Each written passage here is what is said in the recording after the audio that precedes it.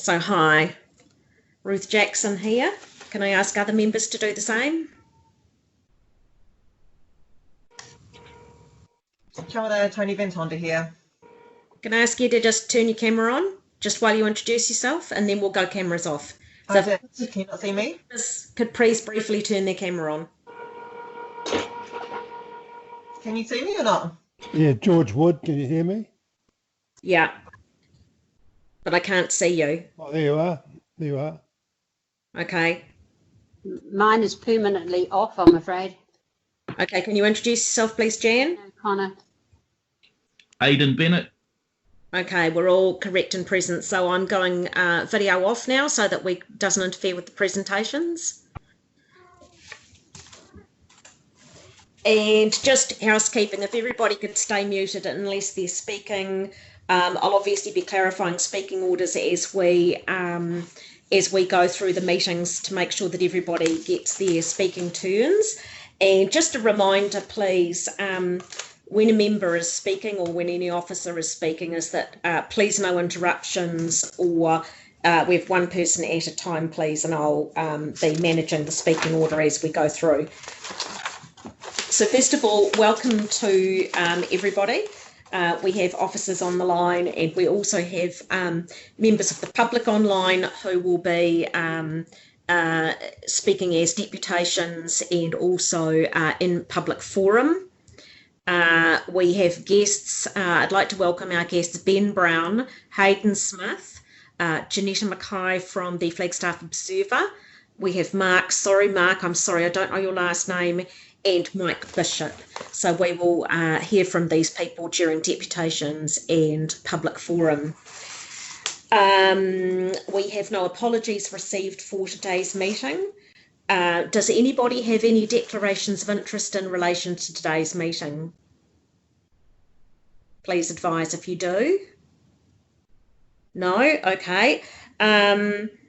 Item 4, confirmation of minutes. So I move that we confirm the ordinary minutes of the meeting held on Tuesday the 17th of August 21 and the extraordinary minutes from Tuesday the 14th of September, including the confidential second, as a true and correct record. May I please have a seconder?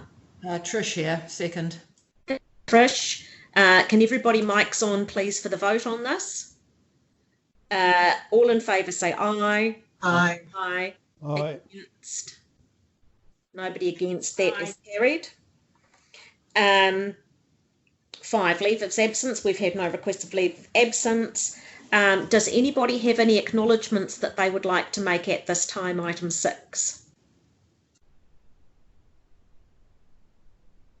No. Okay, so petitions. We have not received any petitions at this time, unless there is anybody in the public gallery who has one that we didn't know about. So deputations, item 8. As provided for under Standing Order 7.7. So we come to the deputation of the North Shore Cricket Club and North Shore Rugby Football Club regarding the lease of the former Devonport Bowling Club site. Oh, Mark Davies. Sorry about that, Mark. We've Mark Davies and Hayden Smith from the cricket, Ben Brown from rugby, Mike Bishop from North Harbour Sport. Gentlemen, if you would like to take this time, and I will hand the floor over to you. I believe you have 10 minutes, Eric, please correct me if I'm wrong, for a deputation. And we welcome you, and please step forward to your mics.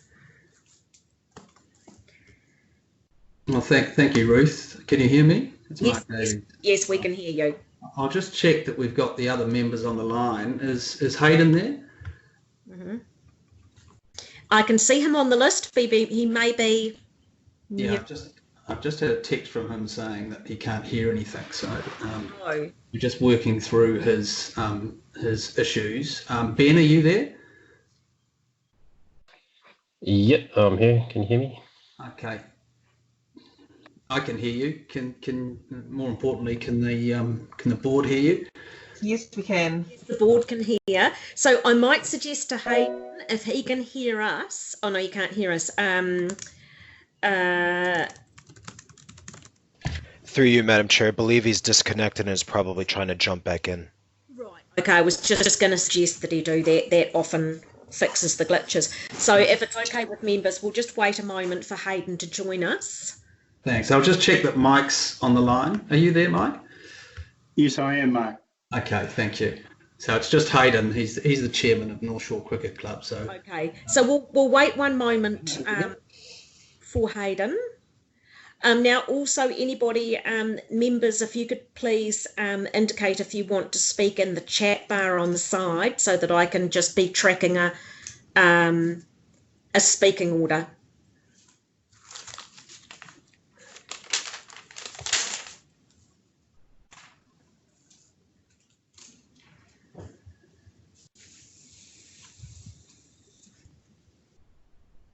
Right, do we have Hayden yet? I'll just check our participants and see if he's been able to rejoin us.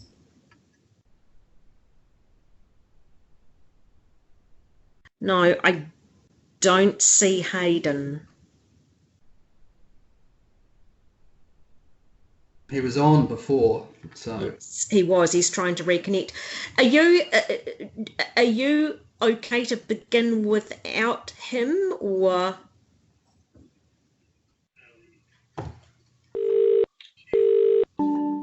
So someone's calling Hayden by the sounds of it. I think he's just arrived as a guest on the phone line. I don't know how to assist him. I think he's calling in, but I don't know how to. I don't know how to accept his call. Maureen, do you... That's sorry, Madam Chair. We don't need to accept a call. I think there might be error in terms of trying to access the meeting. I think it might be Hayden. He doesn't need to be. If you can pick up and patch him in, then that'll sorry, that's kind of not, unfortunately, how it works. Usually, accessing a Skype meeting, you get a number, and then you get a. Yeah, well, I can't. We have no call to accept, I think, is what I'm trying to say. Hayden's back in. Hayden? I'm in on. Apologies, everybody. I'm here on the phone, not on the system. Okay. I could see you all, but I couldn't hear a word. Okay, lovely. So if you were able to, yeah, okay. So we're able to continue now. So Ben, Hayden, Mark, and Mike, the floor is yours. Okay, thanks everybody for your time today. And like I just said, I can't see you, so I'm just talking to my notes in front of me. But on behalf of the North Shore Cricket Club and the North Shore Rugby Club, thanks very much for the opportunity to speak here today. This is a project that both clubs have now been working on together for more than 3 years. Indeed, the ability to redevelop the old bowling club site would be a generational opportunity.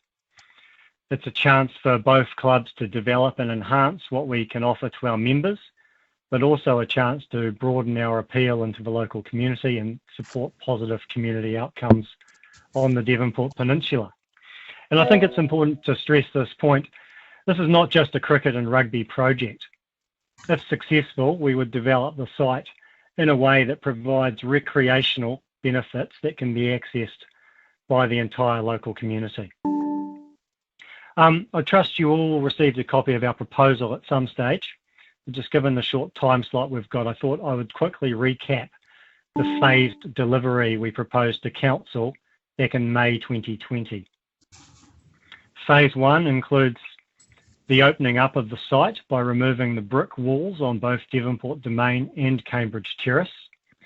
This will enhance connectivity across the entire domain, enabling walkers to cross an uninterrupted green space from Torpedo Bay all the way to Vauxhall Road, an immediate benefit for all. We would also undertake remedial works on the site, including the demolition of various derelict buildings. But most importantly, in Phase 1, we would develop new female changing rooms in the existing bowling club structure, something that both clubs need to do to meet the growing numbers we are seeing in female cricket and rugby. Phase 2 would follow the successful delivery of Phase 1 and would also be subject to coming back to council for final approval on the plans. But we envisage it would include the construction of a new covered cricket training facility and the development of an outdoor or weather training surface, both of which would provide access to high quality training and recreational facilities for local users.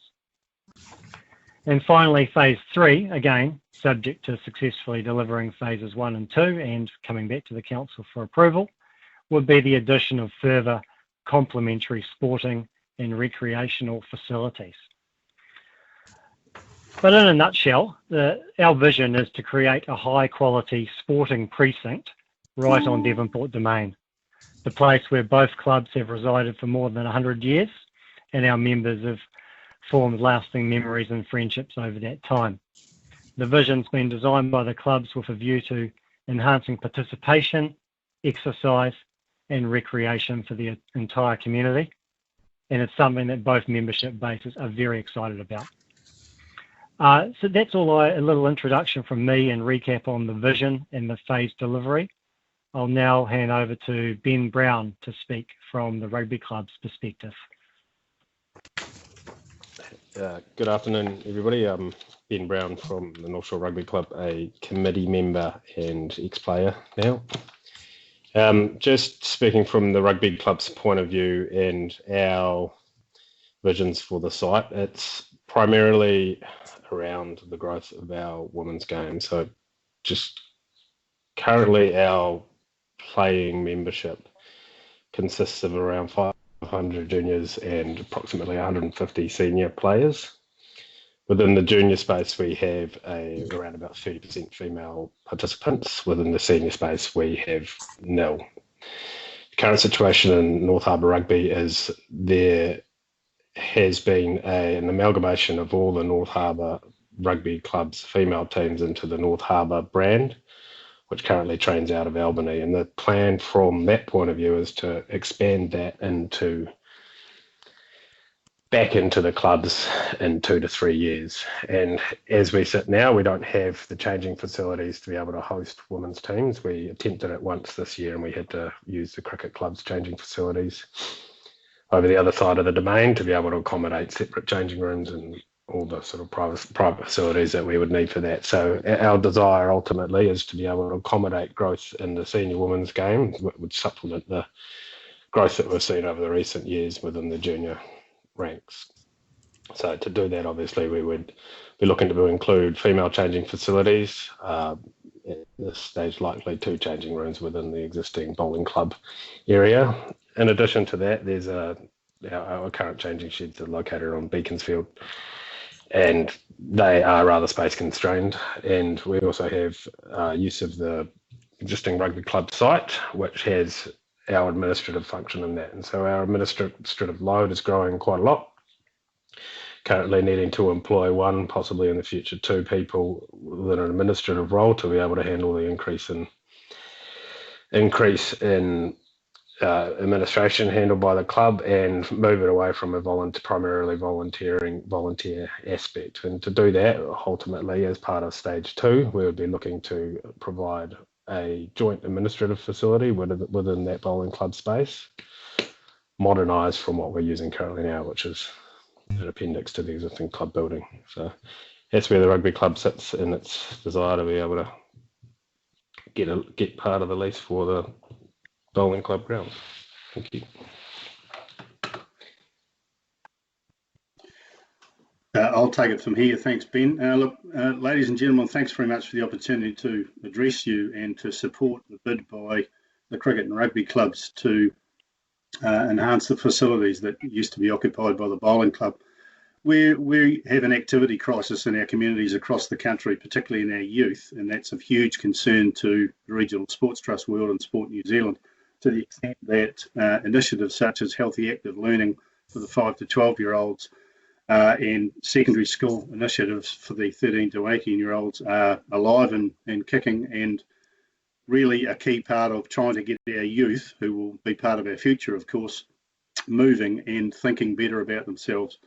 It's of significant concern to us that secondary school sport, organised secondary school sport in the region, the numbers playing it are in decline. And to that end, we warmly support the initiative by the two clubs. As has been said, they've occupied that land now for over 100 years. They work pretty much in harmony together. And this is a really good example of a community working together to ensure that its future is secured. The initiative they're looking to put in place, and as Hayden said earlier, it's been going for nearly 3 years. I've been connected to that from a harbour sport perspective all the way along, and see huge merit in what they're trying to achieve here for their community. As Hayden also said, it won't just be a cricket and rugby initiative. It will be open to the various members of the community that ply their trade in other codes, and certainly from a recreational perspective for people to use to enhance their physical fitness as well as their mental fitness. COVID shone the light on the fact that our communities have had to shut down, and that's been of great concern to all of us in the last 18 months. An initiative like this going forward can only be of benefit to the Devonport community, and particularly the two clubs that are doing it. The other thing I would suggest too is that as both clubs have done a lot of work for this and see it as a basis for creating a really strong future across that area, they're also not coming cap in hand for finance from the local board. They have the ability and the foresight to raise the funds, to do the work, and to ensure that the facility itself, when it's completed, will be of significant benefit to the Devonport community and those beyond. To that end, I warmly congratulate both clubs on their efforts to date, and certainly would encourage you as a board, a local board, to get alongside this project and to approve it today so that they can get on and do what they need to do with the site. Over to you, Mark. Yeah, thank you, Mike. Thank you, Ben. Thank you, Hayden. Just I'll cover off. I understand that there is a last-minute proposal to change the basis on which the EOI process was put together and run, and that we engaged in. We understand that there's a consideration being given to carve off what's been called Building B, a block shed, to create a separate lease in relation to that land, and have it used and leased to the museum people.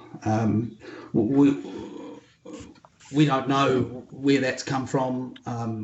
Looking at the agenda and the recommendations in that, we understand that, and that was the process that we have been faithfully following.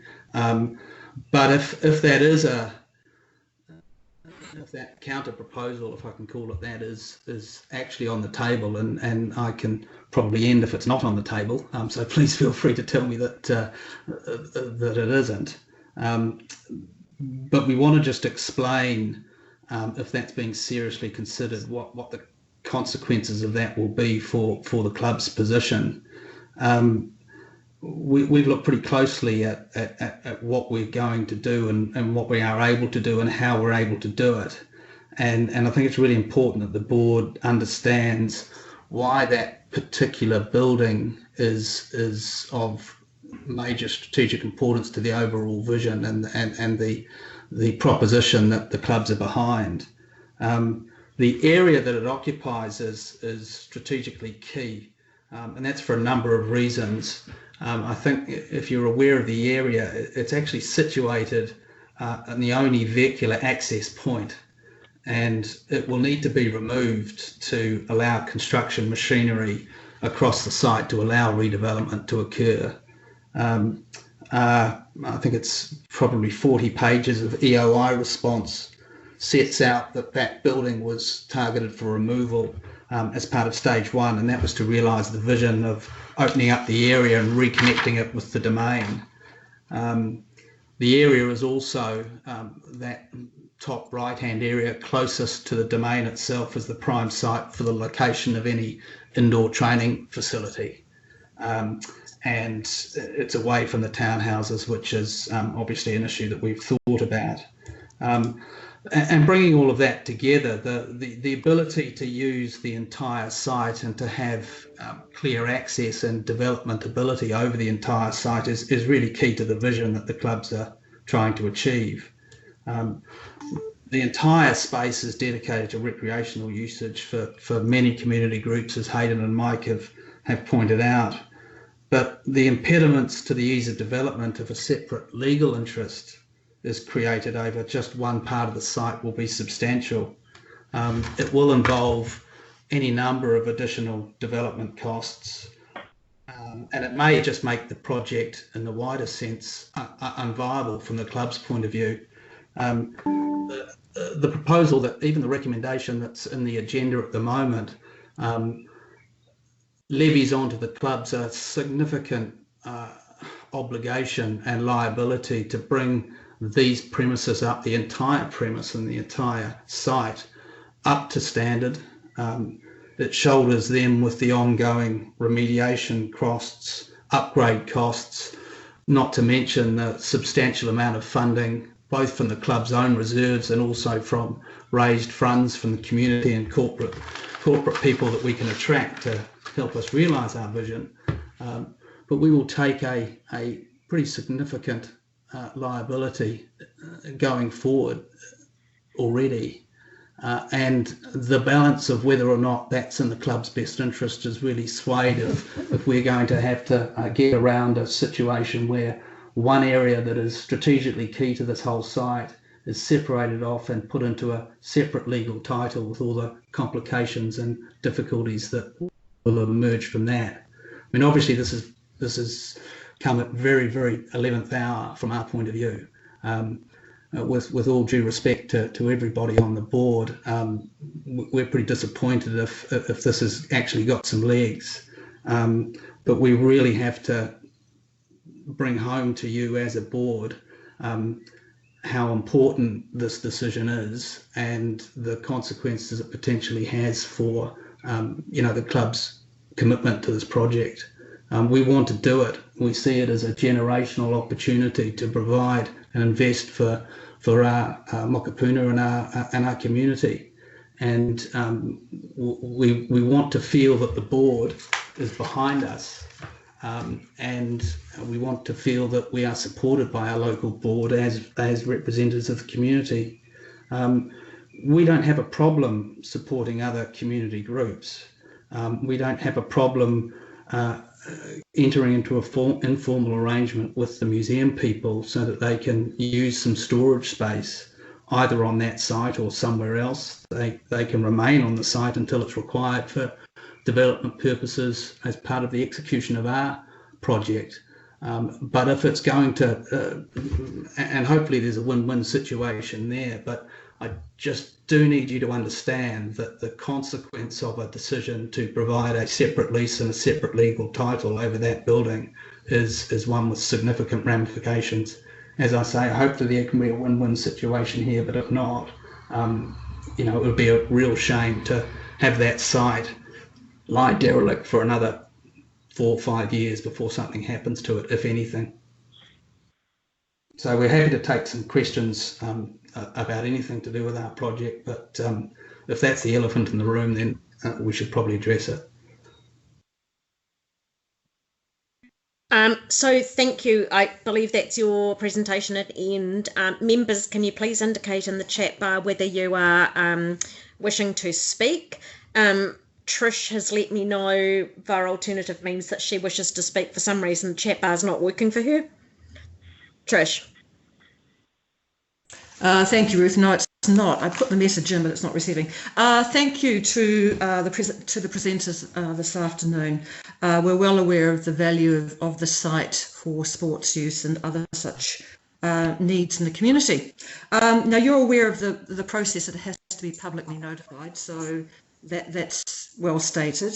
And you're aware of also the resource consent process as well, which also adds to the to how we proceed, how things will proceed. So, and I do thank you for your ability to fund such a project. I know that's a tremendous weight that both clubs carry, so I'm well aware of that.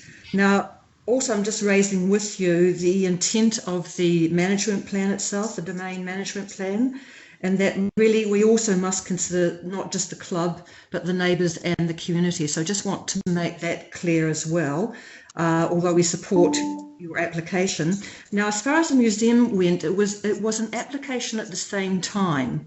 Okay, so they did put an application. Trish, I'm just gonna ask me questions, aren't you? Yes. All right, access from Eaton Ave. Eaton Ave's a cul-de-sac, and then it's got that little bit of a road. I'm not sure whether it's part of the domain or whether it's part of a road, the bit that's in front of the 3 houses. Can you clarify that?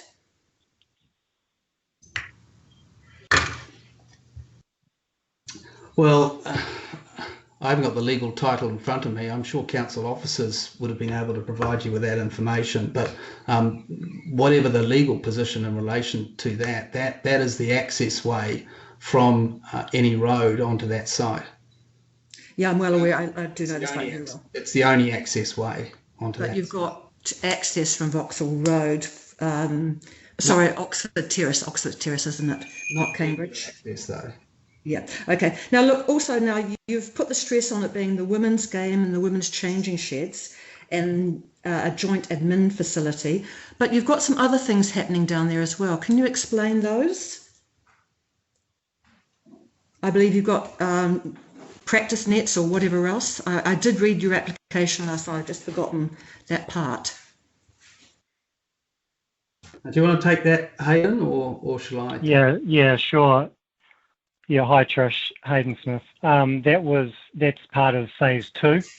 Yeah. Which, as I mentioned, would be subject to coming back to council for getting final approvals on what exactly and precisely that plan looks like, and we would do that in a period of time once the funding has been secured as well.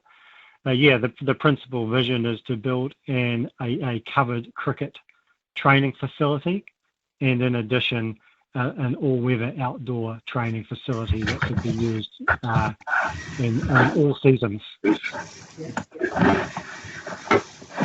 that's all I needed to know. Thank you. Sorry, might I address the previous comment? The driveway access off the end of Eaton Ave is part of the reserve. Eaton Ave finishes at the cul-de-sac. Sorry, I can't hear that. The driveway access off the end of Eaton Ave toward the bowling club is part of the reserve. The road reserve finishes at the cul-de-sac.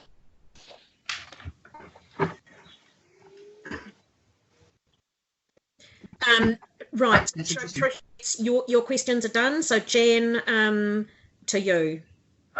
Who was it? Was it you, Aidan, that said that the museum application came in at the last moment? I thought it came in at the same time as, I thought there were just 2 applications, 2 expressions of interest, and one was your combined one, the 2 clubs, and the other one was Devonport Museum. And yet somebody said that this sort of was, it came in at the last moment, the museum one.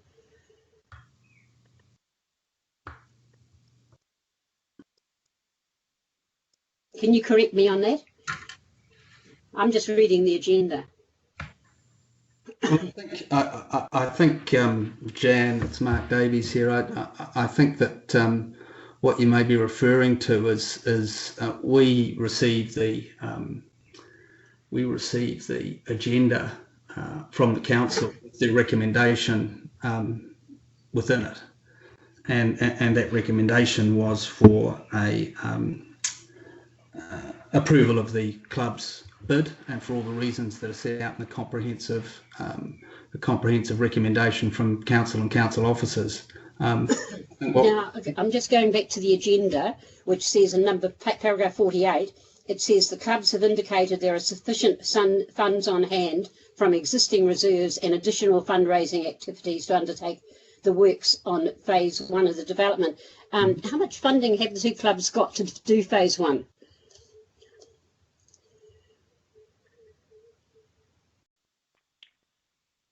Do you want to take that, Hayden? Yeah, I mean, hi. We don't have a specific number of what is required for phase 1 at the moment, but I can speak from the cricket club's perspective. We've got reserves north of 300 grand sitting on our balance sheet to deploy towards capital projects like this.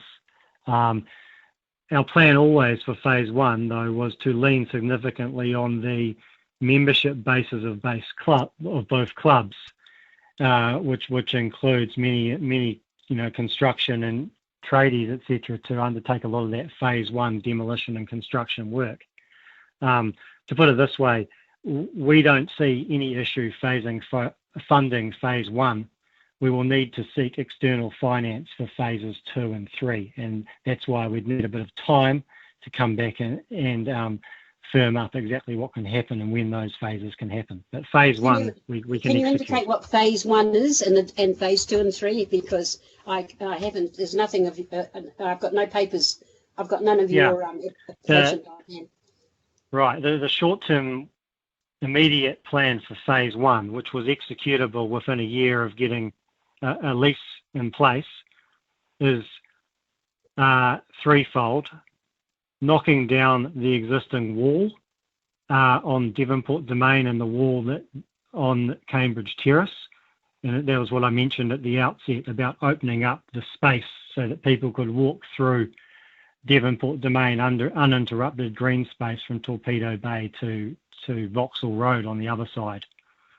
So that is a largely demolition job and clean up of what's the existing derelict space in there. We don't see it as being hugely capital intensive, but of course it's a significant amount of construction work.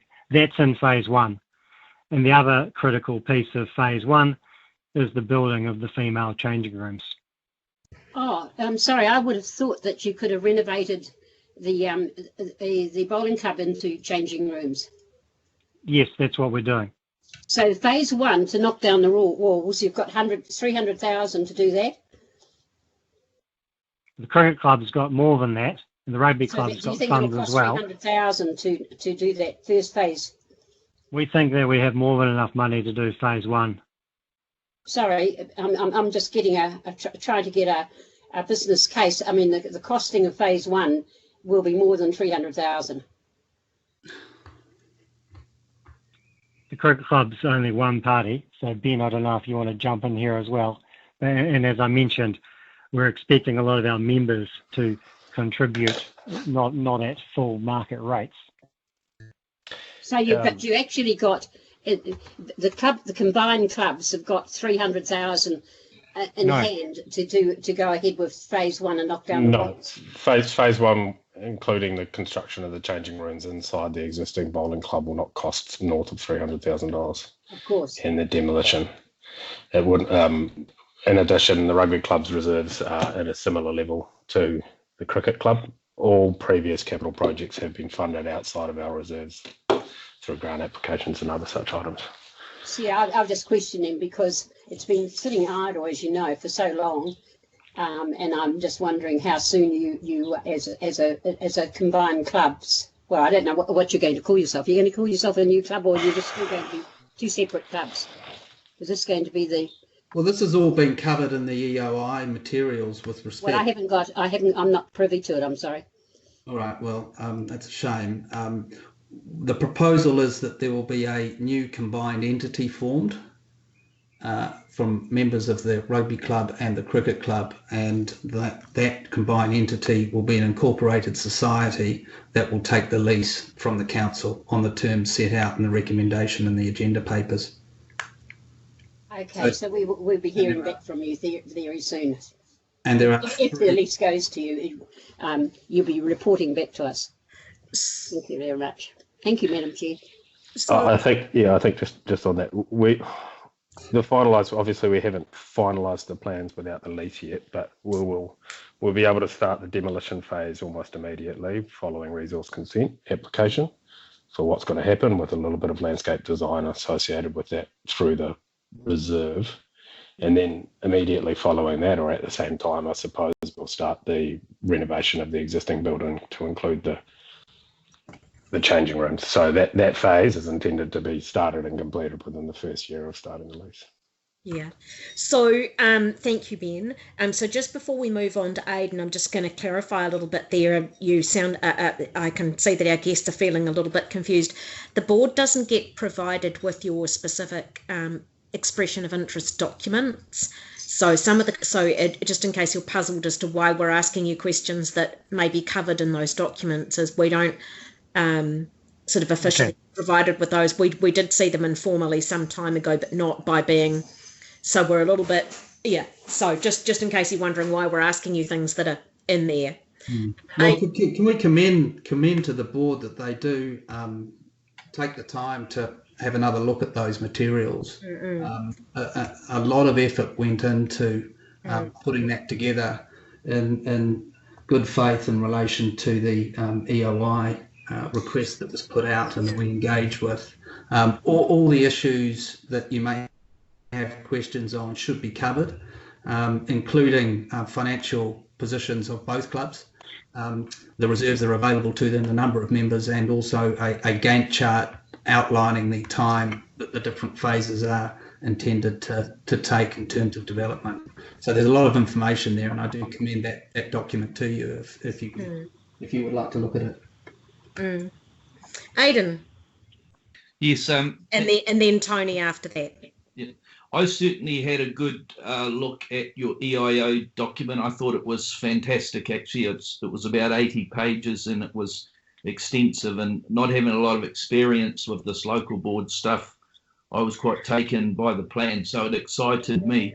And what excited me also was the collaboration of the two clubs. The council has a desire for sports clubs to combine and collaborate, and there's been some very good sports hubs that have come out of it. So, this is one that I see being very valuable for the community. In terms of the sports hub, once you get, I think you talked about it, it's stage 3, what other sports can you see using the facility there and you guys collaborating with them?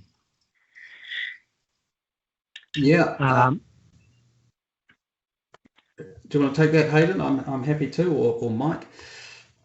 Sure. I think the answer, Aidan, is we'll talk and be happy to work with any other sports club or organisation where it's complementary. I mean, there's so many examples, and people have already, speaking in the local community about ideas such as basketball, outdoor functional gym training equipment. There's all these sort of complementary ideas that are out there that we would explore further down the track and come back to council for approval on. Mark, I don't know what you would add to that. Yeah, I mean, probably Mike can give a good oversight, but the exciting part of this vision for us, and this is why today and the board's decision is so important, is because once we have security of tenure over that site, then we can go to the membership and do a presentation to them and engage our community and the wider community in the process of recognising this vision. And that has been something we've been wanting to do for a long time, except that the COVID lockdown from last time put this process back. But I think as Trish said earlier, these buildings have been lying derelict for several years now, and they're certainly not getting any better conditions. So we're very, very keen to have the decision made that will allow us to move forward and engage with our community and hear from them about the ideas that they have, because nobody has a monopoly over good ideas. As Hayden said, we've had approaches from basketball and people like that already, and all we need to do is get that security of tenure locked in, and then we can go forward with some confidence. So probably over to Mike, who's got a helicopter view of the need of different sporting bodies and recreational users. Yeah, thanks, Mark. Look, it's Aidan, I guess from Harbour Sports' perspective, there will be any number of users wanting to be part of the site once it's developed. We see real upside in both casual users and organised users approaching the two clubs or the entity that's formed to use the facility. And once the information gets far and wide that the facility has been enhanced and is really available for all aspects of the community, we only see an upside in terms of community usage of it. Also alongside, just to hark back momentarily around the funding side of it, alongside the two clubs, Harbour Sport will be available to work with them around alternative funding sources. There are significant funding sources available for capital projects like this, which will enable it to be funded up front, and then obviously the community usage alongside that's going to be the key, because this is about creating a facility that looks into the future and benefits the future generations. As we're all aware, of course, the traditional sports are now accompanied by a whole raft of sports that need green space, and training opportunities in this facility really lends itself to that once it's completed. Thanks, guys. Well done. Great proposal. Thank you. So next, Tony. Hi, thank you, Ruth. I won't take too long. First of all, I'd like to make a point of clarification. Every single member received the EOI from you guys on the 6th of October last year at 10:37 in the morning. So we've had ample time to read that EOI, and I did that, and I really commend you on your collaboration and on your vision. This is incredibly important for our community. We have a growing participation levels in sports in Devonport, particularly down there in the rugby club, the cricket club, and supporting girls in that space is so incredibly important.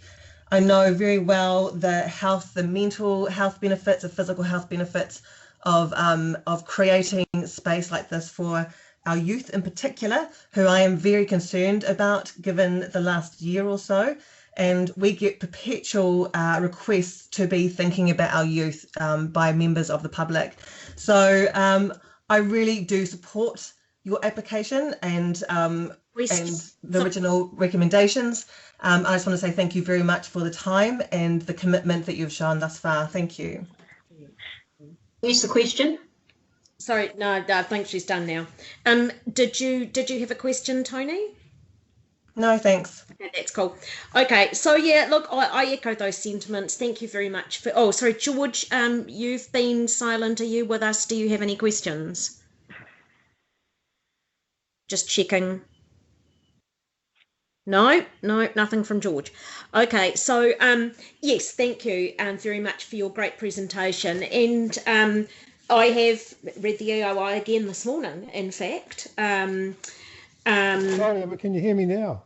Yes, we can hear you now. Sorry, George, to ask a question? I'm just interested in knowing from Eton, the driveway along the front of the cricket oval along there, and to going up towards the shed where the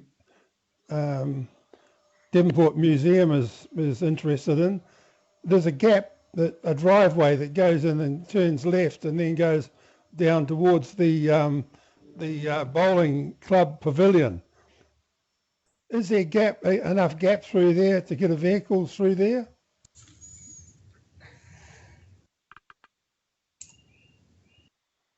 Well, we certainly don't think that with that building B still in place, if we're talking about construction vehicles, then there'll be some real difficulties around that. And of course, there's a residence to the right too that will need to be thought about in terms of the future development plans. And so, a removal of that building B not only allows you to open up, because that block building is connected to the block wall.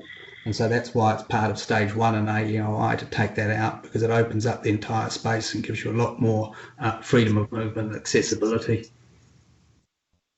Okay, and just in relation in the statement you made about talking with the Devonport Museum people, you haven't obviously talked to them at all at this stage, is that correct? Well, we followed the council's EOI process. And so no, I'm just asking. You made that statement earlier on when you were speaking. Yeah. Well, look, I mean, if we're always happy to sit down with other members of the community, but I hope that we made our concerns clear around the idea that there would be a separate lease over that particular building. It really creates some fundamental difficulties for us. But if there's a way that we can achieve what's necessary for the clubs by getting tenure over the entire site, and also for a period of time accommodating the museum while other storage options are explored, then we're more than happy to. Okay, thank you. So thank you very much. That is great. And I before I get to an actual question, I do want to just formally thank you for your presentation. Your, the package of information that you put together in the AOI was impressive. It was really great. And yes, absolutely, we were very delighted to have that and to be doing all the good things that you aspire to do. So really, applaud your aspirations and support those. So just getting to questions on your EOI in phase 1, and I'm sorry, it doesn't have page numbers on it, so I'm not sure what page number it is. I'm thinking maybe 6 or 8 or somewhere around there.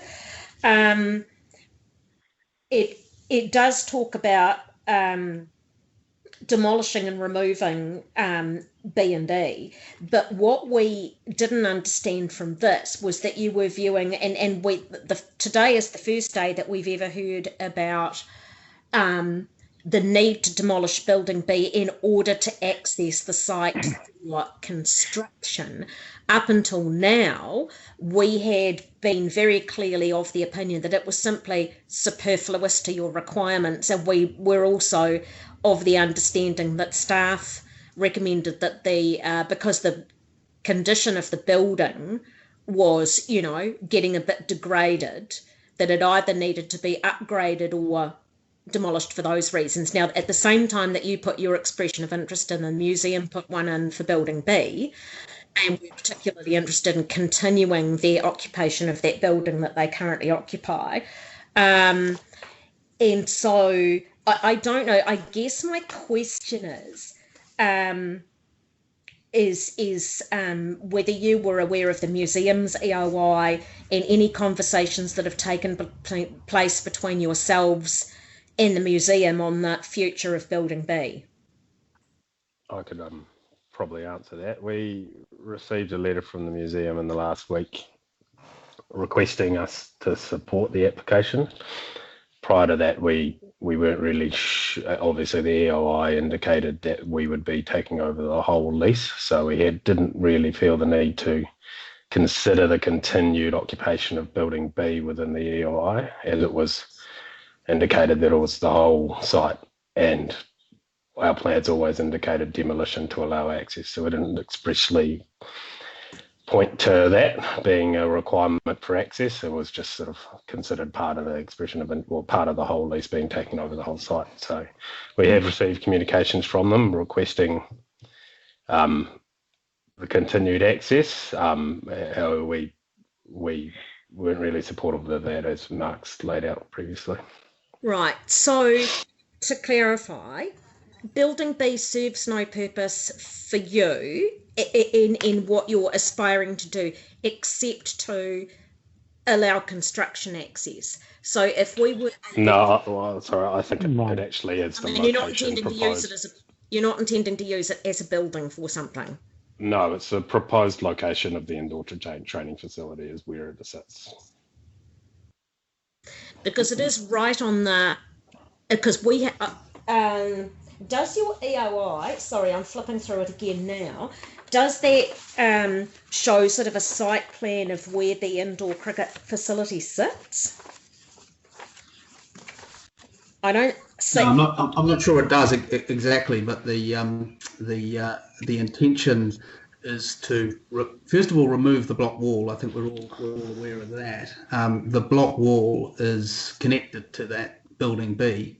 And so that would be part of the initial opening up of the entire site. And once you open up the entire site, you get a lot more flexibility in terms of placement at stage 2.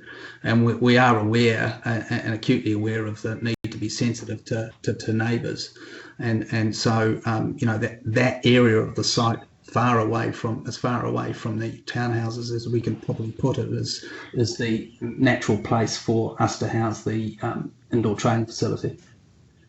We haven't put specific design effort into the location because we need to go through a resource consent process and get specialist input and stuff like that. It's not really our area of expertise to be plonking it on the site until we really know exactly what our limitations are. So flexibility is sort of our primary concern at the moment. That's right. But in my day job as a lawyer, I can certainly say that having an island, if I can put it like that, of a separate lease with one building in an otherwise available and flexible development site causes significant issues in terms of planning, in terms of resource consent, and in terms of flexibility. So that's the nub of the concern, is that having an island with a separate lease in perpetuity really limits the development options that would be in front of us. Okay, because the shed is, building B is right on the sort of fringe of the site, coming off the little access way that sits on the domain at the end of Eaton Ave. I'll call it Eaton Ave just for the sake of abbreviating that. And the road on the other side that actually bisects the whole domain, I'll call that Cambridge Terrace. It's actually the road through the domain, but I'll call it Cambridge Terrace just for the sake of it. So the Eaton Ave access, the shed is very much onto one side, and you've got 2 complete bowling greens plus a bit more there by the looks of things. Surely the shed can't be so essential to have. Surely there's plenty of room for the indoor cricket improvements without needing to bowl the shed. And I'm wondering if shed B is in the way of construction access, then I feel sure that we can facilitate access to the site through Cambridge Terrace or that kind of things. I think it's not the only access, and that the cricket training things, it's a very tiny bit right on the fringe by Eaton Ave. It's not plonked in the middle of the greens or in the middle of the site. How big of a problem is that realistically? We would ultimately be seeking to maximise the recreational use, including all-weather training facilities and stuff like that. And when you add in that in conjunction with indoor training facility, space becomes tight very quickly. So some of the briefs, some of the plans that we put together that we didn't include in the EOI included, say, 2 times basketball courts and a turf training facility, as well as the indoor training facility. So that we run out of land quite quickly when we do that, notwithstanding the concerns about the lease in perpetuity creating complications. So what was that, basketball courts and what else? Weather training turf, something that could be used by anybody, including the rugby grounds when the fields are closed. As happens frequently. And look, with the best will in the world, obviously we haven't contemplated things that, we haven't contemplated those as sort of having not been in the EOI or we haven't heard any previous mention of those. So naturally that hasn't factored into any of our prior thinking. No, we intentionally left it open because we're not sure what we will be able to do in the future, and it all is quite dependent on resource consent applications as well and the neighbours' limitations. So flexibility for placing stuff with an intent to keep open the direct access from one reserve to the other means that we wanted to try and keep the cricket facility as close as possible to that boundary and as close as possible to the existing cricket training facilities, which is that corner that we're talking about ultimately. Okay, so thank you very much. Now, George, you've spoken. So look, I think we can draw this to a close at the moment. So thank you very much. You are welcome to remain, in the meeting, obviously, and listen to the item 14, which is the one you're really interested in, and other items as well. So let me just move on to our next item. So we now move to public forum. My apologies. Sorry to interrupt, Madam Chair. We do need to move. Yes, sorry. I would. Sorry. Thank you, Eric. It's already been a long day and it's only just started. So I would like to move, please, that we receive the presentation from North Shore Cricket and North Shore Rugby. Thank Mark Davies. Okay, seconded by Aidan. I think we all know what the rest of the motion says. All in favour, please. Mic's on, everybody, please. Aye. Aye. Anyone against? Motion carried. Thank you for the good save, Eric. Now moving on to public forum. We have one public forum item today, which is Alistair Fletcher on behalf of the Devonport Museum and Historical Society, speaking, I believe, on the same item. So, Alistair, if you would like to please unmute yourself, welcome to the room, as it were. Hi, can you hear me? Yes. Good. Okay, thank you. Thank you for the opportunity, Madam Chairman, Board and Support Team. I'm Alistair Fletcher. I represent the Devonport Museum as President for the past 12 years in applying for an extension to our current lease and to cover all of Building B on Devonport Domain. This is a parallel application, not competing with the Rugby Cricket Club, which we support. We had a discussion. I had a discussion with Max of the Rugby Club and then provided him with a letter letting him know of our intentions and to continue with this application. We're an incorporated society providing a heritage building on Mount Cambria Reserve containing a community museum with high credibility with the community, with Auckland Council and with the New Zealand museum community. We provide education, display, research, archives and involvement of the community. We acquired a temporary lease on part Building B through the local board on the 14th of October 2019. We've applied to extend this to all of Building B continuing. We agree to carry out maintenance to spouting, downpipes, doors, window and security as appropriate, but also remove the considerable quantity of residual material left by the bowling club. We would use the space for Devonport Museum storage, conservation, repairs and maintenance. Space will at times be used to carry out activities with tools and materials not appropriate in the museum itself. Large items can be accommodated until used. These include very large sporting and wartime honours boards, including bowling club ones, signs, display cabinets and a flagpole. Anzac photo boards are kept there for the rest of the year outside Anzac times. Games for open days and museum activities are stored and maintained there. The residual stock of Paul Titchener books are being stored there as we process and distribute them. We're currently repairing and restoring a donated carry door to be used at the museum. We'll use the space to restore a donated heritage flagpole as well.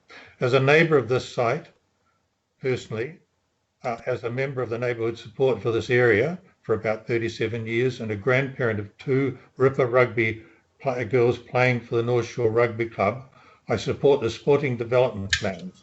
My daughter also lives within 100 metres and supports it strongly. For Building A and the Greens, the Cricket and Rugby Club have wonderful plans. I believe the access is not an issue because they are removing walls and the fence in Tui, Cambridge Street and the concrete block wall which is attached to the concrete block building but not part of it. I think there is plenty of access there.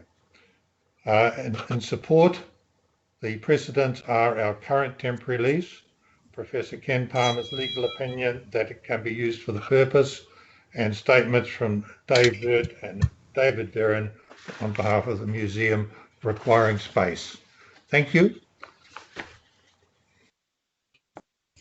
Thank you, Alistair. And members, can you please indicate in the chat? I think Aidan, you're wanting to speak. Aidan and then Trish. Thank you, Alistair. You guys obviously do a great job, the museum, so well done. I'm just sort of uncomfortable, to be honest, with this. Have you guys, because obviously there doesn't seem to be a fit from the sporting angle on this one. Have you guys investigated any other places where you can take the storage to?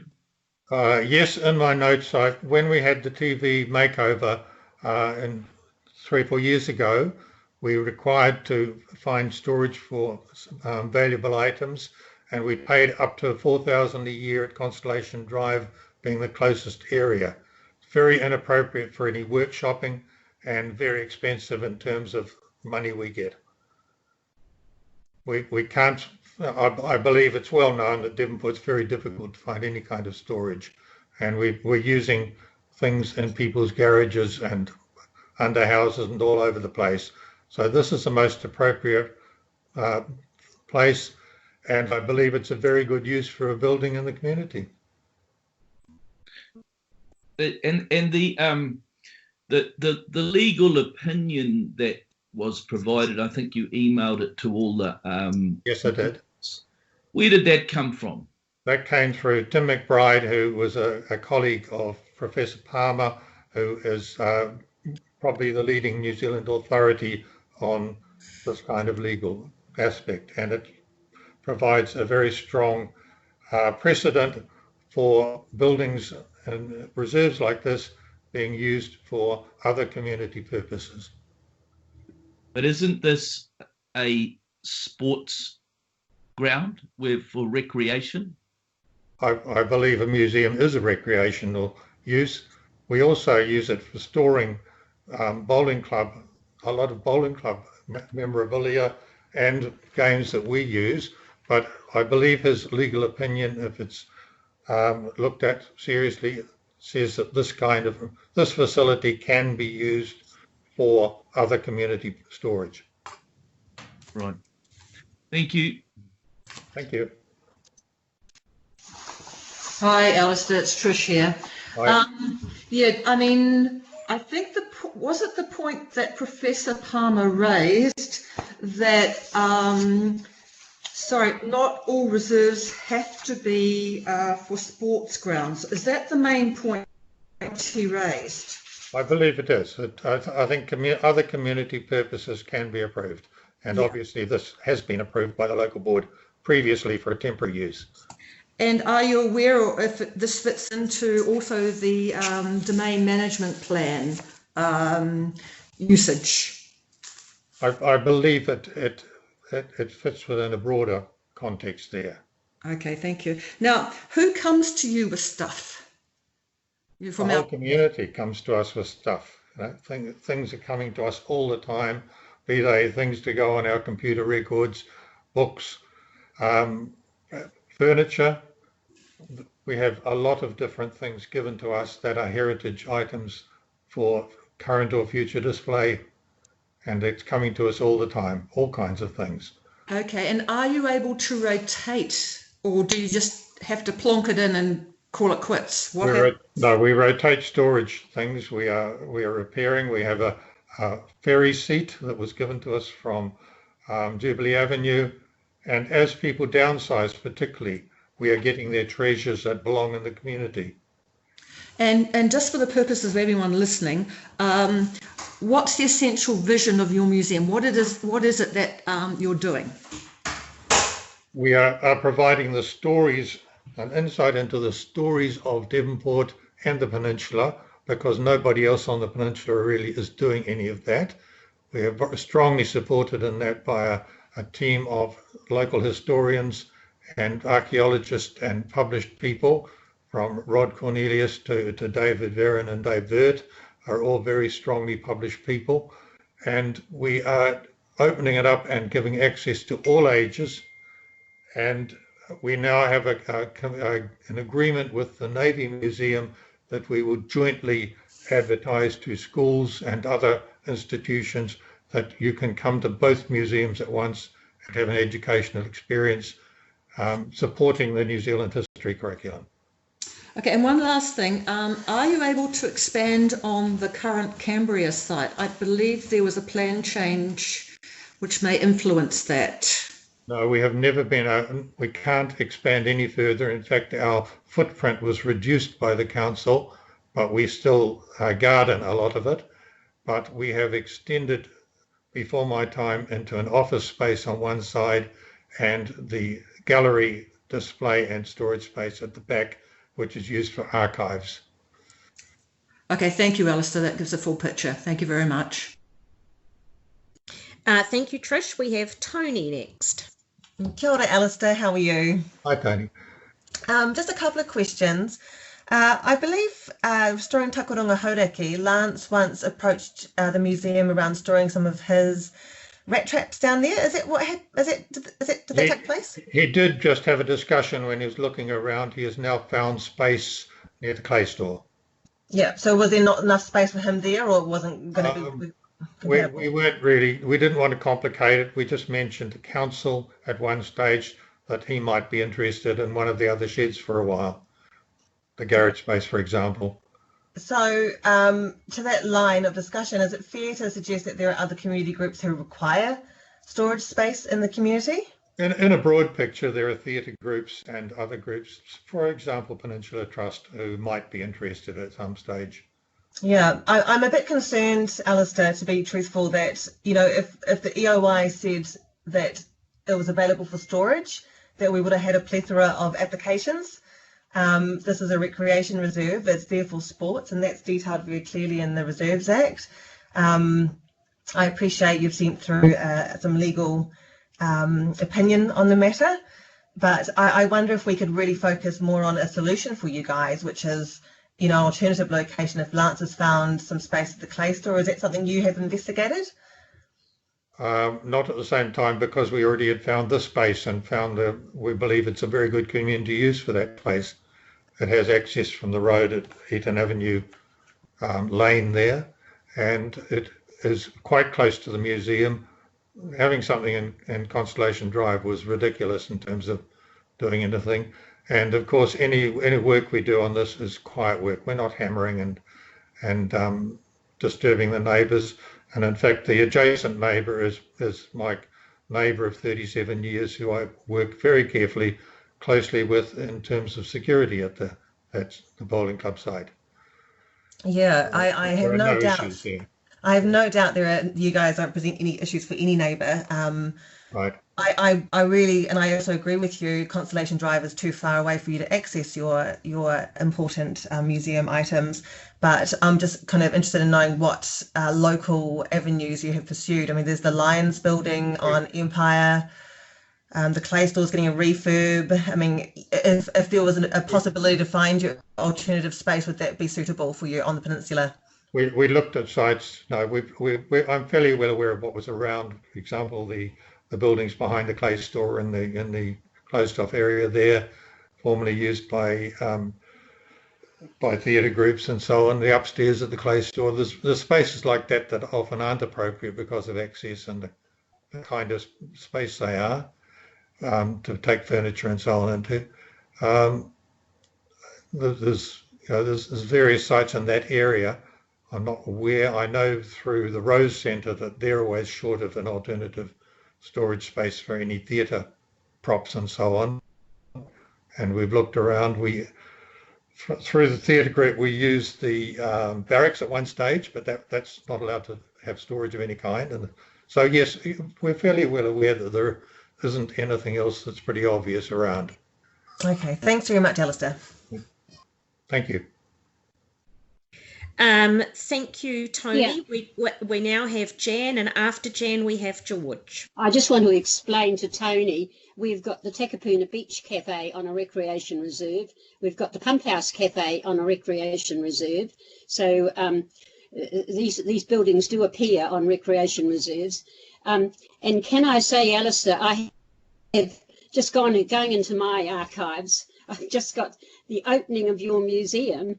An article written by Pat Gundry. It was opened on the 7th of December 1990, and all the work that was put in getting that church up there in two pieces. So it's a very interesting article, which I'm sure you've got in your museum. But Yes. I found that article today, which I thought was quite good. Now, could I ask you, how many buildings do you want to lease? We only wanted, at the moment, we only have the workshop quarter of Building B. I'm just looking at it now. The old soil storage, full of old sand piles and things. I'm just going into the plan now with the photograph on the agenda. Yes. Because you did ask for, so you want the workshop B. That's the one near the end of the street. It's the only one we've ever been interested in. Okay, well that's the one I'm very aware of, Yes. and I actually don't think it's amazing that it's there, because I don't think the bowling club did the bowling club ever use it? Yes, for a workshop, and it's called the soil store. It's got Yeah. piles of sand. It's got a big door that doesn't open anymore onto the street.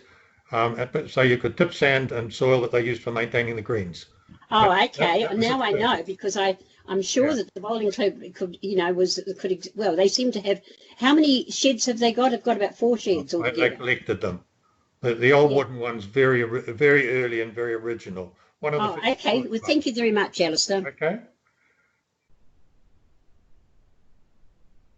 Yeah, thank you. And now we have George. Yeah, thank you. Now, you've been there for a couple of years now, Alistair, Yes. or nearly a couple of years. Yes. The driveway and getting in there, what's the, it's got two It's got smaller double gates, yeah. double gates and then another gate to the side. And then, It's got the same double gates on Tui Street by the rugby club. The same double gate access is there. and there's no way of getting behind the bowling club, the bowling greens. You can't go on the seaward side, on the eastern side, to get around behind the bowling The greens. small gate next to, if you've got the plan there, there's a small gate onto Tui Street next to building E, Yeah. which could be expanded. It's one I keep locked because vandals were getting in there, and it could be expanded very easily as that wall is coming down anyway, and shed E is coming down. It could be expanded very simply to allow access to any machines. So to the greens area. Sorry? Onto the greens area. Okay. And you could actually get trucks through there and around. You could. Between the fence at the back and the... With a morning's work to just expand the gates, which are going to be demolished anyway. Yeah, so, okay. Now, car parking. You're needing it for storage. Do you need, and would be your car parking requirements inside, or do you need any car parking? No, we don't need car parking. I live round the corner. So you could do it without too much land around your building. Yes, just access through the gates and the path alongside between building B and C is all we would need. Or if we needed to, we could get the big door open that opens onto straight on off the street onto the building. Okay, so, and how far is the gap? What's the gap in meters between the building B and the old pavilion building? Oh, right across the greens. Yeah. So what's the gap? It's the full length of a green. I don't have that in my head, but we're talking. It's very big. Oh, okay. And the concrete block wall between there and the cricket ground is coming down under the new plans. So that provides total access to the greens, the whole area. Okay. Thank you very much, then. Okay. Thanks. So, Alistair, it's Ruth here. So I think I've got everybody.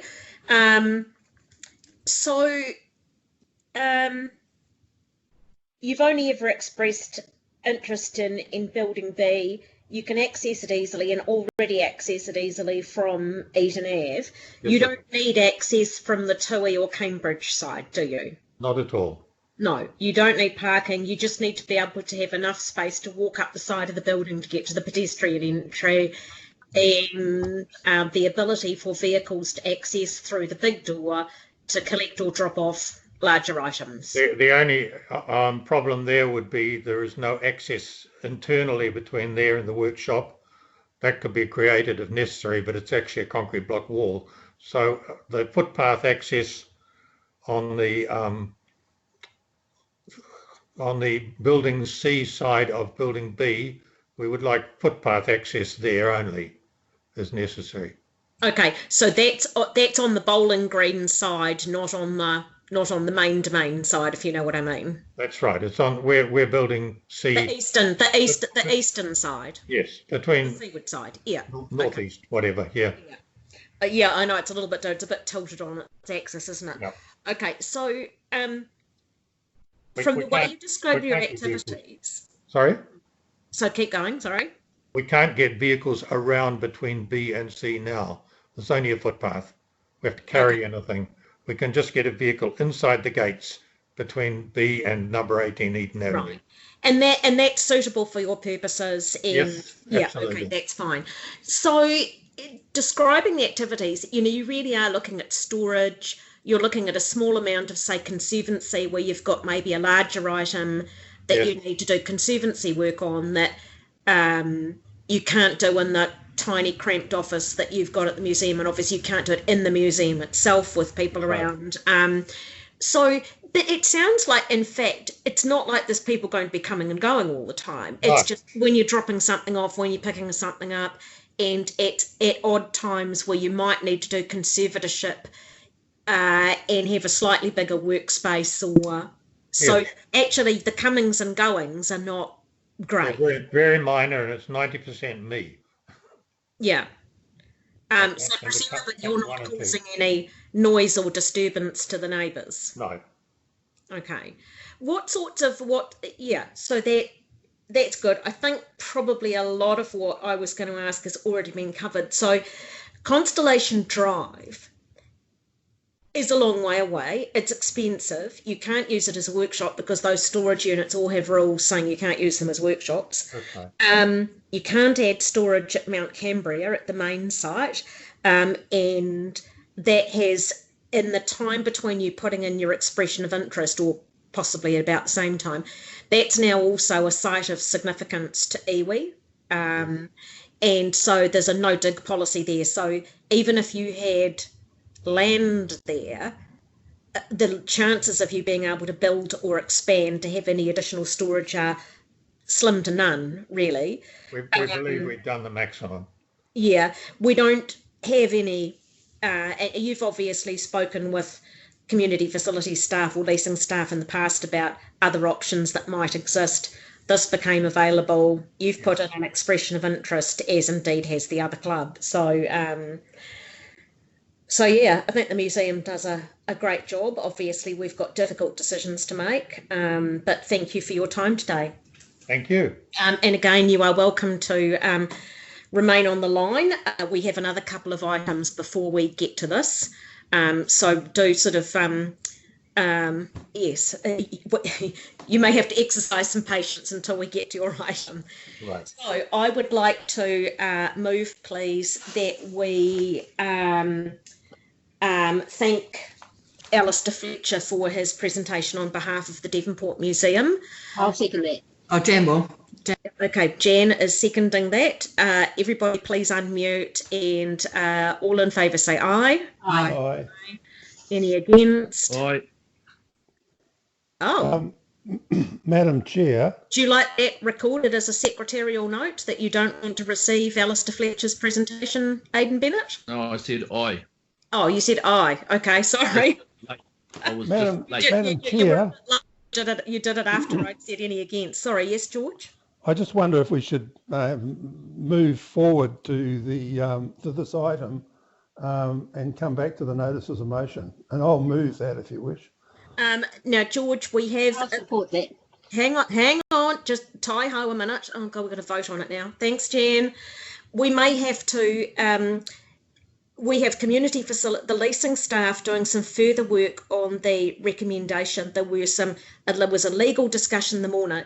Oh, okay. Some further work is being done on that. So are you happy to rescind your motion and just let the... Oh, yeah, I'm happy. Yep, Yeah, yep, okay. okay. Fine. Okay, it's just some sort of little legal things that were picked up in the recommendations that I'd written. So normally I would go for that, like around up a drain pipe and do exactly what you've just suggested, but we just need to wait and hear back for some amendments to that. And sorry to the museum, cricket and rugby people on the line for that delay. I would normally do that in a heartbeat. Today, unfortunately, we have a slight issue to resolve. Okay. So apologies for that. Right, so we'll continue to, so item 10, I believe that we do not have any extraordinary business today. Item 11 is notices of motion. So item 11 is a procedural to accept the notices of motion. And the first notice of motion is item 12, notice of motion from member George Wood on the Bayswater structure plan. George, the floor is yours. Okay, thank you, Madam Chair. I wish to move the notice of motion, which is set out in the order paper, and I'll read it, that the Devonport Takapuna Local Board, A, wish to see a comprehensive planning process instituted to help in giving direction for the development of the one future Bayswater ferry terminal and surrounding Auckland Council land, to the development of the Bayswater Marina Limited reclaimed land for proposed residential and housing and servicing the current marina berth area, and 3, historic Takapuna Boating Club, historic clubhouse building, and B, the Auckland Council Planning Department be requested to discuss the matter with the Devonport Takapuna Local Board on how a structure plan or outline development plan could be expedited. So I think Member Jan O'Connor has indicated that she would second the motion. I second it. So this is a good motion that promotes the need to get a structure plan established to set out the development of a first-class ferry terminal at Bayswater Marina. I ask that the board take the initiative and get the process underway. Please, members, all support this motion. I'm most disappointed that Auckland Transport has put this Bayswater ferry terminal new structure into the too hard basket, so to speak. For the last 20 years, this project of getting a new ferry terminal at Bayswater has been in the too hard category. It was talked about at the same time that the upgrade of the modern ferry terminal was talked about at Birkenhead Wharf. That project was completed way back in 2007 when I was on the former North Shore City Council, and Michelle had a photograph there, which I don't know if we can see it, but don't worry about it, Michelle. It's really the photograph is of the old Devonport ferry structure, which there's the photo there, and it shows you at low tide at Bayswater Wharf. Now that used to be the ferry terminal that the ferries from downtown Auckland came over there. It was the quickest ferry journey from Auckland downtown, and in those days the ferries came right in and berthed at that wharf. You can see how much silt has built up there, and nowadays you would never get a ferry, of double-ended ferries, into that location. So at the time of the former North Shore City, they put $12 million into a budget to build a new state-of-the-art facility on the old Bayswater ferry wharf. Sadly, the ferry terminal has just got more and more decrepit, and the new project has been delayed and delayed. Thankfully, the people of Bayswater and adjoining areas are still keenly travelling through this current Bayswater temporary terminal, which is on the new reclamation, on their way backwards and forwards to downtown Auckland.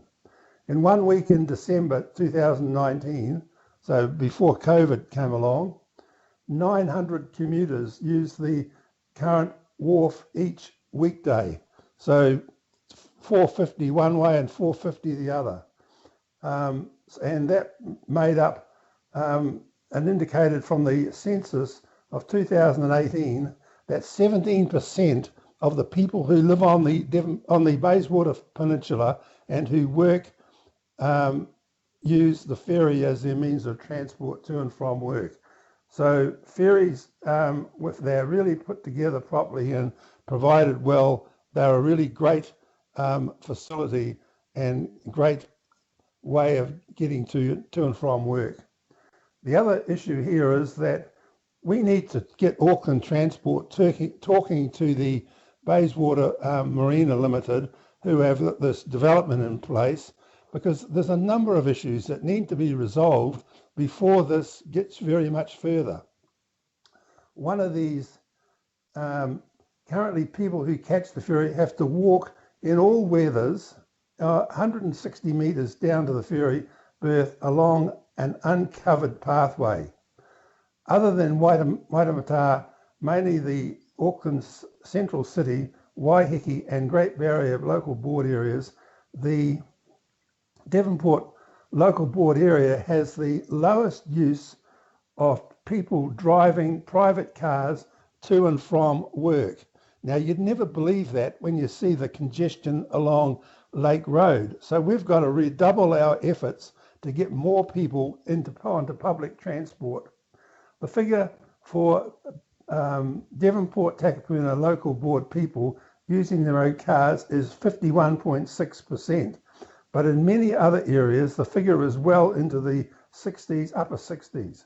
Residents in our area do extremely well in using other forms of public transport, buses, ferries, walking, cycling, but it's really that important that we keep the pressure on, and we need sound planning to get these public transport facilities in place, especially with the amount of redevelopment for residential housing in the Belmont and Hauraki area, and even down into the Ngāti Whātua developments south of Belmont. So we've got progressively minded people who wish to promote public transport. We wish to do that as a local board, and we'd certainly like Auckland Transport to support our endeavours. Auckland Transport obviously needs to determine what configuration of structure plan they want at the Bayswater Wharf. How will the 100 plus car parks that are currently on the Bayswater Marina land be accommodated? How will the other roading and car parking adjacent to the proposed ferry terminal be arranged?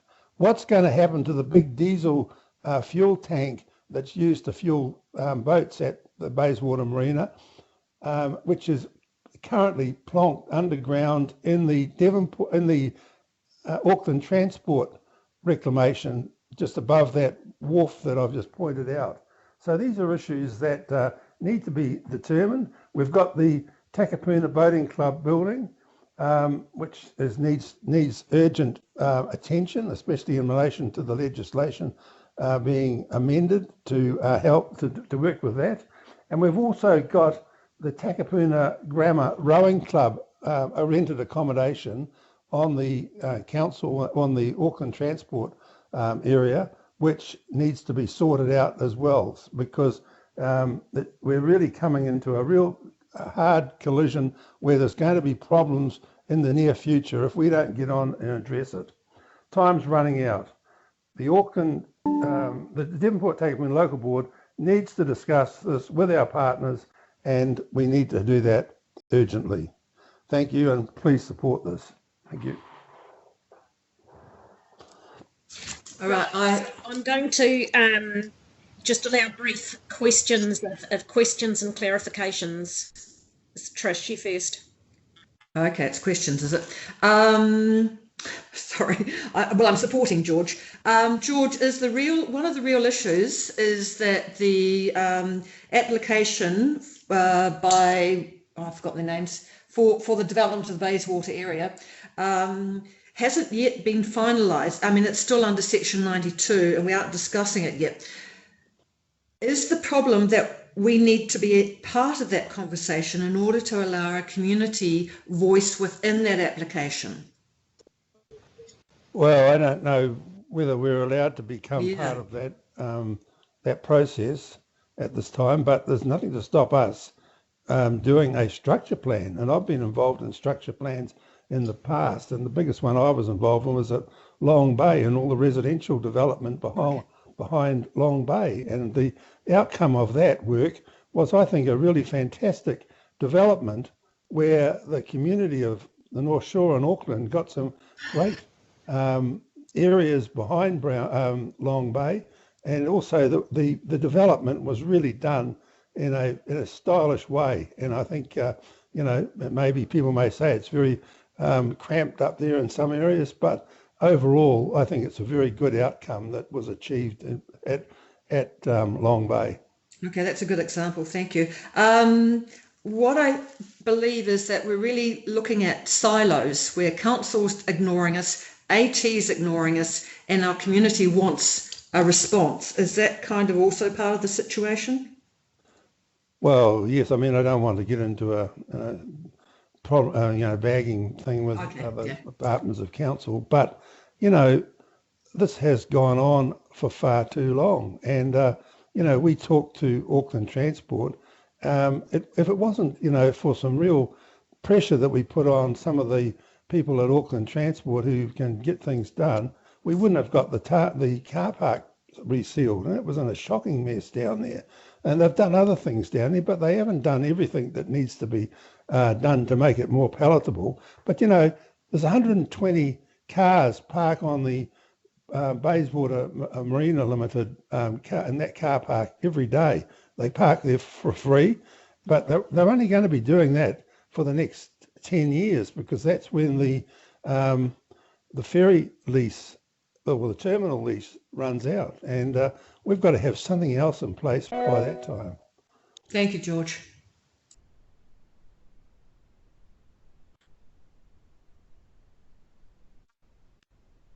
Thank you, George. Aidan. And then after Aidan, we'll have Jan. Sorry, Aidan, then Jan.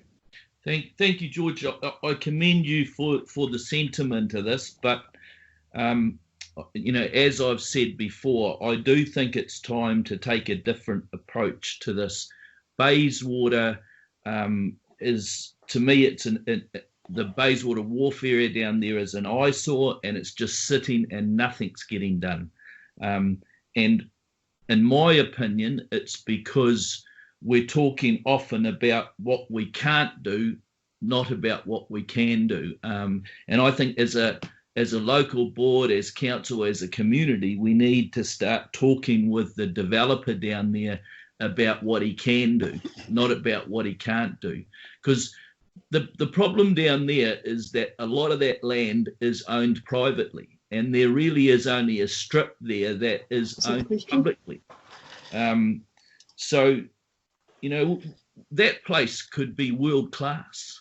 And I agree with the sentiment of your notice of motion here that we need to get it done, but it's really how we get it done. And this notice of motion really has a little bit of getting the big stick out, doesn't it? Aidan, this is just brief questions, not debate. Oh, well, no. Yeah, but I think it's valid. And do you have a question? Yeah, what do you think about changing the approach? That was a good question, eh?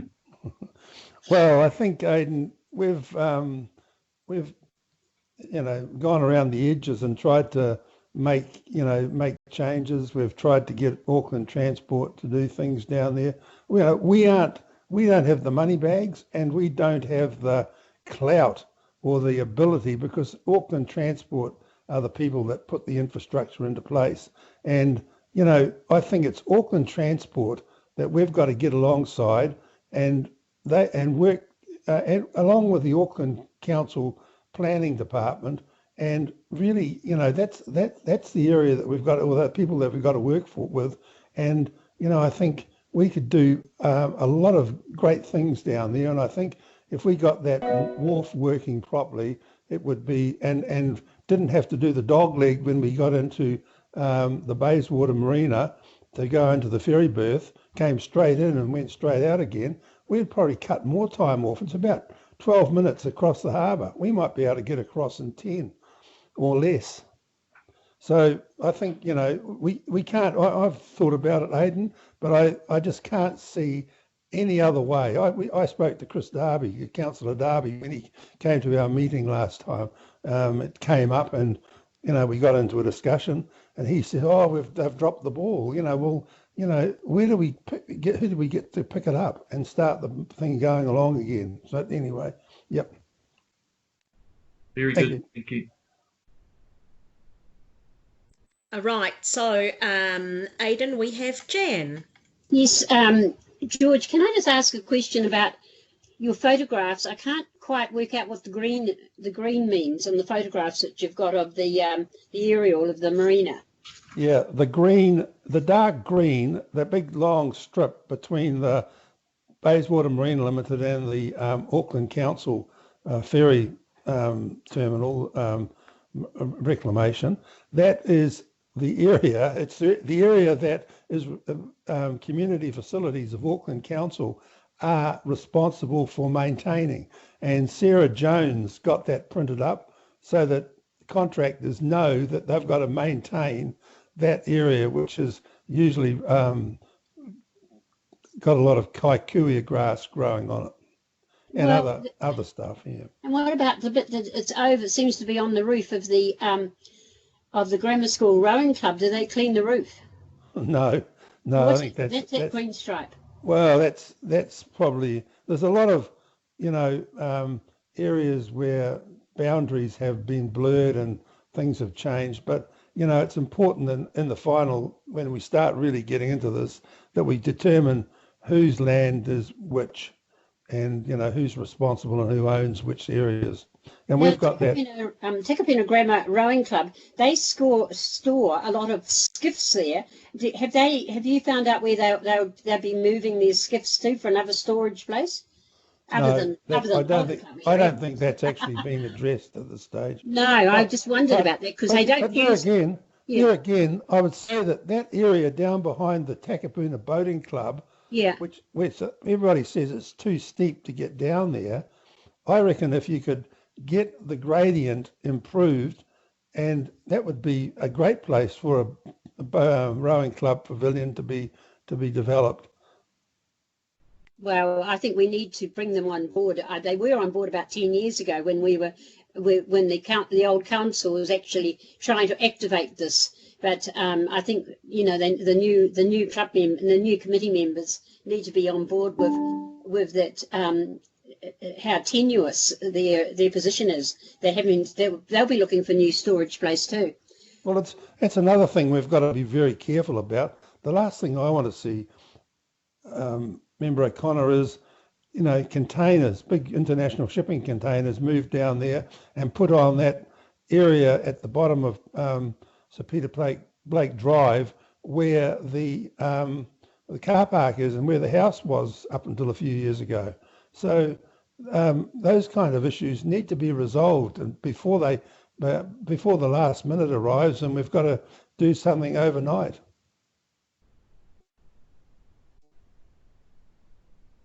Getting you off.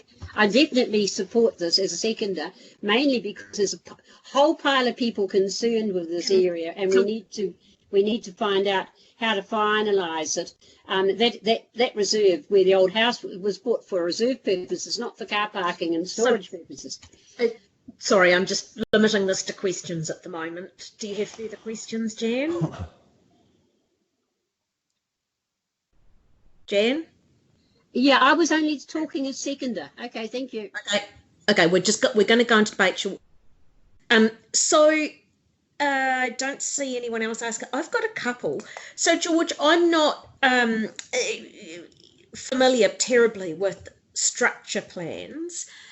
We haven't done one in this term, so I'm not really familiar with exactly what they do. But is the intent of this in the structure plan, is that to basically have a kind of a master plan over the public spaces down there, like the council spaces and AT spaces, how that all interacts, making sure it all works well, rather than doing things piecemeal, a bit here and a bit there and a bit, and just actually having a master plan for the council spaces down there. Is that the main thrust of it? Yes, a structure plan is similar to what we developed for Takapuna in the car park, the Takapuna Centre plan. Yeah. Now that plan isn't a statutory document, but a lot of credence is taken of it, although in the final analysis, the courts, like the Environment Court, wants to see people working together, and if there's a structure plan, they ask people to work together, and especially in mediation, that's where those issues can be sorted out. So I think a structure plan put together would have to be done probably the planning department of Auckland Council, I think, and with Auckland Transport. But I think it'd be an excellent way of getting a blueprint for down at Bayswater. Thank you, George. So to follow up, Aidan mentioned before that he applauded the intent, but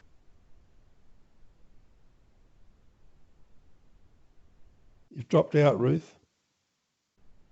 sorry, I don't know how that muted. I managed it somehow though. So Aidan was asking before about approach, and maybe the board should be approaching Bayswater Marine Limited and speaking to the developers about what their plans are. So, and it may be more appropriate for officers to do that rather than elected members, but I'll just say the board, and well, the method of doing it I'll leave aside for the moment. In doing a structure plan, there's nothing that would preclude discussions with the developer over what their plans and how the public space and private space might integrate, or what might happen where those two things meet at the appropriate time and by the appropriate, but doesn't mean that we couldn't talk to them, or that the appropriate people couldn't speak to them at the appropriate time. Is that right? Yes, that's correct. I think the officers, senior officers, would delegate people to do the work, and hopefully our councillors would be on board. And I think we've had great success from the Wairau catchment working party, and that's kind of in another guise a structure plan kind of thing. We get these people along from water care and from Healthy Waters, and it just shows you how we can get people to attend when coming to meetings and that they probably don't see it as so important. Because I'm just amazed at who Mr. Perry gets along to those workshops. So, George, other examples of structure plans, you mentioned, say, the Takapuna Centre plan, presumably the Sunnysnook plan is something along the same lines. So when you go through those processes, then there must be discussions with different stakeholders and community groups and sort of taking the temperature, all that sort of thing. Is that right? Yes, that happens. People are able to input into it, and we even had school pupils from, I think it was Target Road Primary, talking about that skateboard park in Sunnysnook, and look how that's got legs now. But look how other things have got legs. The intersection of Sunnysnook Road and Sycamore Drive. Auckland Transport are talking about putting in a signalised intersection, raised intersection. They've put in 3 new pedestrian crossings north of there up Sunnysnook Road, traffic lights at the Sunnysnook bus stop or station. So it just shows you how things start happening when you get into doing that work properly. Okay, so that would be a good things for the officers to maybe talk to the developers about. And I'm imagining that your intent here is also to give us, if we have a structure plan, is it you're thinking that we would then have a bit more oomph, if you like, to go back to council and AT and say, look, this needs to, the ferry terminal needs to be part of the RLTP or the long-term plan, all those sorts of things. Even though it's not statutory. Things like long-term structure plans help to develop council's thinking in relation to long-term plans. Okay, Now, that's interesting. it takes many years sometimes to get onto the long-term planning document, but once you're there, you're home and hosed kind of thing. Yeah. Except with us on Lake Road. Yeah, and don't we know about but, those? You know, yeah. The COVID-19 emergency budgets didn't help that kind of thing, but these things will come back. And if you don't have a planning document in place, it's very hard to twist the arms of people like people at Auckland Transport, Watercare, those organisations, and Healthy Waters. Okay, thanks, George. And gosh, don't we already know after several go-rounds that the board have had trying to get the Bayswater Ferry Terminal onto the LTP and the RLTP? But I'll move along now, Tony. Yeah, thanks, Chair. George, I totally agree with the intention here as well, and I know that we all share that desire to see the Bayswater Ferry Terminal, the potential realised, and that it's a really active public transport link for our community. I just have one question around the funding of plan, because please remind me, and maybe Tristan might have to chime in here, but the Belmont Town Centre plan that Ross Moffat did during the Lake Road consultation and design, that was funded using our LDI, is that not right? Yes, that's right. So isn't it something that we should just be doing ourselves, or are you asking someone else to do this, George? Oh, Mr. Colson can probably. I mean, he had the head of the planning in this. No, that was Mr. Scott, wasn't it? Dave, whatever his name was. He worked on that Sunningnook job one, and I think it cost about 80 or 100,000. And some members said, "Oh, we're wasting money." But I think you get that plan in place, and Auckland Transport and the others, as I said, look at them closely. Yeah, I agree. We need this plan in place. I'm just wondering who we're asking. Like, it's within our power to do it ourselves if we allocate our own LDI funding to this, isn't it? No, well, Mr. Colson could probably talk about that. But. Well, through the chair, that's the board's prerogative, that through LDI operational budgets. So by virtue of this notice of motion, which is asking Auckland Council Planning Department to discuss the matter and come back to us, they're likely to say, yep, we can do this, but it will cost X, Y, Z for you guys. Is that what will happen here, Tristan? So the first 2 points, yes, in respect to that first point. And I think probably the second point, which is probably the most important, is that they cannot probably guarantee resource going towards this. Board members will recall that on Monday they would have received an email regarding the update of all the local spatial plans being done across the region, and most of them in terms of monitoring have been put on hold simply due to resourcing and other priorities. So namely the implementation of the National Policy Statement work. I understand most of the resources going on that at the moment. So having any kind of direct council planning support at this stage needs to be determined, but it seems like it might be a long shot at the moment. Okay, and then my last question, again, sorry, George, it's probably to Tristan again. Aidan talks about us doing this in different ways. We've talked in our local board workshops around us taking charge of this and putting our money where our mouth is. What are the other avenues available to us to progress the vision for Bayswater Marina? Are you going to talk about that, Mr. Tristan? Mr. Colson? Hello? Through the chair, this is not really my notice of motion, so it's probably more appropriate for Member Wood to be discussing that. What other points of concern and are there? Well, I've indicated that the Wairau catchment working group, I think, has made quite a bit of progress. It's probably a bit different than what I'm talking about here, because I'm talking about hopefully getting a planning type document in place. Now, whether we do that with the Wairau, but certainly we've kicked over a number of issues, and we've got those and sorted out. And I think the officers from the various parties are coming up with ways forward there. And I think that's what we really need to do with Bayswater. Yeah. I think we've got to have a talk about it ourselves, but surely our planning advisors would come along and talk about it as well, even if they've got no money. We might be able to find some money, and depending on what we how we feel about it, put some of our money into it. Yeah. Okay. Thanks, George. Yeah.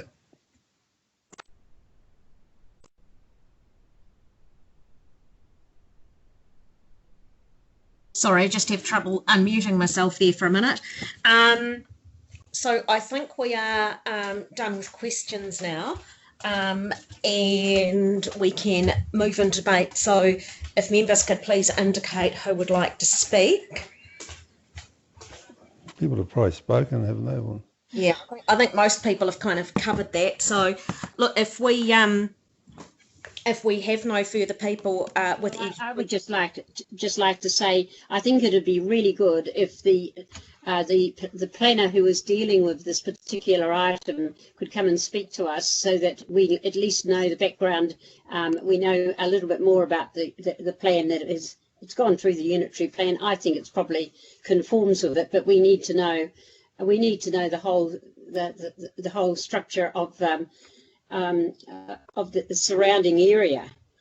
And we need a senior planner to talk to us about the whole area, to tell us what we can do and can't do on that area that we own, as well as what is a privately owned area. Yeah, if I can just jump in here, because I really stuck to questions. We've got to remind ourselves of the Bayswater Precinct Unitary Plan description, which is key to all of this and key to the BML development as well. The primary purpose is to provide for that land, for that precinct, is to provide marina, ferry terminal, and other associated marina activities. So there's a lot to discuss, and we need information, but I'm certainly happy to see us proceed with a structure plan. George, Aidan here. What's your thinking on Bayswater Marina Limited's development proposal there? Because I guess Trish just said, that it's that area there's for a marina and a wharf and blah blah blah. She didn't talk about the fact that it's privately owned and there's a developer looking to make it into a pretty much a world-class lifestyle place. What's your thinking on that? Aidan, at the moment, quite frankly, I don't think it's proper that we make any, determination ourselves on what's happening there. It's going through a statutory process under the Resource Management Act, and I think it's probably got to have its, go along and hopefully at some stage we'll get a briefing on what's happening there, more than what we've had up till now. But you sound like a politician, though. I was asking you specifically. Well, no, I'm not going to, Aidan, because I don't really think it's fair that we jump in and cut across what's happening with the process at the stage. Yeah.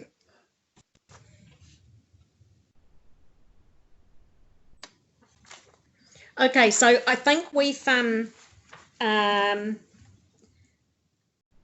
so I've just got a note here in the sidebar from Mr. Coulson. The consent is on hold and subject to additional information. Local board will be briefed once a decision is made. So that's going through its processes. Those have not been resolved yet and will be notified at the appropriate time. So I think we can now move to a vote on this. Member Wood has moved, and I believe Member O'Connor has seconded. Please, everybody, unmute for the vote. So all in favour say aye. Aye. Any against? Aye. Okay, Aidan, would you like a secretarial note to record that No, sorry, I was in favour. Oh, okay, you were just a bit late. Okay, sorry, I'll try and leave a longer time. I did that to you before too. I'll try and leave a longer time lag for people to unmute in time. So all in favour? That is carried unanimously. Thank you, everybody. Now we are moving to item 13, George, you're up again. This is a notice of motion from member George Wood regarding Lake Road. Yeah, look, this motion really, that the Devonport Takapuna Local Board, encourage Auckland Transport to implement a pedestrian and traffic light intersection at the corner of Old Lake Road and Lake Road Belmont to enable the 814 bus to have preferential right-of-way through this intersection, obviously when travelling north. B is request Auckland Transport to review the bus passenger capacity, especially for the 814 trips on the Devonport Peninsula at peak hours. And C, ask the Auckland Transport review the standard of bus stop shelters on the Devonport Peninsula to ensure they are large enough and meet the needs of the passengers. And D, ask Auckland Transport to incorporate a morning peak time until 9 a.m. clearway on Lake Road at the Belmont Shopping Centre. That's obviously for traffic travelling and buses travelling north. I will move the motion and ask that member Jan O'Connor second it. I Please. seconded it. So this is an issue which I have a lot of interest in. I know you people have probably said, well, you know, he seems to get bogged down in the weeds, but I have, and quite frankly, I have done that in the northern areas of this local board area around Sunnysnook. And, you know, you've only got to look at, I checked the Sunnysnook in 2019, I think it was, for 1 month in June, they had 75, I think it was 75 or roughly that number of people went through that bus transport centre. And that's since that place was opened in 2008. And, you know, it's quite amazing how that has gone ahead. And I think, you know, we've got to do more work and down in our area, down in this area, to make it more palatable for people to get onto public transport, especially going between Devonport and Takapuna. In the Devonport Bayswater area, the number of people travelling to work and using cross-harbour ferry services is strong. The suburb of Cheltenham, with 28% of the working community using the ferry when the last census was done in 2018, and Devonport was 25%, Stanley Point 20%, they came second and third. Bayswater with 17% using the ferry was a good performer as well. So, you know, people are using public transport, especially if it's good and it's going to be in a reasonable condition to go out to the bus stop and you don't get caught in the rain while waiting. And it's an issue, yeah. So that's really a big issue that needs to be addressed. Even the buses the buses around Devonport, the 806, the 807 that go to Stanley Point and Bayswater, Stanley Point and Cheltenham, those commuter buses, their patronage went ahead threefold. It used to be about 1,200, and now it's up to 3,000 for that. I think that's for the month. Yeah, for the month. So it just shows you with that integrated ticket where people don't have to pay to go down to the ferry and they get on and go over to the city on a composite ticket. I think it's $5.40 now. It just shows how those facilities are working far better. But my view is that we've got to look at the areas in the places like Belmont and Hauraki, because if you look at from the census in 2018, you look at the census figures there, they are very poor compared to the buses, people that use buses, say up at Forest Hill and Sunnysnook, where you get a 20% number of people that travel to work by bus. So the other thing is we've got to make sure that we have good buses on the road. And some of those buses that travel up and down from Devonport to Takapuna get caught out at peak times. They're too small, and gone are the days when New Zealand Transport, before they got their new contracts and they went to the smaller buses, nowadays it's just not possible to get enough people on board. And I know there's a bus that leaves Takapuna and comes down to Takapuna Grammar, where people get very terse when the kids have monopolised the seats, monopolised the bus, and they can't get on. So those kind of issues are very important that we look and address. Now, Belmont, between 6 o'clock in the morning and 9 o'clock in the morning on a weekday, buses coming out of Devonport and coming out of Bayswater, there are 22 buses from both of those areas, together with 5 school buses. So that's 27 buses. Now we've got to do something to try and ease those buses along that area between, Roberts Avenue and right up to Hauraki Corner. Now I know that's happening with the Lake Road project, but I think we've got to do some kind of more minor interventions and get those changes made.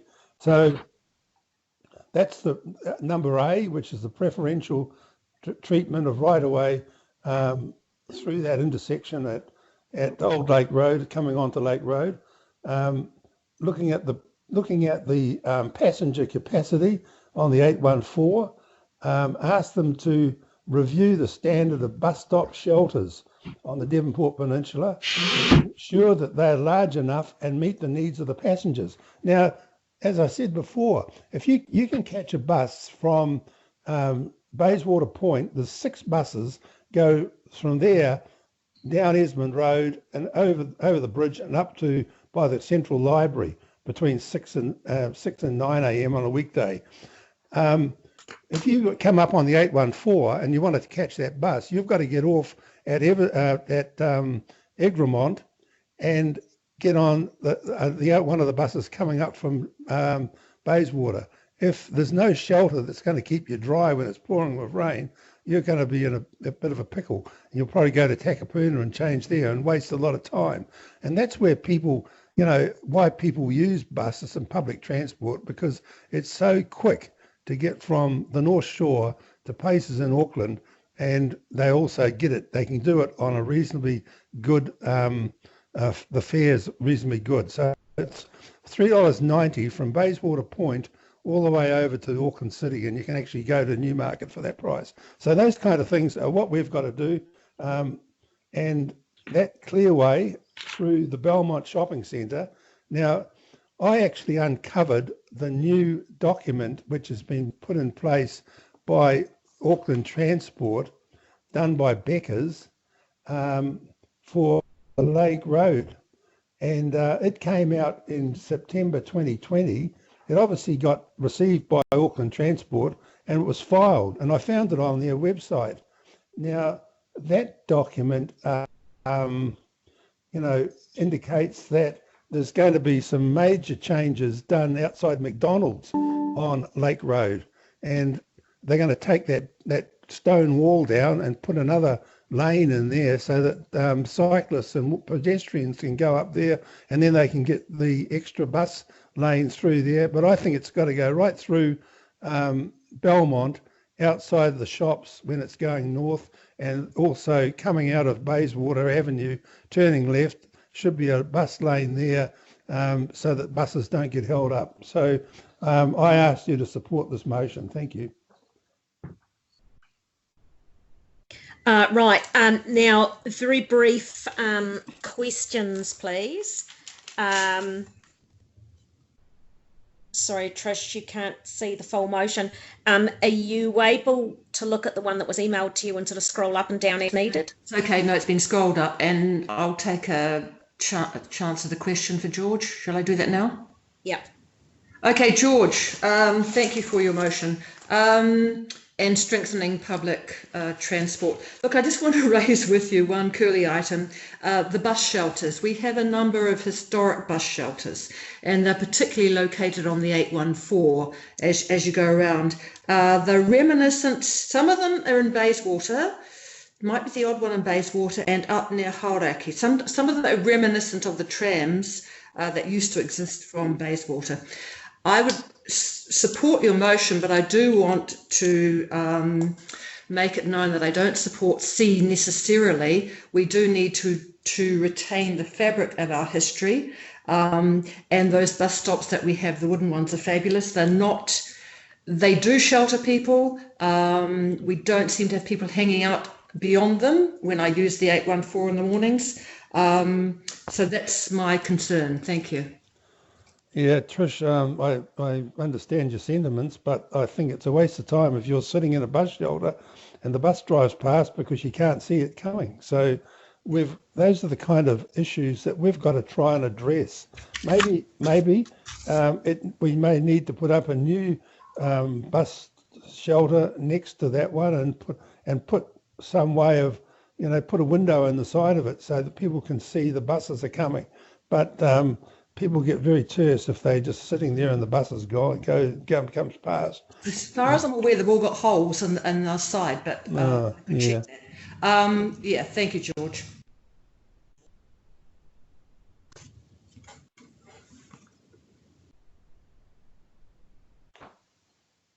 Sorry, I'm having muting problems. Thank you very much, Trish. Tony.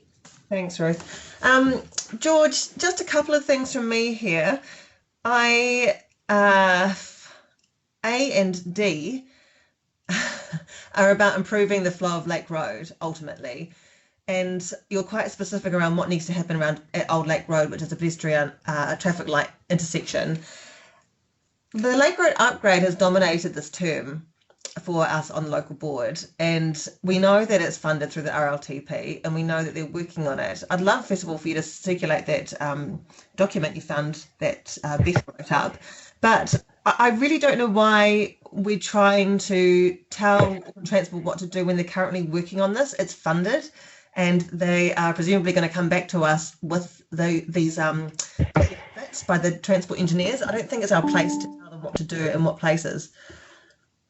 What do you have to say about that one first? My experience in the past has been that the squeaky wheel gets the oil, and with Auckland Transport, it does happen. And I've seen them put in some new facility or new things, and at people say bus stops, they'll put do something there, and sometimes they'd come along and do a project which you've forgotten about, and then all of a sudden they turn up and do it. So the big problem which scares them off on projects like Lake Road is the big cost of it, and where are they going to get the money to finish it, because I don't think they've got the money there at the moment that's going to finish the project. And if you read this document, Tony, you'll see that they're still talking in terms of the new pathway, Northern Pathway, the double lane thing over the harbour. But I understand, from what the Prime Minister and the Deputy Prime Minister have said, that is kind of on hold at the moment. There's a lot of things that there's got to be a bit of give and take, and if we do, we'll get more people. And the bottom line is, we want more people on buses. Yep. Yeah, I mean, you're quite specific about what needs to happen in this notice of motion around the Old Lake Road area in particular, and that's looking at a single isolated spot on Lake Road that will have knock-on effects, right? So I just don't think that's our place to say that. We don't have the data that recommends that that's going to be the best fit there in that location. So I'm not convinced I'm going to support you on that one, George. The other one was it's the bottom one, hang on. Oh, the 814 bus. Yeah. Sorry, I'm still trying to look at it. Oh, sorry, B. Request Auckland Transport to review the bus passenger capacity for the 814 trips. You've got in your documents there a letter from Auckland Transport talking about this particular service, and they mention that it reaches capacity 13 out of 21 days on the 805 trip, and that most of that 77% are students, and they come off at Takapuna Grammar, and then the rest of it is really free flowing or plenty of room for people. And they recommend a few suggestions that can be investigated around getting the students to travel on the 814 a little bit later in the school route on the school morning, or operate the school bus slightly earlier, or use a larger bus for this particular trip, but this would be dependent on the availability of budgets and vehicle. So it sounds like there's already some suggestions put forward to you. How does that change your recommendation here? No, I still think that those buses they use down in Devonport are too small. They're 37 seats, and I think the other ones are about 49 seats that they used to have down in Devonport. The ones that they've got going from Milford on the 82 bus goes down Esmond Road. They're always those tri-axle buses which have got a far bigger capacity. So, and if you actually talk to bus drivers, they don't like the small buses because it's of the frustrating thing when they can't pick people up. So I think we've just got to keep pushing that they do better. I think the changes they made in Devonport, I mean, when they increased the number of buses on the 806, 807 and brought in the 805 from Belmont during the day, it's amazing where people come from, although some of those people at Belmont would have come from the Ryman village, William Sanders. But the one that goes through Tainui Road and around coming back around the waterfront from Cheltenham, I think that, and the one from down at Stanley Point, those buses have got huge extra increase. But some of those from Stanley Point will be people that used to catch the ferry from Stanley Bay, but the ones from Cheltenham, they're definitely people that are new I would say new passengers to the buses, and we've got to work hard to increase the facilities that they've got, such as some of the bus stops are on the wrong side of the road, and that's a historic thing. Around Vauxhall Road by the rugby grounds there, the bus stop's on the wrong side of the road there, and that's where people get quite upset.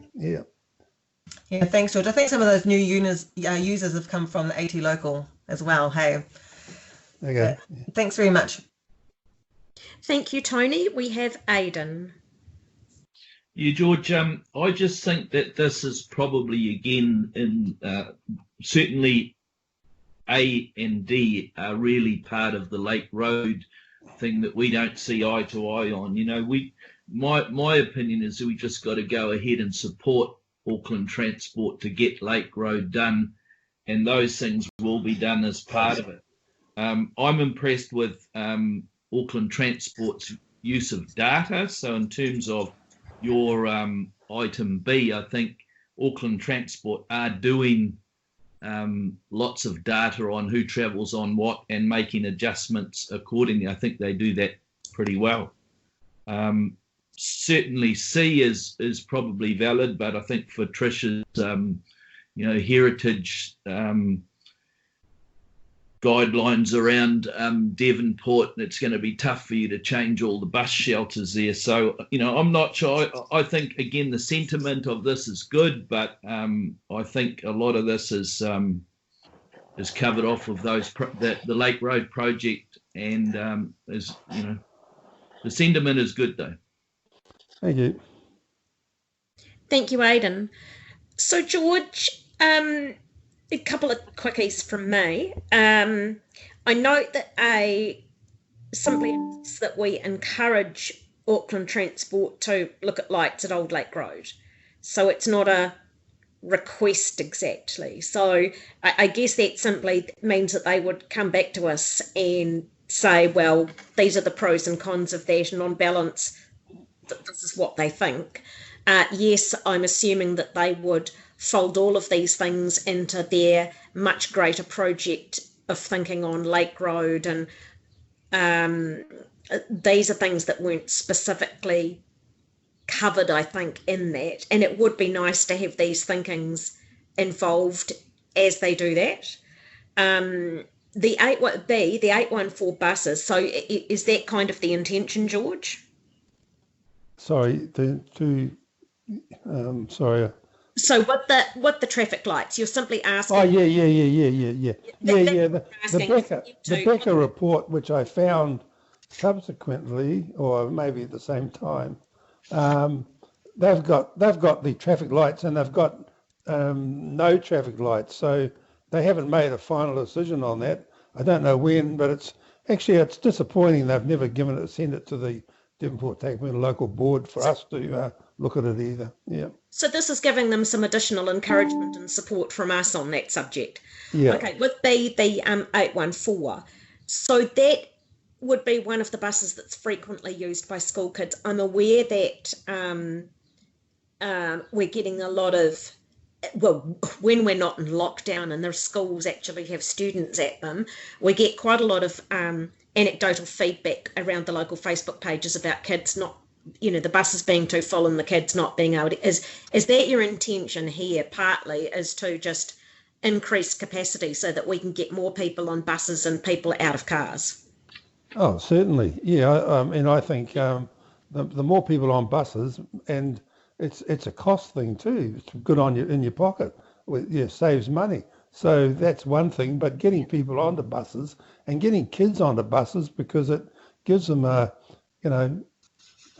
good habits of travelling by public transport, and as a result, they'll save money and also get from where to where they're going reasonably quickly, because they're having that certainty of travel time is very important. And since the busway has been in place, people are able to get down the northern motorway from I think from Constellation in the mornings once they're on the motorway a lot quicker than they used to do 10 or 15 years ago.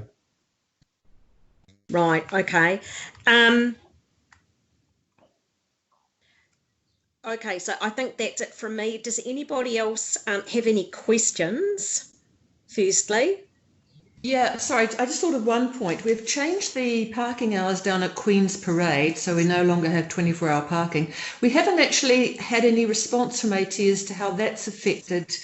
Are people catching more buses given that we've changed the parking? That'd be good to know.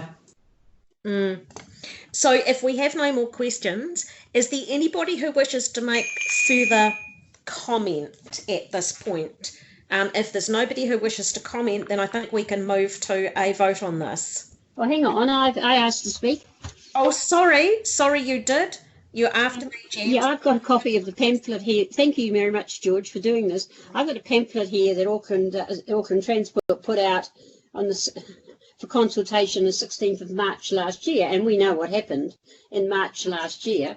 We all went down on closed down. We have not heard a word from Auckland Transport about Lake Road since March of 2020, and I think that they do say at Old Lake Road there's going to be an intersection improvement, but they don't say exactly how they're going to improve it. And I think that we are taking an initiative. I support you on this, George. The 814 bus now that it goes to Akarana Station, a lot of Devonport people don't understand that it goes to Akarana Station. That really saves the school buses for taking boys to Rosmini, and the girls to Carmel only need to get out of the bus and catch another bus up to Smiles Farm on the same ticket, as you said. People have got no understanding of how the bus service runs. Unless they use it themselves, they have no understanding. And Auckland Transport doesn't do a lot to promote their services and to promote how easy it is to use your ticket within a half an hour of each service, and it's the same fare. So thank you very much, George. Auckland Transport needs to come back to the party since we haven't seen. We saw them in February 2020 about Lake Road, and you know, and I think that it's really good what you're highlighting. I think that there'd be a lot of opposition to the car parking going after 9 a.m. in the morning at the Belmont shops, but I think before 9 o'clock there's probably only the dairy, and other than that the other shops don't open until 9. So I'm very much in favour of having that as a free lane for the heavy traffic that is there. Thank you so much, George. I support it. Okay, is there anybody else who wishes, so we're past questions, we're in, well, debate. Is there anybody else who wishes to speak? No. I just note there that Tristan's made a comment that we did actually get that Becker report that that George has, or Member Wood has alluded to, was put in the bottom drawer. It did come to the local board last year. So that was part of the detailed business case. I see the note that it was emailed. Yeah, I see that here now. We want to correct. So is anyone wanting to speak further to this, or are we able to move to vote? Oh, Trish, yeah, I just don't want to support C, but I report, so maybe I'm not sure how we're going to manage that. You can have that as a secretarial note if you wish. Thank you. Yes. That would be simpler than taking this in parts. So I believe that Member Wood has moved, that Member O'Connor has seconded. Can I please ask all members to unmute now so that you don't have problems being when I call for the vote? I'm just giving you all a few moments to unmute. Right, we're going to go to the vote now. All in favour say aye. Aye. Aye.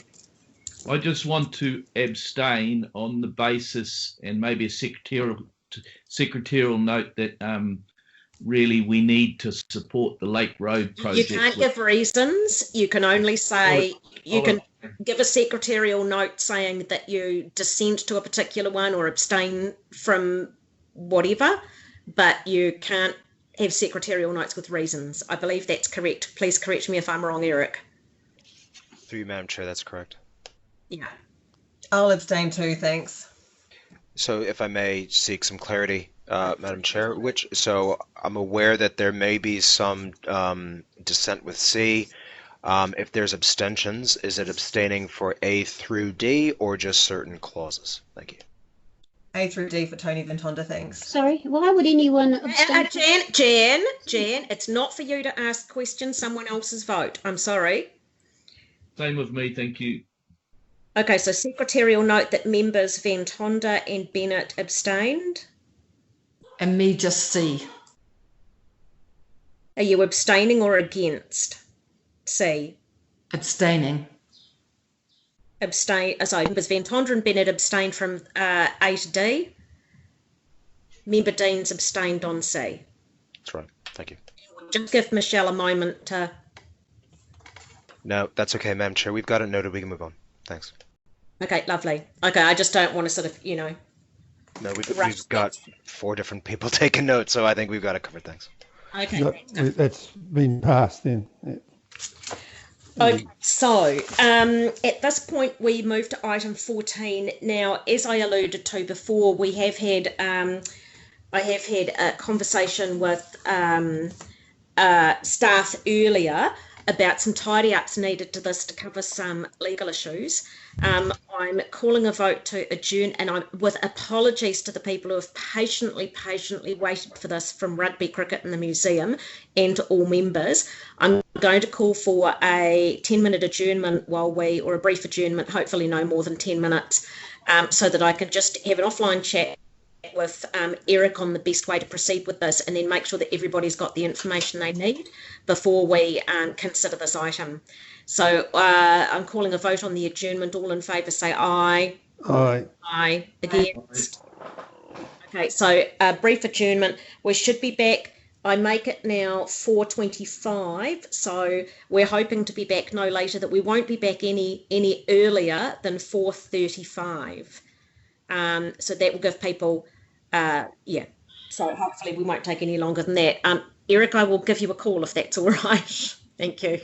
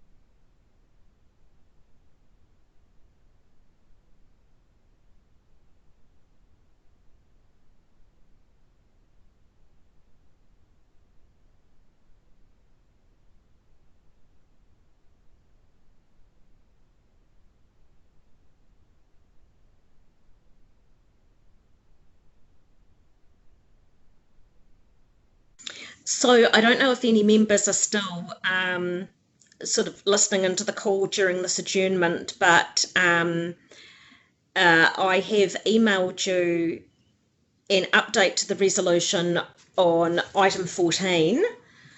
And there is a new site plan. So I'm aware that you may need some time to read that through. So please indicate in the chat bar or whatever if you need some additional time to just have a read through that and digest that. Again, apologies to any of our guests on the line who have been waiting a considerable time. And I note, Chris Darby, you have joined us as a guest. We're just taking a brief adjournment, Councillor Darby, and we will be back to the meeting shortly, and I will welcome you formally then.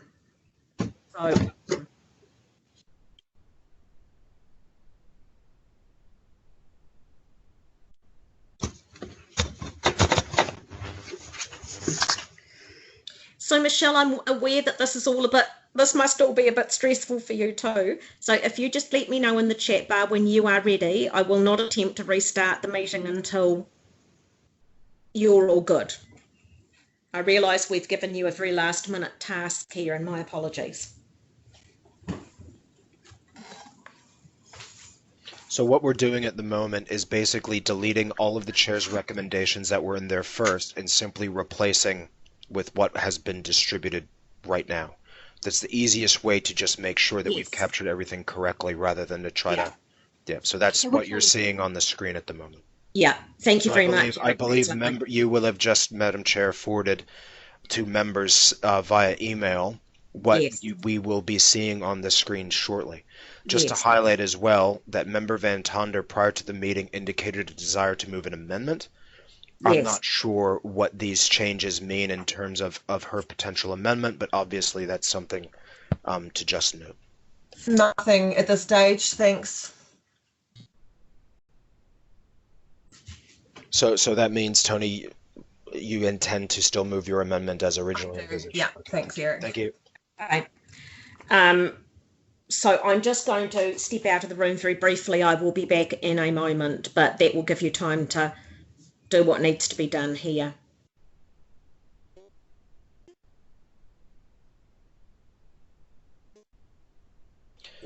Michelle, I wouldn't worry about any formatting. Just make, again, it's just more the words, because if you know how the formatting stuff goes, we'll be here until the next business meeting if we try to get Info Council to work properly. So, thank you.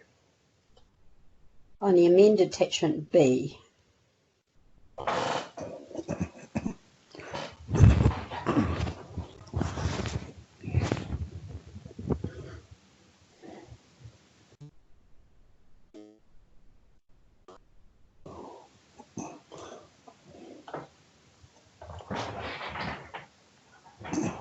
So, Tony, are you there, Tony? Sure am. Yeah, just to clarify, your amendment is a proposing a full replacement, is that correct? That's right. Okay, thank you.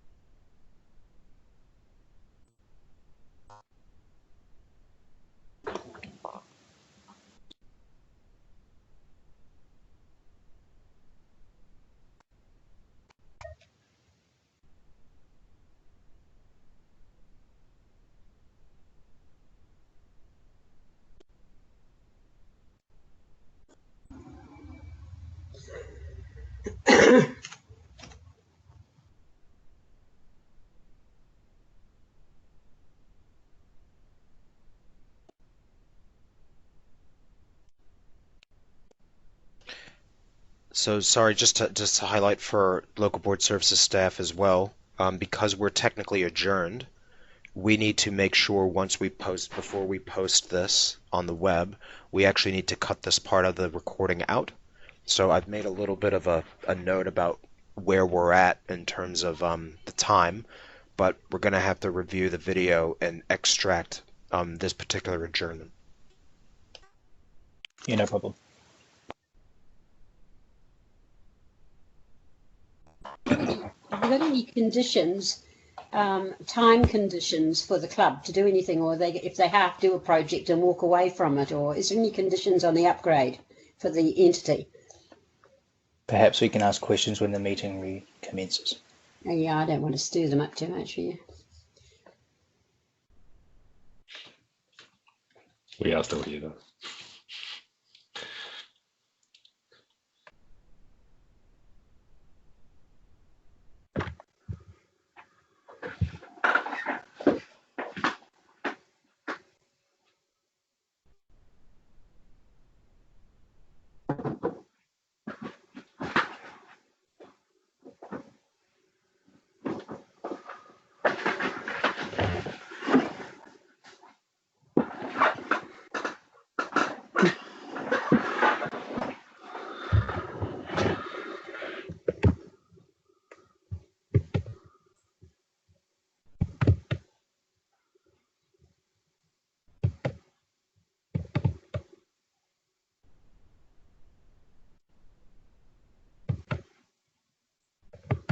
Hi, members, can I ask you to unmute yourselves and please identify that you're back on the call? I don't want to restart the meeting if we have people missing. Back on call. Sorry, is that you, Tony? Yep, thanks, Ruth. Yeah, I'm there. So Tony, Jen, Trish. Aidan. George? Are we missing a George? George?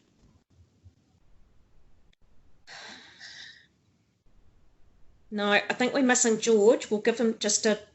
George, are you back with us?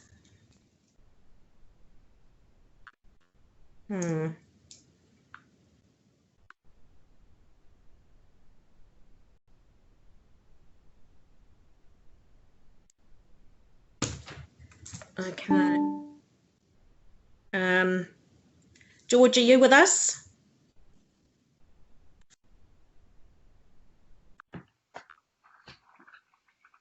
I'm just going to give George a quick call and see where he is. Who would be part of the I haven't heard of it before, a hearings panel to deal with it.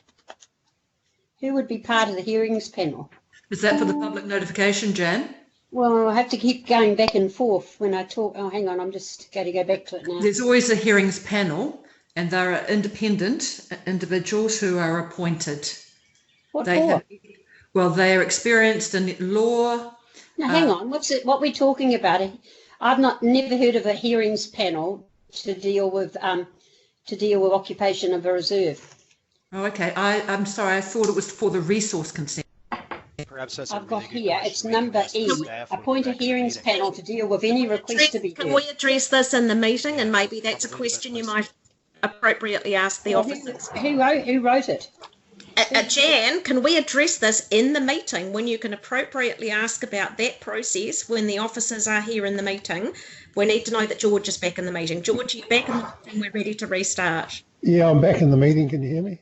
Okay, so we're all here. So we're restarting the meeting now. Thank you very much, everybody, for your patience. Now, have all the members had a moment to have a look at the redrafted recommendation? It's been emailed out to you and it's on screen. So I've emailed it to you separately because I realise there's only so much of it that you can see on screen at a time.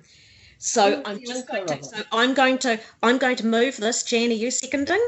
No, because I haven't had an answer to my question for E. Yes, I'm seconding. I'm seconding. Trish is seconding. I'll also go move my amendments. Jan, the time to ask questions is when we actually have the item, and you can ask the officers your question. Well, I don't know who wrote it. I did. Right. Anyway. Ruth, I'd like to signal my intent to remove by replacement, please. Okay. So. Well, I'd like to do that now. I need to intend to, but I'm doing it, please. Okay. I think Aidan's going to second. Yep.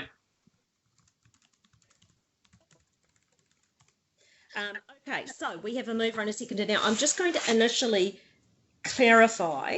This is now, so I've had a talk with staff and we've had some sort of legal input here. We've now been able to simplify what I had provided earlier as Chair's recommendations, which you'd had, and been able to considerably simplify that. What has happened is that leasing have now provided a new site plan, which is attachment B, which again I have emailed to you. We will get that on screen shortly. And that has meant that we're able to take a lot of the complexity out of what I had written in the Chair's recommendations. Effectively, this goes back to being almost identical to what was on the agenda published last week. But then the recommendation here is that we would go out for notification on the leases over rugby and cricket for building A and for the site as outlined in blue on the new plan, which you will see in the moment, and that we continue with a month-to-month lease of Devonport Museum over building B.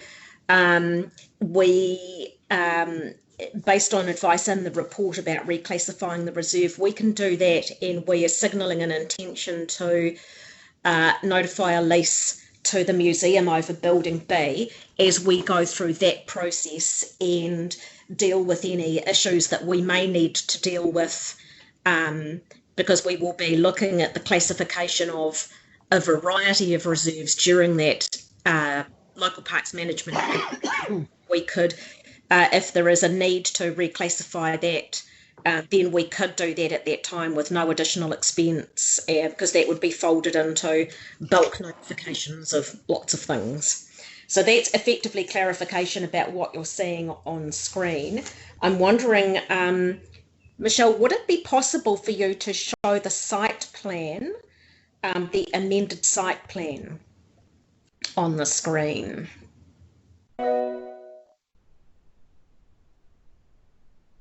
I can do that, Madam Chair. Okay. Let me just bear with me 1 second. I will try to share my screen. Just bear with me 1 second. There we go. So I think probably, yeah. And if we could possibly, oh, that's great. Okay, so the blue line now, and we can zoom in on particular bits in a moment if need be, now skirts building B, rather than encompassing building B. And that sort of still means that the bulk of the site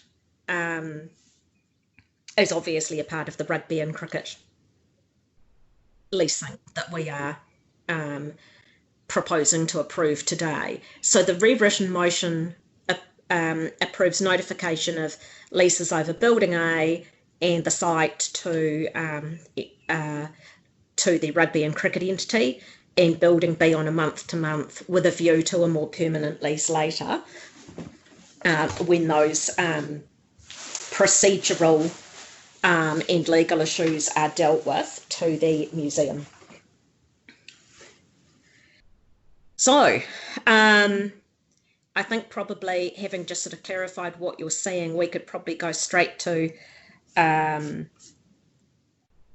we could perhaps get the officers. Do we have officers here speaking to this, or do I do that?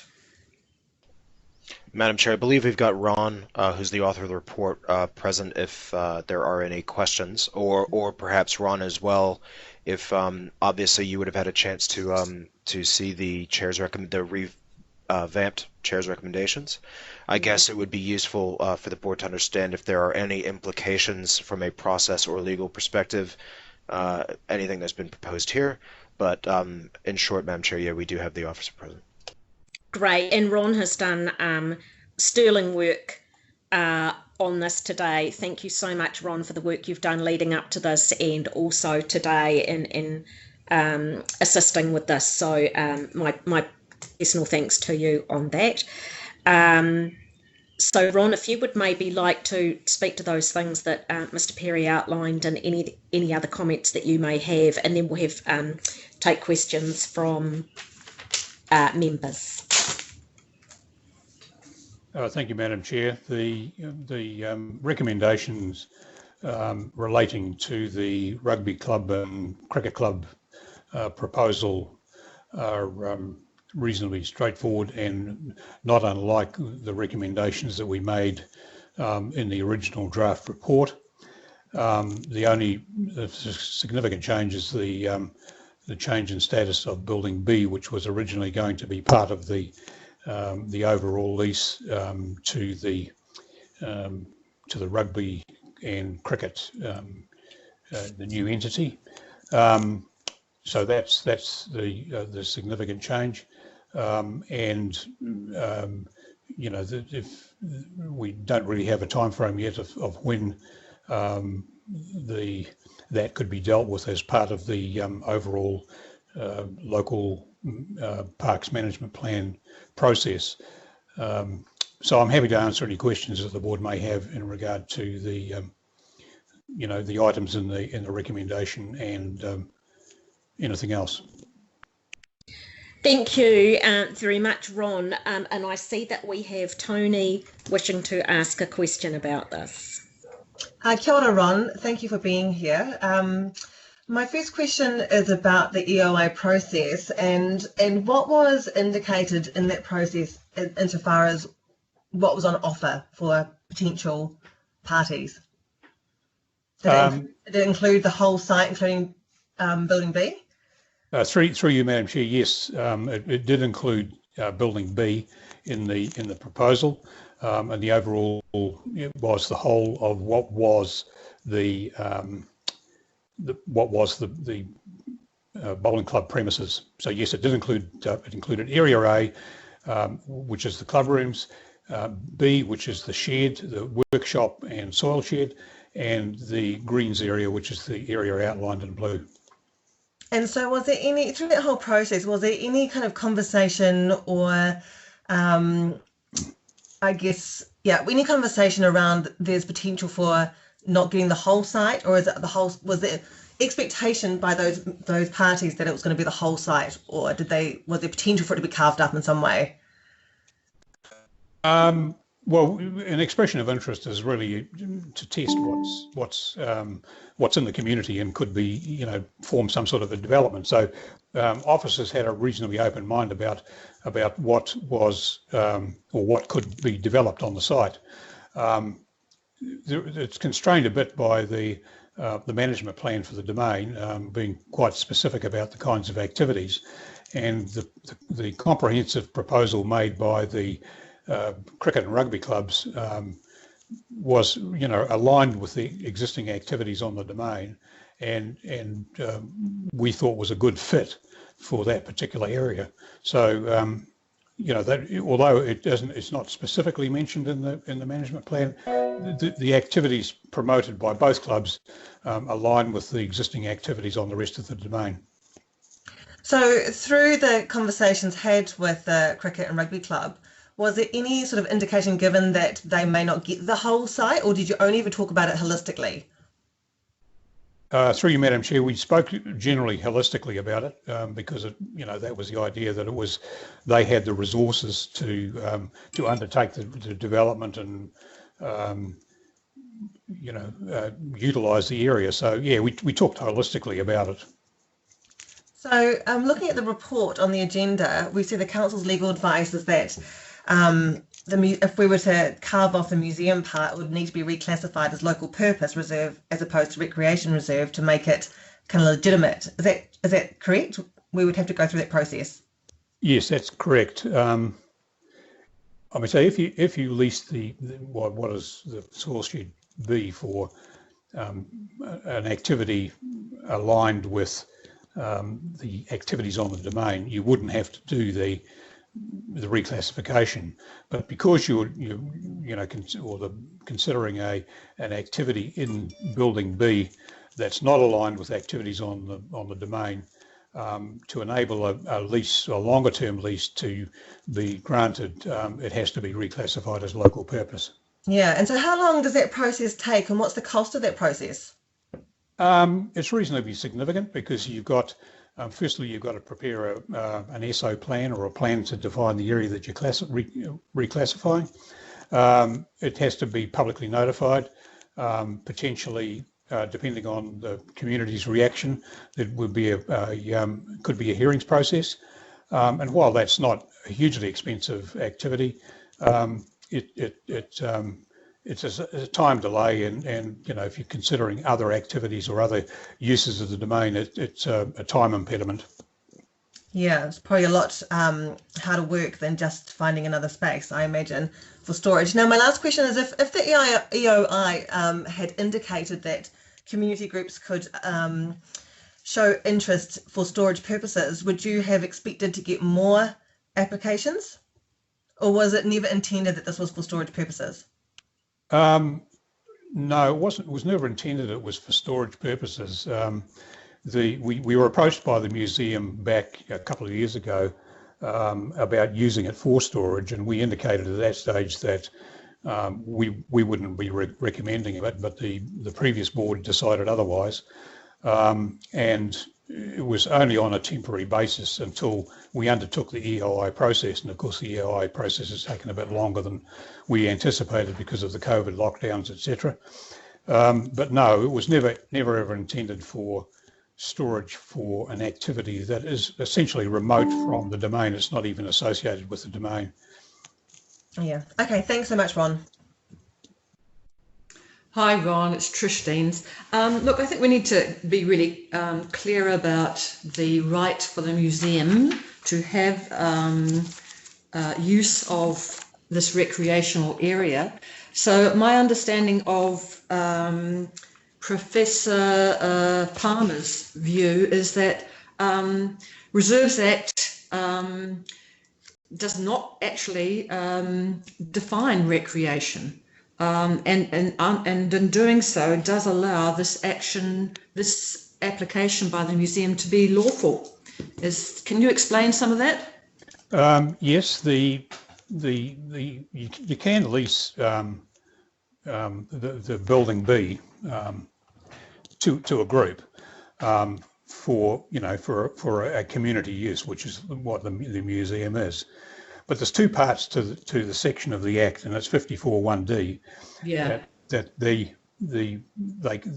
building can be leased, but it must be for the enjoyment of the people, or for to enhance the experience of people who are using the domain or the reserve.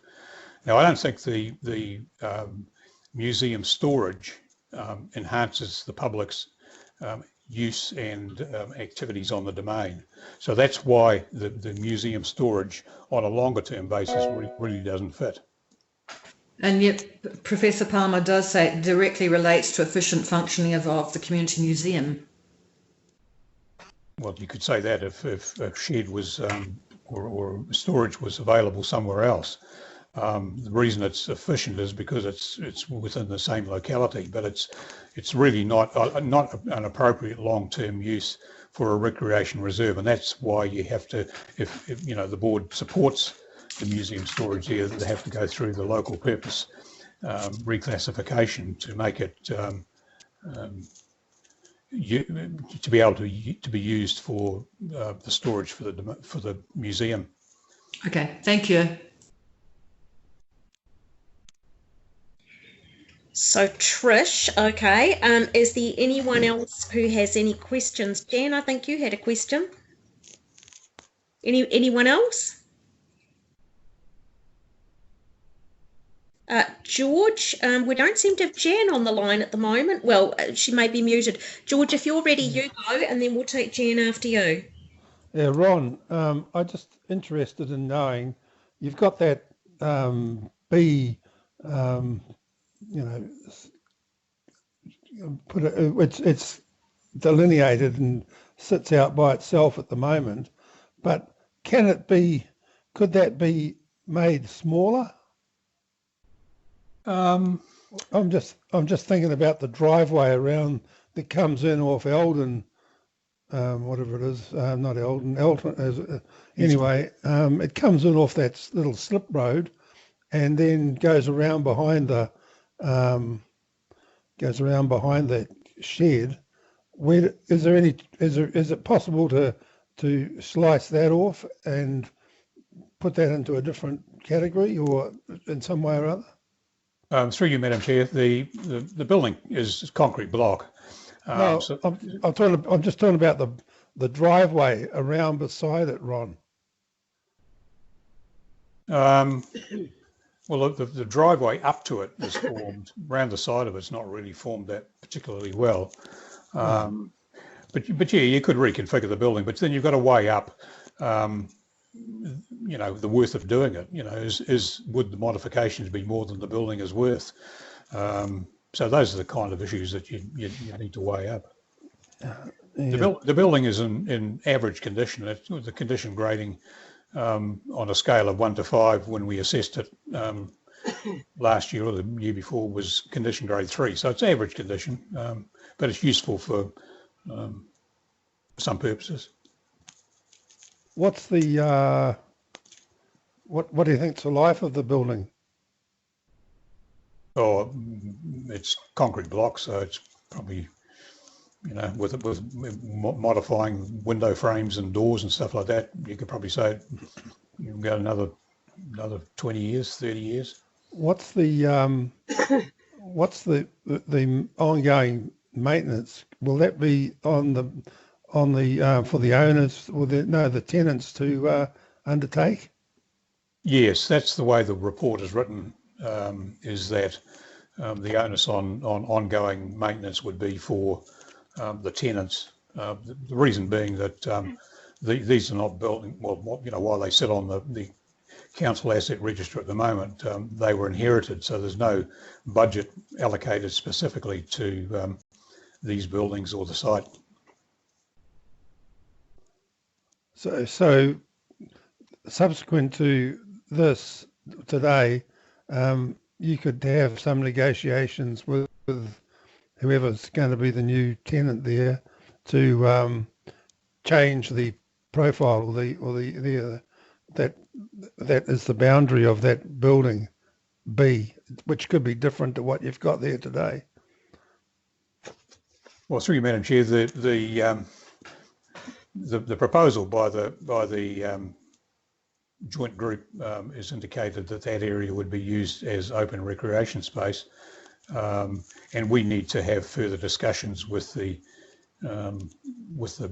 joint group if they are successful about the detailed form of what the proposal is.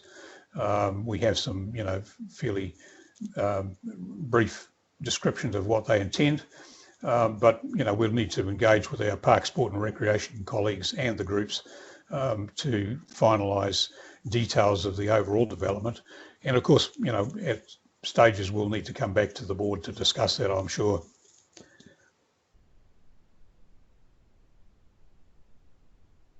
Thank you, George. Are those all of your questions? Yeah, thank you.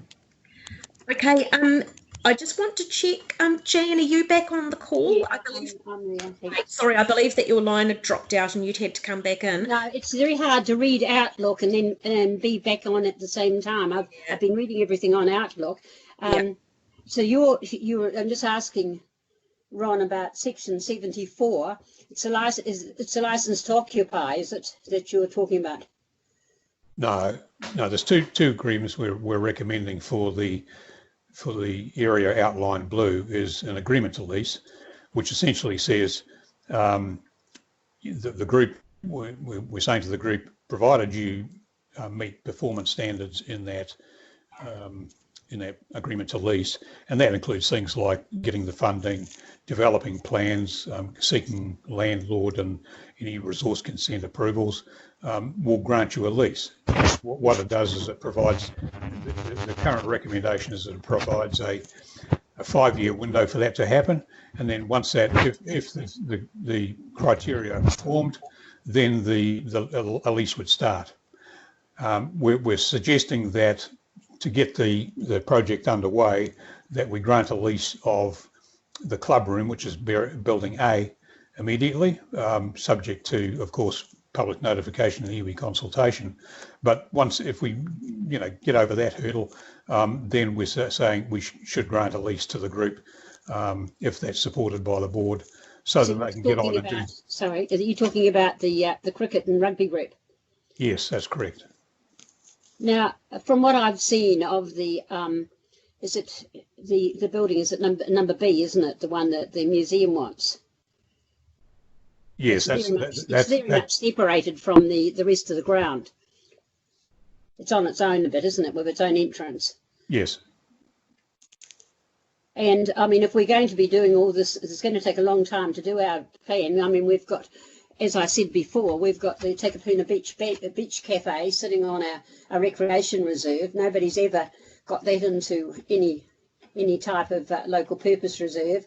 The cafe down on the pump house is on recreation reserve. So we've got a lot of these things to do. And I don't think, I mean, I think it's quite expensive to be doing all this sort of thing. And I think, what is the difference between, what is wrong with a license to occupy?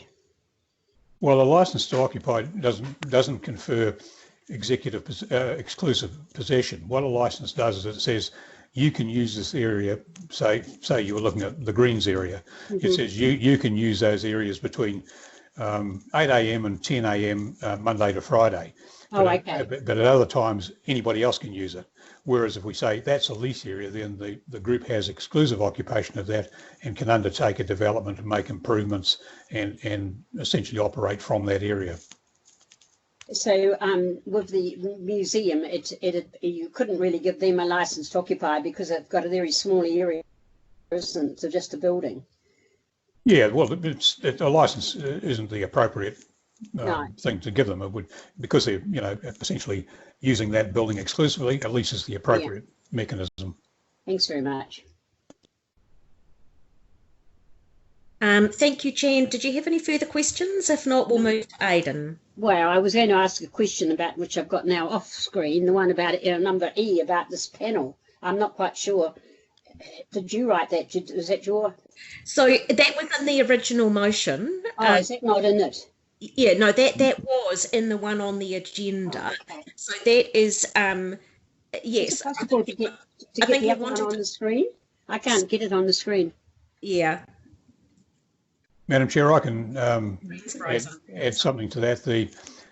We put that in that the board should appoint a hearings panel, because in the event that we receive submissions as part of the public notification process, and somebody wants to be heard on their particular submission, then you've set up a panel to hear that. Now that can be members of the board, or you can decide to have an independent person hear that on your behalf. But the idea is that it's a precaution. Quite often you don't have a hearing at all, but we just do it as a prerequisite to the process. Thanks very much. Thank you. Aidan. So I'm not sure who this question's for, but the Ken Palmer legal letter or position that's been stated, has that been proven to be correct, or is it not correct? And are we using that as fact? Through you, Madam Chair, no, we're not. The opinion has been shared with our legal advisors, who have provided their own advice, and I summarised that when I spoke about the two parts of the use of the area for under section 54(1)(d), that yes, you can lease to a group, but it needs to be for the enjoyment and advancement of the use of the reserve. Right. And who incurs the cost of changing the classification of it, the legal status? How's that determined? Madam Chair, that's a matter that the board can decide, that either the board picks up that cost, or that should be become the responsibility of the group making the request. I've just recently done a similar hearing in the West, and the cost of it was about $5,000. Right.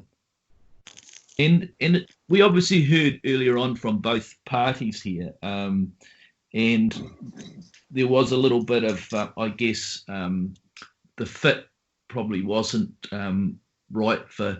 What do we do going forward? Because we've gone out with an EIO process, and today it looks like we're going to approve something that's quite different, which certainly the cricket and rugby people were not that pleased about. So are we approving something that's quite different than the process? And then how do you, if we do that now, what happens following this business meeting?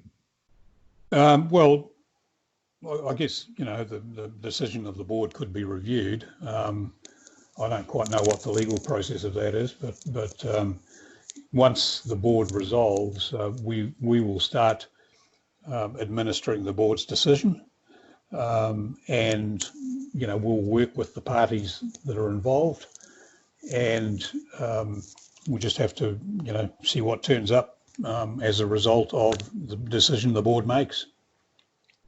Right.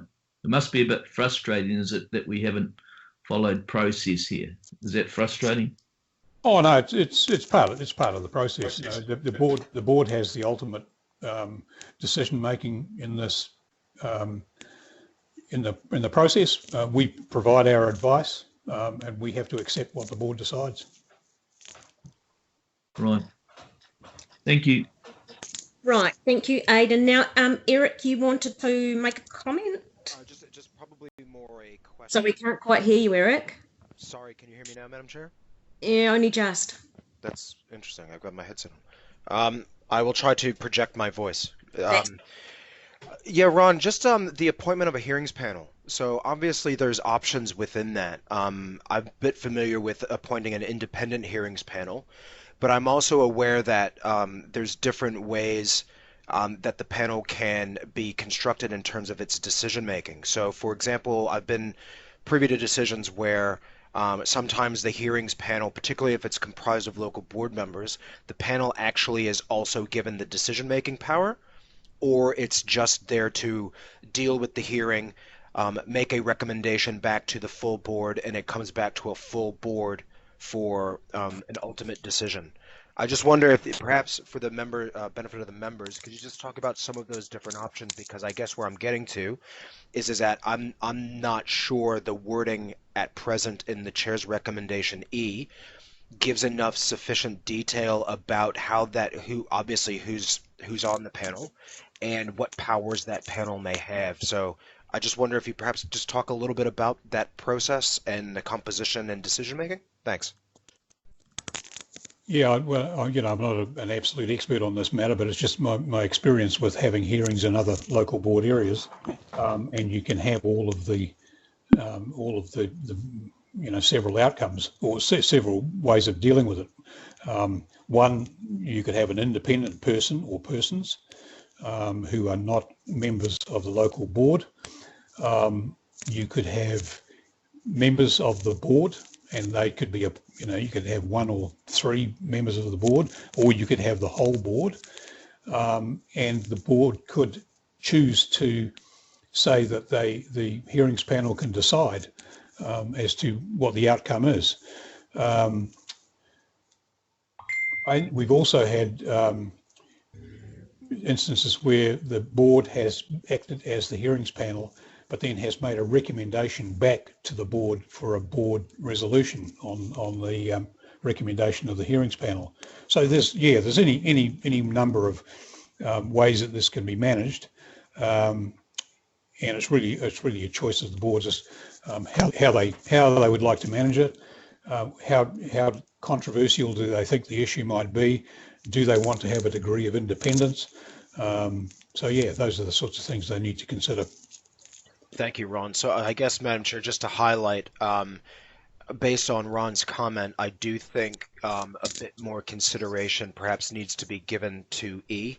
I guess in my view, Madam Chair, I'm not sure that that is specific enough in terms of who's on that panel, what they can do, etc. Because I suspect if this decision does go through, based on what we've heard earlier in the meeting, it's quite likely that there will be requests to be heard.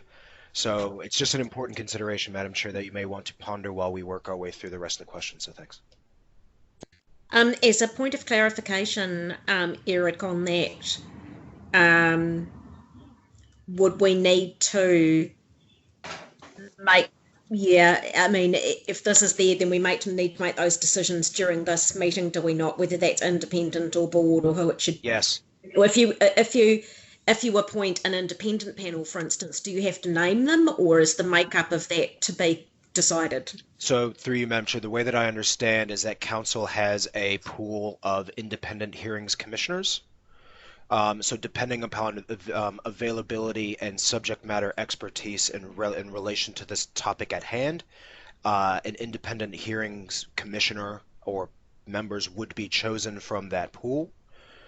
My suggestion, I guess, if just unprompted recommendation, given the complexity of this particular issue and the likely contentiousness of what you're trying to do, my suggestion would be is that the board consider appointing an independent hearings panel to deal with any requests to be heard, and that they would then make a recommendation back to the full board for your consideration. So you would still retain the decision making, but ultimately the independent hearings panel would have the expertise to be able to manage any of those requests to be heard, because they would have the technical expertise to be able to do that effectively. So, but to answer your first question, this would be the time for the local board to establish that panel process and how it works. Okay. Clarification of these people. I only know of commissioners under the RMA or the revocation of reserves. I've never heard. We had a panel with George and I and Mike Cohen to deal with the Devonport domain about the liquor licensing. I mean, it's a local area. We've got delegated powers over parks, and why would we pay an outside person? It's not an RMA matter we're dealing with. So my suggestion would be is we've already talked at various points in this meeting about the competing legal opinions about what the Reserves Act does and doesn't provide. No offense to any particular member of the board, I don't believe your subject matter expertise in that area. So well, I would say that's why I questioned why we needed number E at all. I would take E out. Madam Chair, it's George here. I have taken what Mr. Perry is saying, that this is not a matter that lay people should be hearing. It's a very technical kind of situation, and but then you have to really realise that once the decision's made, unless it's for some administrative issue, but not the facts, you've got to go with what the facts, what the commissioner who's heard it or the commissioners have decided. But I think this one is one where independent commissioners should hear this. I asked, Madam Chair, what commissioners are trained in the Reserves Act? I've never heard of anyone having hearings about the Reserves Act. Madam Chair, if it's helpful, I've recently looked into this matter. I can actually send you the job description of an independent hearings commissioner if it's helpful for the board. For the Reserves Act, not the RMA, the Reserves Act. It's the same group of people. Well, I'm sorry. I don't know why we've got number E in. I'm not sure why can't we trust, if we're going to give a lease to two clubs, well-known clubs, why do we need to have a hearing about it? I'm quite happy with them having the lease. I've never heard of this before, having a hearings panel set up with two clubs. I can share an example if it's helpful. When I was working with the Upper Harbour Local Board, there was an independent hearings panel appointed to consider the leases in relation to the Northern Corridor Interceptor project. Sorry, the Northern Corridor. Northern Corridor project. Yeah, Yes. but that's, we're talking about clubs taking over a lease. So they're not, They the were Northern leasing. Corridor I don't. Yeah. interceptor is not clubs. It was a Reserves Act issue. Yeah, I know it is. It's a Reserves Act issue, but they were not a club taking a lease. They were a commercial entity. We've given a lease to the Takapuna Beach Cafe. We've had no problems with that. That's on a recreation reserve. I'm not sure why we can't just draw up a lease for two clubs and let them get on with it. I've got no problem with it, but this is why I really question why we need the E there at all. Are we thinking there's going to be some problems? So Jan, I think they are thinking that's possible. So I'm suggesting that I've got some questions of my own here. I mean, those are good points and good questions. I think we can mull them over a little bit further in debate, but I don't think there's particularly more that officers are able to really contribute at this point. They've told us, yeah. So we've obviously got the option of independent versus a board constructed panel or no panel at all. So I think we can chew that over a little bit further in the debate. So I think, where are we now? My questions. Sorry, I did have some questions of the officers and I've quite possibly lost track of them now. While you look at that, could I just ask one question about access? Done two already. But I'll allow you, no, sorry, you've done one already. I will allow you one further question, but please keep it quick. Thank you. Yeah. Ron, it's really just about the three houses that face the cricket ground. They come off Eaton Ave. Now, that land, I believe, is owned by the Domain. Do those houses, three of them, or particularly two of them, they have no other access. Do they have some sort of right of way on that piece of roading? Madam Chair, I'm not sure. I'd need to arrange a title search, but we can certainly do that. Yeah, it's important for those individuals who live there. Thank you. So, Ron, turning to my question, sorry, I have found a couple of scribbled notes again now. So when the board initially approved this to go out for an expressions of interest process, we're having a bit of a discussion around that and saying what types of group could apply. At one point, I think it was a tennis organisation interested or had said in previous times, they didn't end up putting one in. But we talked about all sorts of different types of group, and I don't recall any expression then from staff that there was an impediment to any type of group. We thought that it was really open to any kind of community group. Could be arts, crafts, it could be, we actually addressed storage because there are a number of people like Devonport Peninsula Trust and these sorts of different organisations who might appropriately apply. So is there some point at which that changed? I mean, I don't. And look, I'm sorry if I've just not remembered something that you've sent us, but I don't recall us seeing the actual advertising for the expressions of interest and whether it clearly said, you can't use it for storage or that only certain types of groups like sporting groups may apply. Or I don't know if there were any things precluded from that. Were there? What did that advertising for the expressions of interest say on that? Oh, Madam Chair, I'd have to go back and have a look. I can't remember, but certainly, there were restrictions, and I just have to confirm this whether because of the fact that there's a management plan for the domain and the fact that it's recreation reserve. So, while people could make applications, officers have to analyse those and consider which is appropriate and which is not. And then make recommendations to the board. But I could dig up the ads and just see what it said. Okay, so thank you very much. I think we've done with all our questions. I think we move into open debate. Does anybody want to speak to the substantive motion? Don't we address my ones first? You would have to move and second them. Done that. Oh, sorry, remind me who's moved and seconded? I moved them, Aidan seconded. Okay, so if we could... I'm sorry, I can't get them on my screen at all. It seems to be not working. I can't get any motions on my screen. So, sorry if I may, Madam Chair, they were forwarded via, I know this probably doesn't help, but they were forwarded via email prior to the meeting. I have to go back to Outlook to look at them now. Or they're on the screen now. Are you able to see them on the Skype screen? I'm switching between the screen and Outlook, so do I go back to the screen? I think try the Skype screen and let us know if you can see. I'm trying. It just says it's not available. Nothing's available. Oh, that does happen. To live in Takapuna. Oh,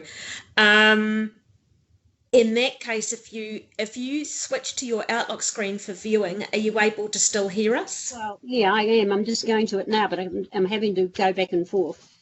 Okay. That's incredibly frustrating, I understand. Looking up to see what commissioners do for the Reserves Act, which is pretty not many. So for the sake of Jen, who's not able to see her screen, Jen, do you need me to now? Where is Tony's motion? So it's an email that was received from Eric. It's in an email from Eric at 1:09 p.m. Okay, thanks. And the subject line is amendments by replacement. Okay. Right. Okay. So you're all good to go? Yeah. Okay. Lovely. Okay. So sorry for guests and everybody for that. So Tony, would you like to speak to your motion, your amendment? I would, thank you. So the motion that I have put in there by replacement is the same as what was originally in the report by the officers. We know that there was an EOI process that both, to be fair, the museum and the cricket rugby entity followed in good faith. There was an expectation on part of the sporting group that the whole site was in scope for this EOI, and have not been informed by anyone on the local board that that might not be the case. And in fact, until I forwarded them the chair's recs this morning when we got them, they fully thought that they were going to get the whole site. They have prepared their expression of interest based on the whole site. We've heard from them for quite some time today. We spent about 40 minutes on it, and they articulated very clearly why that site is why it's so important for them to retain B as part of that lease. It's a strategic position. It's going to be opened up so that people have full and free access. It is on a recreation reserve, so that is the whole intention of the space, is that people can move through it and recreate. They have told us that they need to remove it so they've got access for construction. They've told us that they hope to possibly build their covered nets in that area because it's furthest away from housing. You know, I think it's incredibly unfair of us to change the rules suddenly when they have worked in their voluntary capacity for a very long time. For 3 years, we've been told that this has been going forward, and they have waited patiently through the halts of lockdown. And I think it's incredibly bad form of us to turn around and not grant them the lease that they were expecting of us. There is no good reason not to give them this B building. It will totally change. If we don't, it will totally change what they can achieve for the community. Their membership is large. What they're doing is affecting a huge number of people, and it's in line with what the Reserve Act expects it to be doing, which is sports and activity and recreation, as we know. So I want to see that we include Building B. I don't believe that it should be storage. I appreciate that your recommendations have changed, Madam Chair, but I can see that your hope had been that the museum would get 10-year lease on that building with 2 rights of renewals for another 10 years. So that's 30 years that building would be free storage for a community organisation. I mean, that is currency, that is gold for any community organisation. What makes a museum so deserving? There should be a proper, if we're going to rescope this piece of land for community storage, we need to do a whole new EOI for the community to see who really does need that more than others, who can afford it or cannot afford storage. I don't know. I don't think there's been any work done around supporting the museum to find an alternative location. I think there will, if we work hard on that, we will find something to help them. I agree with Alistair when he spoke to us that Constellation is too far for them to go for their storage needs. But you know what work has been done before we go down this really dramatic route of reclassifying a piece of land. I just disapprove of this. As a local resident, I totally disapprove of what you're trying to achieve here. But yet we've got this incredible, collaboration between two very, very strong sporting clubs in our community who have an incredible vision to increase participation in sports, increase diversity, gender diversity in sports, to increase youth participation in sports. You know, this is what we're here for. I don't think storage warrants totally changing what they want to achieve. It's not fair. So I have put forward the original recommendations and Aidan has seconded them. And that's all I've got to say. I'll take questions happily. I think we just have people speaking to the motion rather than questions of an amendment. So anybody in the chat bar, please. Anybody want to speak to this amendment? Yeah, thank you. It's Trish. Yeah. Look, we haven't changed the rules. The rules were two applicants. Whether or not one was informed about the other, I don't know, or how that process should have been undertaken. But there were two applications. And putting an application in, you don't have an expectation. That's not what it's about. It's an application. You don't then proceed to think you've got it. So that's not part of the process, and we have to be really clear about in the process. Now, in the workshop discussions on the 6th of October 2020, it was concluded by, I think, our leasing department that they had a strong support for the application by the cricket and rugby application, and that's fine. But I did raise at the time, I was not convinced that this was necessarily a lawful interpretation of a Reserves Act in 1977, because it is clear in the Reserves Act that there is a right for community use. That's always been understood. It's not simply about being recreation and sport. So we had to have our minds open to the possibility of the museum application. It's not about being closed-minded and only thinking there's one option. Both need to be considered, and the museum stance is legally appropriate for its use. So I just think we just have to have an open mind and include the museum in this process.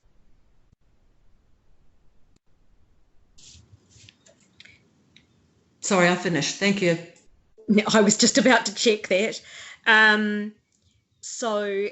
Does anyone have any further? Does anyone else want to speak to this amendment? Yeah, it's Aidan. I think this is a good amendment. Obviously, I've seconded it. Like Tony, I'm very, very concerned about this process because we've gone down a path of where we've asked for expressions of interest. As Tony has detailed, that wasn't around storage. It was all about making this recreational reserve better for our community. And, you know, we've heard from the rugby and cricket guys today that they've put a lot of effort into there. It was certainly a fantastic proposal.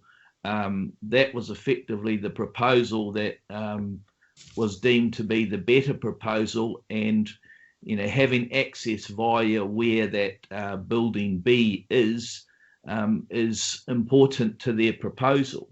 At the last minute, we've changed the rules, and I don't think that's good. And, you know, there's also a real big question that needs to be asked around, you know, the fact that this is a recreational reserve. In my mind, it should be there for sport and recreation. That's what that reserve is all about. Now we're going to set a precedent where we're providing, it looks like we're going to provide a 30-year lease for storage. And, you know, it's, as Tony has alluded to, why can other not-for-profit groups that desperately need storage, why can't they be part of this process as well? Because we haven't opened up that process. So it's, to me, it's disappointing, and that's why I support us going back to this original, and which is the recommendation based on the work that all the officers have done, and they've obviously done a pretty good job, and chosen what is, you know, the best proposal for the long-term future of that sporting and recreational reserve. So that's why I'm supporting Tony's amendment. Thank you, Aidan. Does anyone else wish to speak to this? Madam Chair, George Woodley, can I ask Mr. Johnson? I think we're kind of done with that, George. Oh, well, perhaps you might. I've got a concern in relation to this process. The fact that we're going to have a panel, and the officers recommended, and so has Mr. Perry, I think, recommended that we have a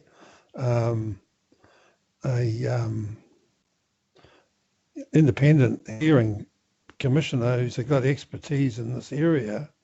And we kind of talked about it. Now we've skirted away from it, and I've got a real concern that you know, we're talking about changing the status of the reserve, but that ain't going to change anytime soon.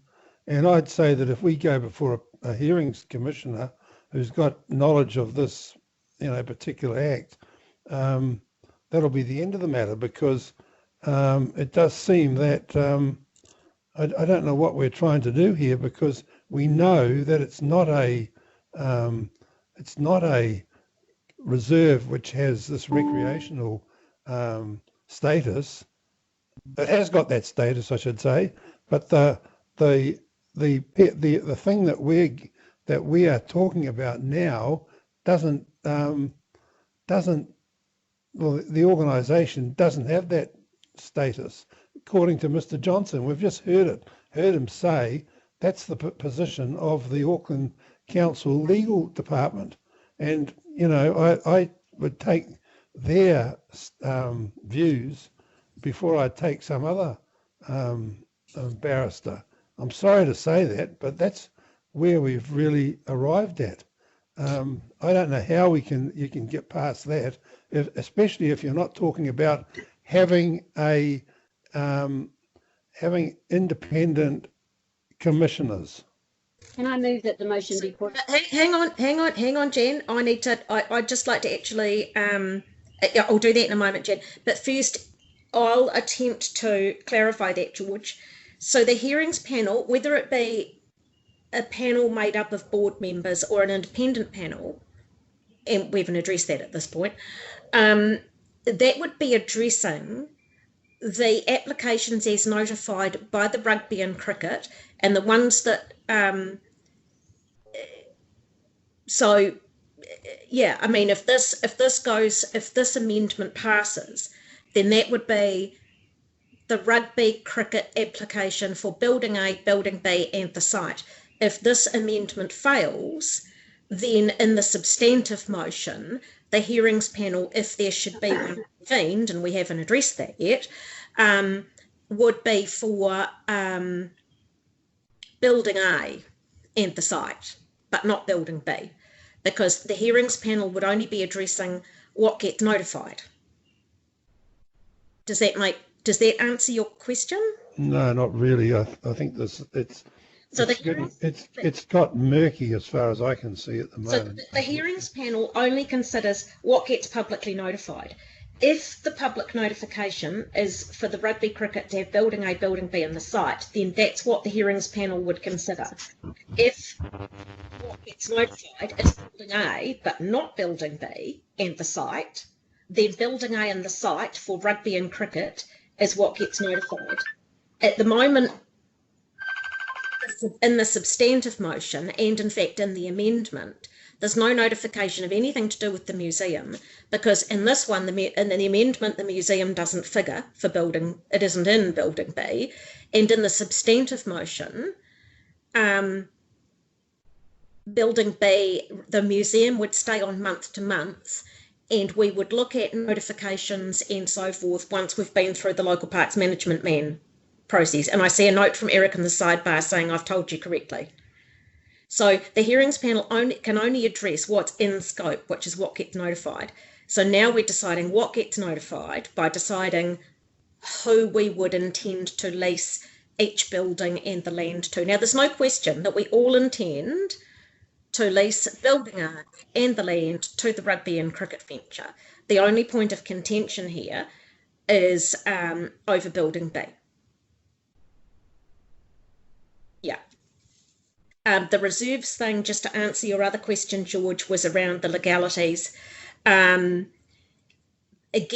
you know, the council lawyers, as you say, have said that any legal impediment over the classification can be easily fixed. And because we've got the local park management plan coming up, we're going to be notifying a whole lot of things in bulk. We know that there are reserves where there's anomalies and historic things that need fixing, and there are parcels of things currently held under the Local Government Act that need to be classified as reserve. There's a whole bunch of them. So we're going to be doing a bulk notification. So so there's no extra cost of throwing this one in at the same time. So it's not, you know, we're going to be doing that anyway. It may take a little bit of time to play out, but there's no extra cost and it makes things quite simple. So I hope that answers your questions. This, by the way, was just clarifying George's questions, not myself. Well, I'm actually concerned because, you know, we started off talking about this business about changing the status, but changing the status, I just think it's going to take too long. But changing the status, okay, so I'm going to clarify. There's nothing about the expression of interest by the rugby or cricket that requires any change of status. We do not require any change of status. We can approve the rugby and cricket application today, whether it's the one in the amendment or whether it's the one in the substantive motion, without needing to do anything at all with the reserve classification. It does not get held up by any local park management plan process. We can do that today and grant those notifications for whichever option we go for. That doesn't come into it. The only place where the classification comes in is in the event that we approve an intent to leave the museum in Building B and address leasing to them at a later date when we've ironed out some of those things, i.e. so that's where that comes in. Now, changing the classification to local purposes, after we've given a lease to rugby and cricket, doesn't affect their tenure. It doesn't change their suitability as leaseholders for those buildings or that site. Okay, I just say, look, Madam Chair, I'm getting really concerned about where we're heading with this. When we run a notice of expressions of interest, we get two people or two entities come along and put up their hands and say they want to have one says the whole of the deal and the other one says just one part. We now are at the stage where we're making a decision as to how it's going to happen, but all of a sudden we say, well, we don't like the process because one of our named entities is not in a position to follow on with things today because they don't meet the criteria. So Madam Chair, I just think that doesn't isn't reasonable and it isn't fair, and because of that, I am not going to pursue this in the way that you people thought I was. I'm going to have to look at this, and I'm going to have to probably vote for this amendment at this stage, because I've always believed that in fairness and reasonableness, and to push it aside until we have got the right time to make the decision. I think we're trifling with the system, but that's just my view, and I've got to go with my heart and my head, but my heart as to how I think the fairness of the process is. So I'm sorry about that, Madam Chair. Okay, so I'm going to speak to the amendment. Madam Chair, I did move that the motion be put. Yeah, and I should be. What does standing order say about that, Eric? I haven't spoken to the motion. If a closure motion has you don't have a seconder, and I would like to speak to the amendment. I'm just asking Eric.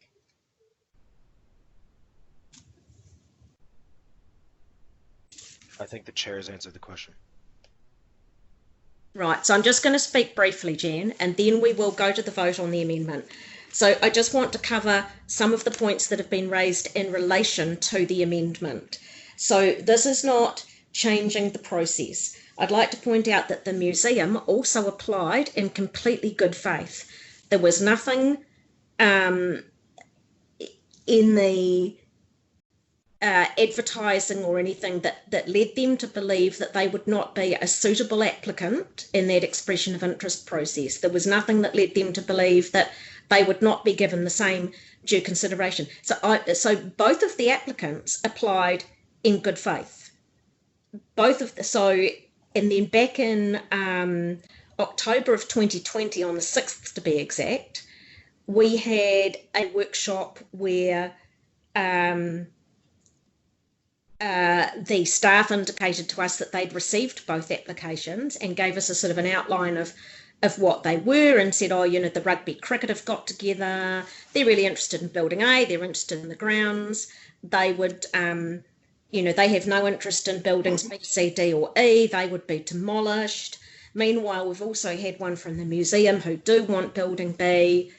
So at that point we had no, and we're not really involved in that process in terms of, the staff thing where they communicate with the different applicants. So I don't know at what point the applicants became aware of each other's expressions of interest, or if they were, but we signalled this on the 6th of October last year, and we had a discussion in that workshop about potential issues with the reserve classification, and in fact, it was Aidan who suggested that we change the classification, and the staff said, yes, absolutely, that would be possible.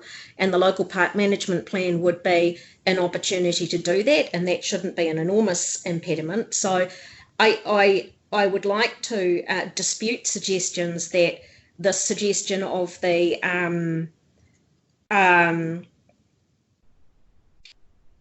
okay, Eric. So I'm just clarifying things that have been raised during the amendment, and I'm not speaking to the substantive at this point. So it's just been queried during this that somehow this is a change of process, and the amendment, the speaking to the amendment said that it did. So we clearly signalled that we would prefer the museum to stay in building B, which was not required. I'd actually had informal conversations at an event at the cricket where Hayden told Trish and myself that they had no interest in building B and were quite happy for the museum to be there. Now, I accept that that's informal and anecdotal, but certainly we didn't have it didn't raise any red flags with us that we would be here having this issue today.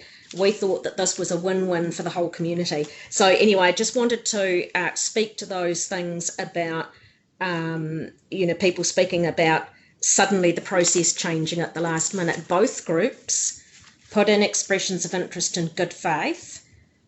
A process has been followed, and I'll speak to the rest on the substantive.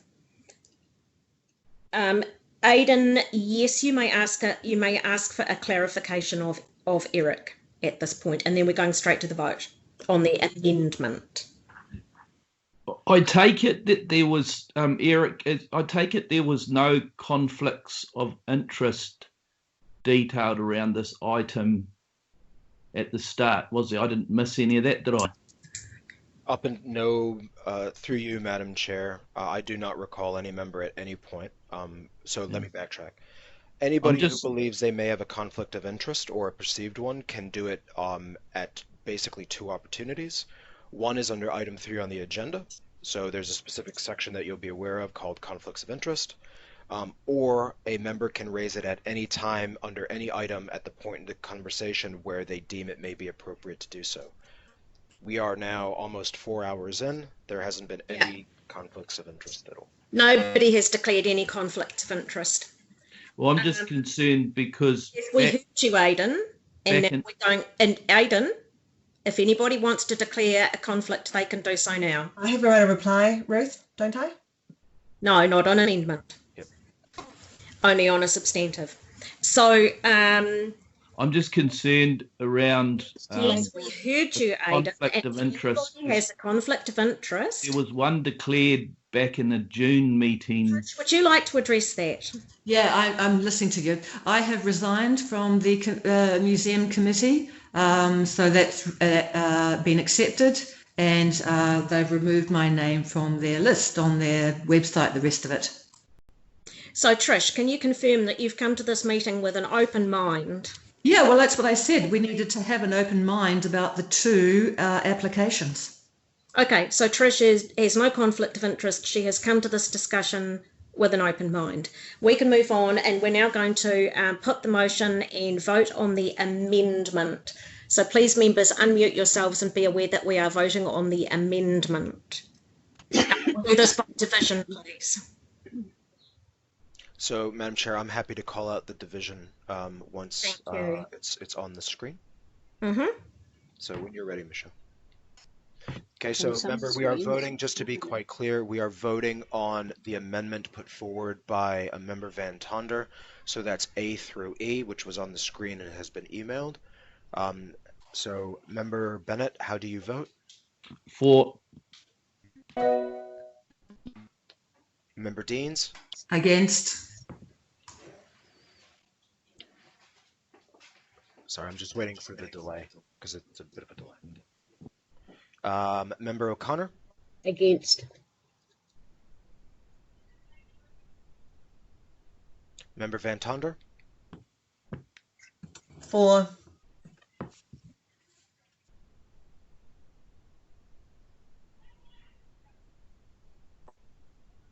Member Wood? For.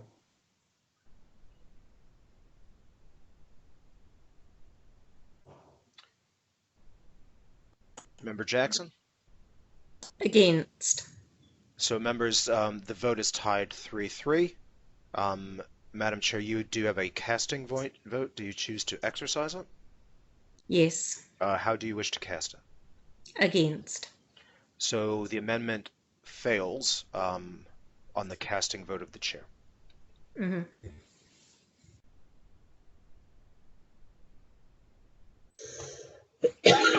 Sorry, Michelle, my apologies. The motion was declared equal, not lost. The chair exercised their casting vote against, so the motion was lost. Thank you.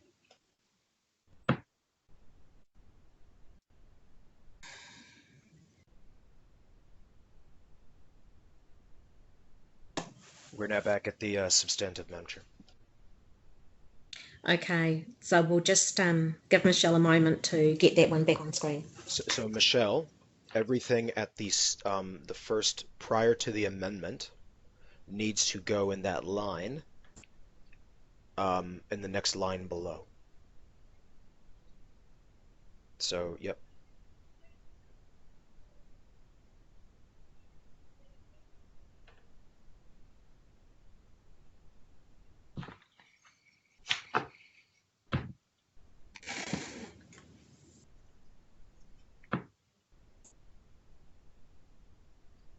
Yep. So above, sorry. Yep. So above where it says moved by Chairperson R. Jackson. Yeah, we just say that the chairperson put the substantive motion. And I'll second it. I think Trisha's already seconded it. Thank you, Jan. Earlier on.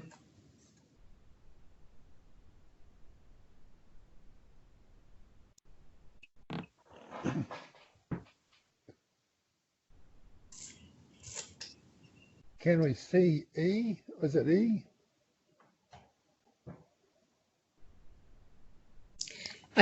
I think the numbering might have got slightly astray.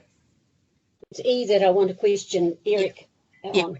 we're just doing a bit of technicals where we're renumbering this from A. Well, I hope it happens on the outlook. Yeah, well, no, it won't. Well, I'm sorry. That's all I can get. I cannot get anything on the other screen at all. Jan, so it is exactly the same one as on your Outlook. It's just what's on screen it's technical. So what you've got on Outlook is exactly what we will see on screen on the Skype.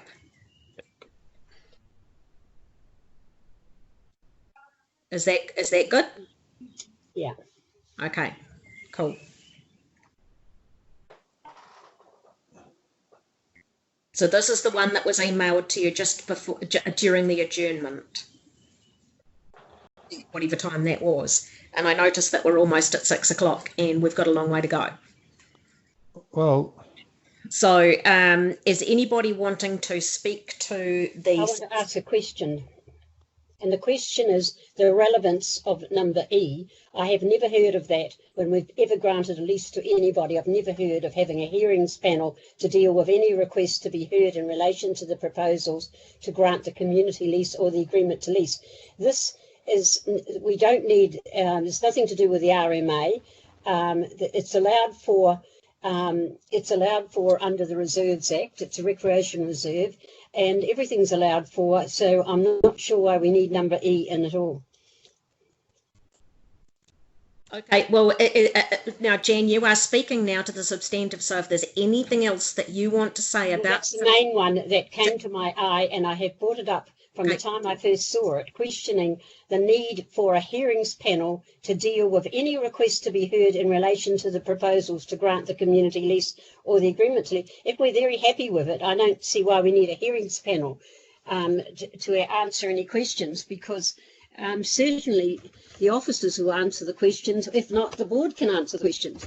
So in the event that you go through this process and people have the right as part of the public notification to speak to their views and their submissions, how do you deal with it? Well, that's quite simply, we set up a hearings committee, a committee of whoever wants to be on it, on the board, to hear those submissions, as we would be doing with the management plan. When we're going to redo the management plan for reserves, we don't need to get outsiders in. We've got our own delegated powers to be able to have those hearings if needs be. So I think that will be covered by the upgrade of the management, the omnibus management plan, that E. So Madam Chair, can I... Jan, so hang on. We are now in debate. We are not in question time. We are. Oh, I'm so sorry, because I would have thought just let me finish. the substantive we would have had Please let me finish. Jan, the chair is speaking. Please let me finish. So, Jan, if you wish to say anything else to the motion, you've raised your queries about that. If you want to say anything else to the motion in support of the motion, particularly, then now is the time to do it, because you will not get another speaking turn later. And hang on, there may be further debate about the hearings or the not hearings, or the and you may wish to abstain from that clause when it comes to vote. But please, if you have anything more to say in support of the motion, please speak now. Well, I will be abstaining. I will vote against number E, and I believe that we have discussed this for about an hour, and I don't really think we need any more discussion.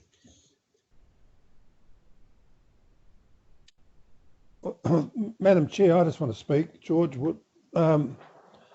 I can't see which one it is. I found George, it on. for a I found moment, it on my sorry. Outlook, Sorry, but- George, can I just call a halt for a moment?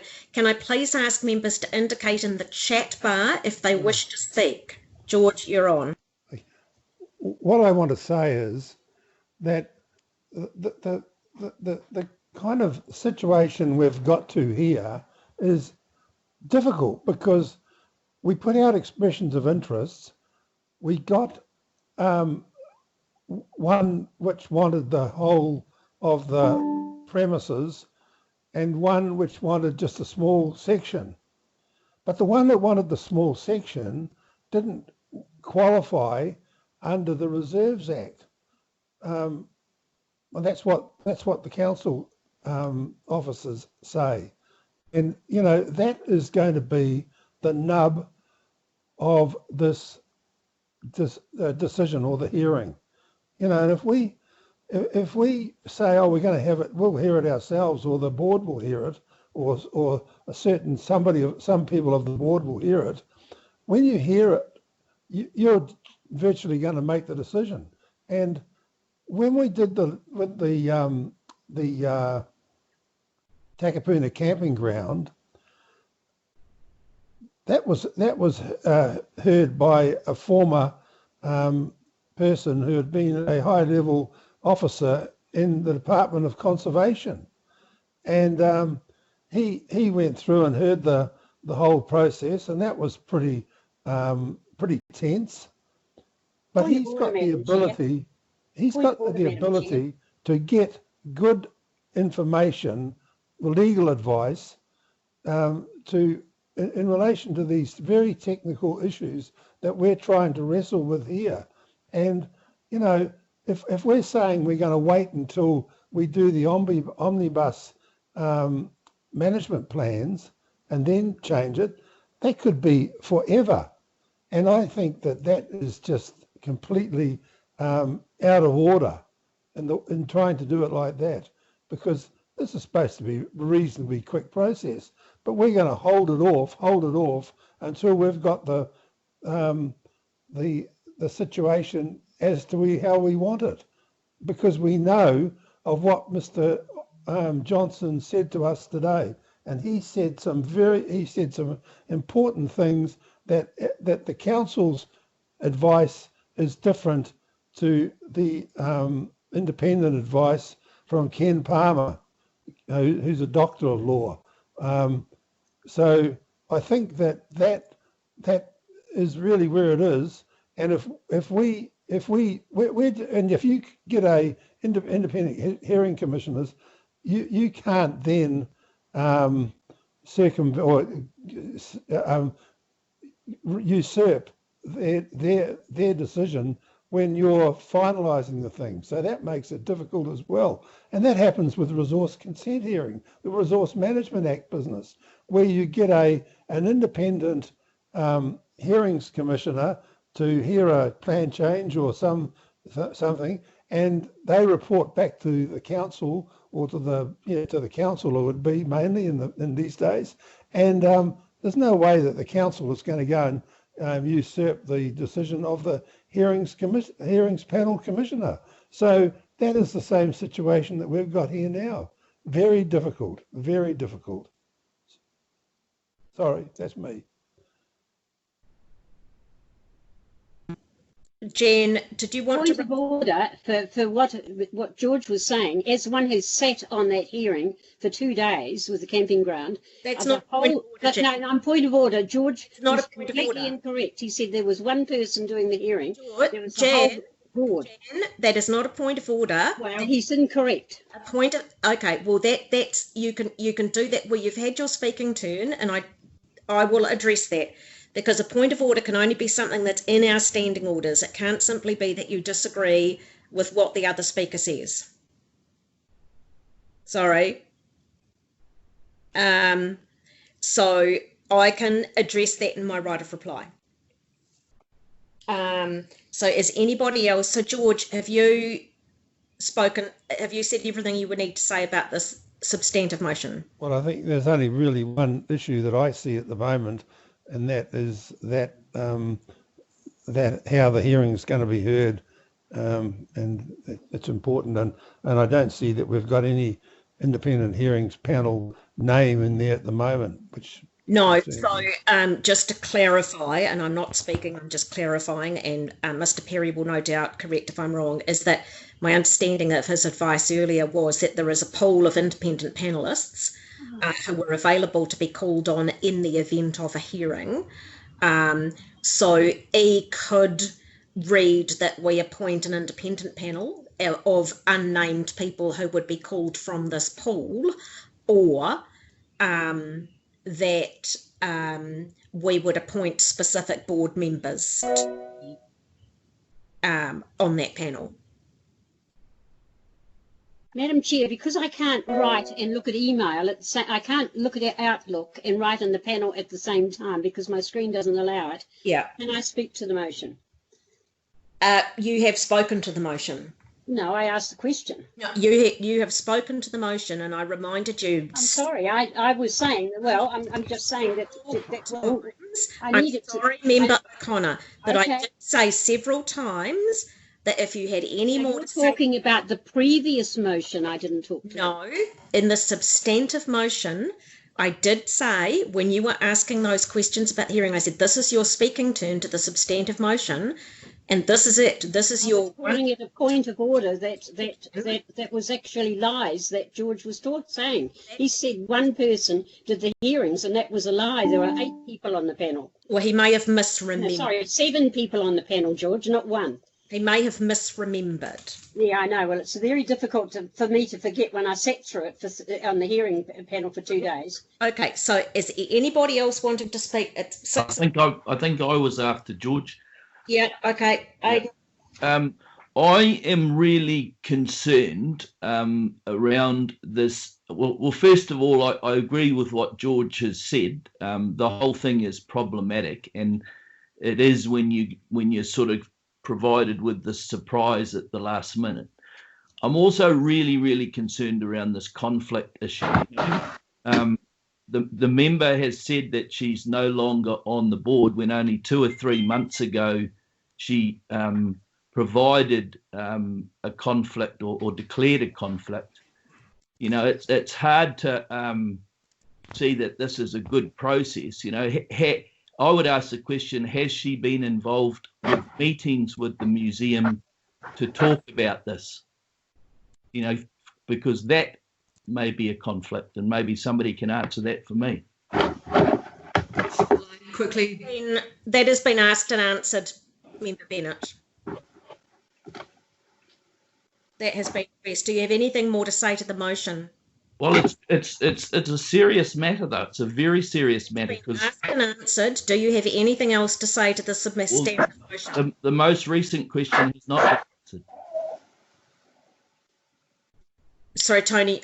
Aidan, you seem to have dropped out. Are you able to hear us? Yes, I can. Yes, you hear me? Yeah. So the most recent question I've asked has not been answered. It has. You asked about. It hasn't. Trist, it was asked and answered. Member Dean's established that she has resigned and she's come to this meeting with an open mind. It's been asked and answered. We're moving on. Do you have anything else to say about this motion? Or speaking turn? No, just to say I'm really, really concerned. It's turned into a messy process. So very messy. If you have finished, then I will move to Tony. Yeah, thank you, Madam Chair. I'm also very worried about this conflict of interest. Member Deans in June, 2 months ago, declared a conflict of interest. Item has been on our work. We've been discussing this item in workshops, and we knew it was coming up. And then, just in time for us to make a vote on this, that move to remove herself from the trust of the Devonport Museum seems to be just in time to move this forward. So, from a higher level perspective, I think this doesn't look good. I think it reflects very badly on our local board. And I think Member Deans probably needs to answer Aidan's question around whether or not she's had meetings and conversations about this lease with them.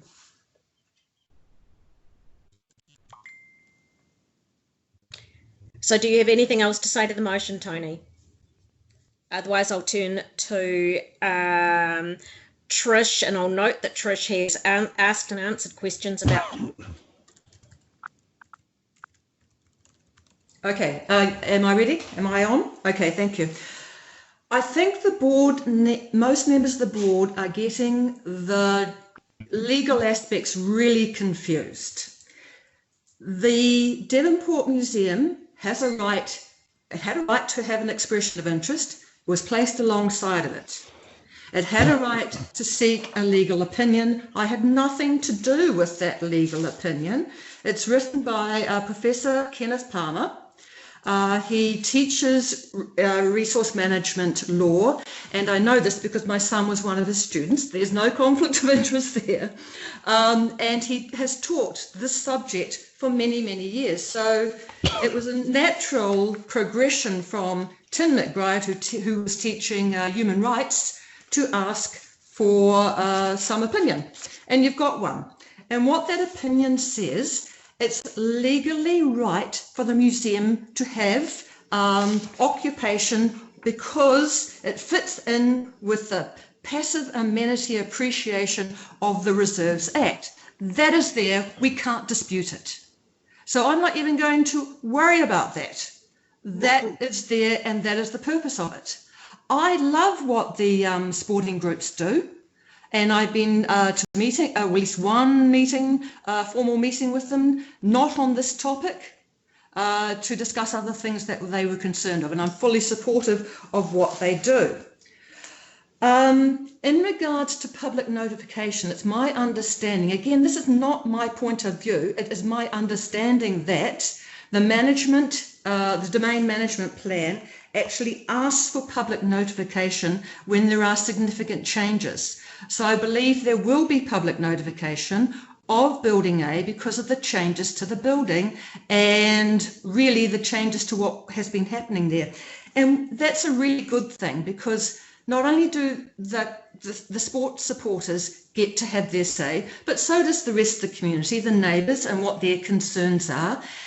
And in that process, it's a wonderful process because people get to hear each other and they get to take on someone else's point of view and go, yeah, well, that's reasonable, this is reasonable, you know, along that sort of debate. And I really admire the process of independent commissioners, even sometimes they don't say what I want to say, and the public notification process. So I think that the cricket club and the museum would win out of that process. There'd be a greater support arising for, you know, and I can't say what that sport would be, but I would think the community would understand all the issues in front of them. So I'm really supportive of both applications in actual fact.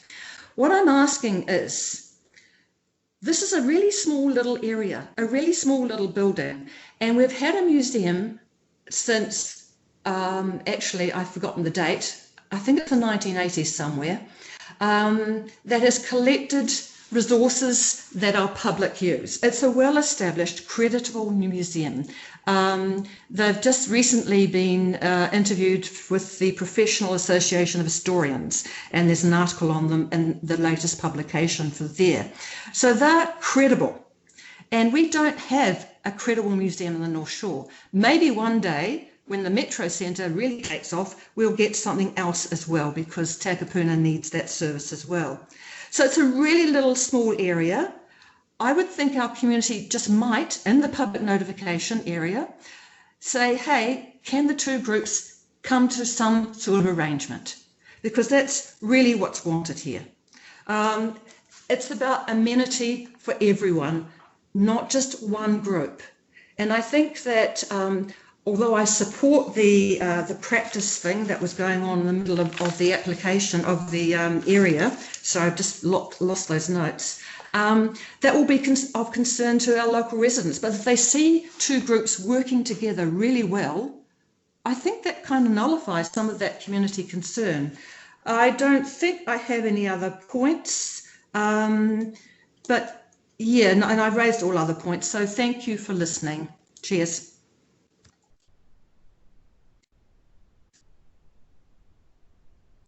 Right. So thank you, Trish. I think that is everybody who wanted to speak.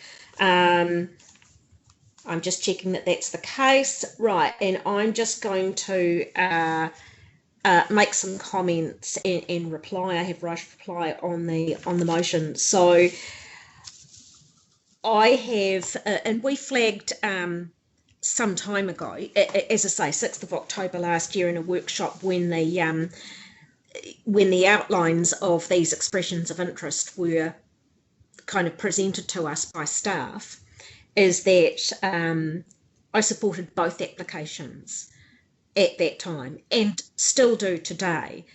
Now, at the time, there was no indication that there was any problem with both of these organisations being able to coexist quite peaceably.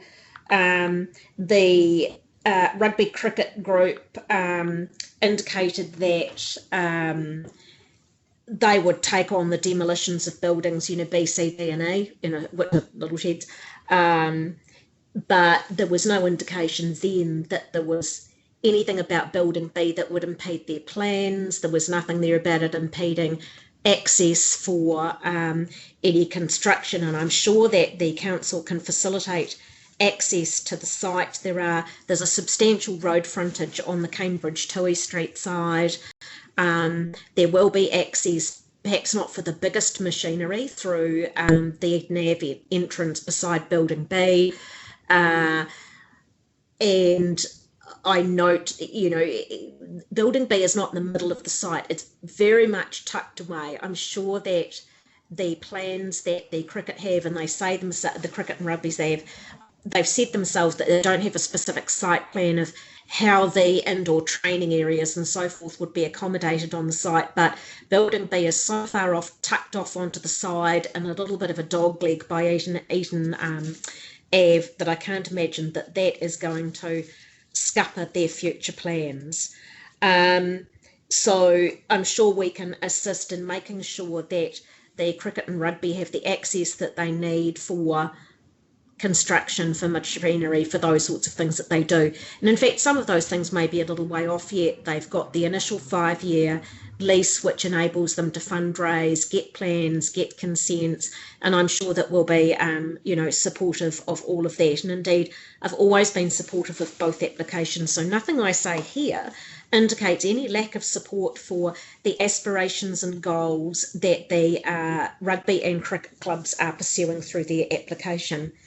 So I see granting access to both groups who put in expressions of interest as being a win-win for the community. We get all the wins that are expressed in the aspirations of the rugby and cricket club bid and all of those good things. We also support a long-standing and valuable community organisation in the museum. There was nothing in the expressions of interest that said you can't apply for this purpose. And indeed, I take the point that there are other groups who likewise are needing storage, and that's something that we've spoken out about, different groups that need our support in that way and our willingness to assist them in some way. They could equally have applied here and didn't, although I think that many different community groups were canvassed by the leasing team and community facilities in this process and saying, hey, the old bowling club's going to expressions of interest. If anyone's interested, now's the time to put your hand up. And I think there was a fairly wide reach into community groups across the whole Devonport Peninsula to make sure that they were aware that that opportunity existed. There didn't seem to be anything precluding anybody else from applying. So I think in supporting both, we have an absolute win for our community.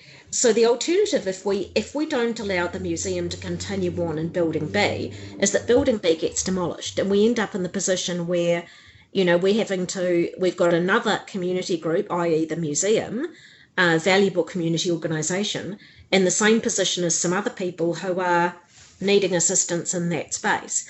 We've got very little resources and funds to be able to, help everybody in that space, but we'll help as many as we can. I believe that we can accommodate all the construction and needs and all those needs of the rugby and cricket and accommodate the museum, and that it would be a very suitable thing. They've both done expressions of interest. The alternative is to simply grant notifications of leases, which is what I originally had in my chair's recommendations. I was persuaded earlier today that the better process and the preferable and more robust process would be to do what you see in front of you now. So that was advice that I took from staff, that this was a better process to follow in achieving that goal.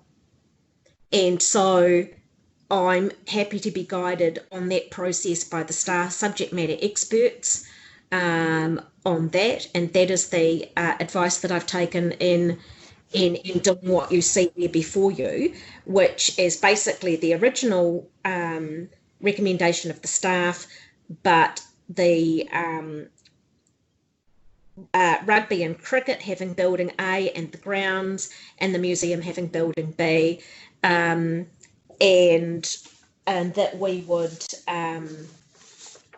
sorry, I've just lost my piece of paper here. Can we go to, sorry, Michelle, can we scroll down to the very last item on this recommendation? Thank you so much. Oh, it's going to be a little bit difficult to see it all on the... so we would confirm that the museum would continue its occupation on a month-to-month basis until this is further considered during the LPMP process, and signalling the board's intention to notify a community lease to the museum at that time. So that would then also be subject to, so it still undergoes public notification and people can submit on that notification. So there will still be public involvement. There won't be any shortcutting of processes in that way. That will go through the same process that the rugby and cricket would go through now with public notification. I think, sorry, just Michelle, on a little technical note, we might need a number beside that one, but I think you're already working on that. So there's no shortcutting of process. I had something in my chair's recommendations, and I've taken the advice of subject matter experts that this is a better process, and I'm accepting their advice on that. Our legal team have said that it's absolutely fine to reclassify the reserve. It doesn't jeopardise anything proceeding with the rugby and cricket bid.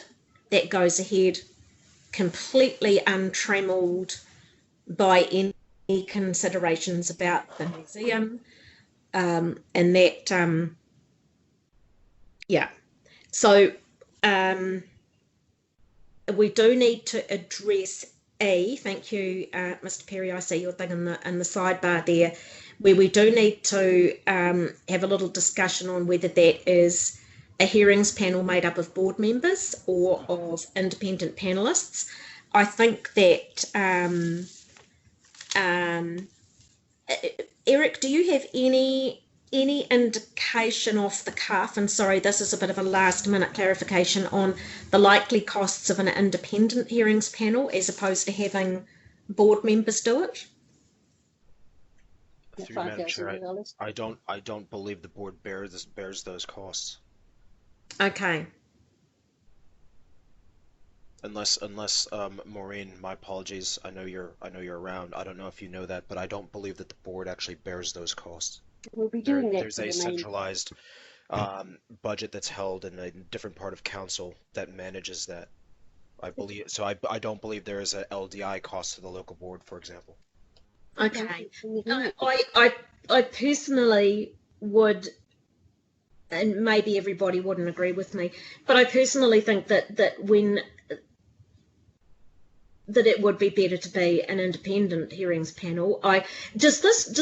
So the officers were saying before, and sorry, I know this is a question, the officers were saying before, you don't always actually have any hearings panel at all. That's that right. You can make that decision based on the kind of response you get in the submissions. So, Eric, can I get your guidance on for the sake of the board, in saying If there are no requests to be heard, then you don't even enact E. Okay, so how However, about I would suspect, based on today's conversation, there will be at least several requests to be heard, but that's just so speculation. I'm suggesting, with the leave of the seconder, so Trish, listen out for this, that we, if the seconder agrees to a slight tweaking of E, to say appoint an independent hearings panel. Agreed. In the event that there are requests to be heard. I agree to your change, Ruth. It is fair and proper process. So then there wouldn't be any accusations of the board being that panel and being both gamekeeper and poacher or judge and jury or any of those. What they would be considering would be, assuming this motion is passed, is the application over Building A and the land. That would be the scope of the hearings, because that would be what would be being notified. So under this scenario, what gets notified is Building A and the site, not Building B. And that would be notified, and that would be what would be being heard. So I have the go ahead of the. May I make a suggestion on the wording, Madam Chair? Yes, of course. Appoint an independent hearings panel in the event.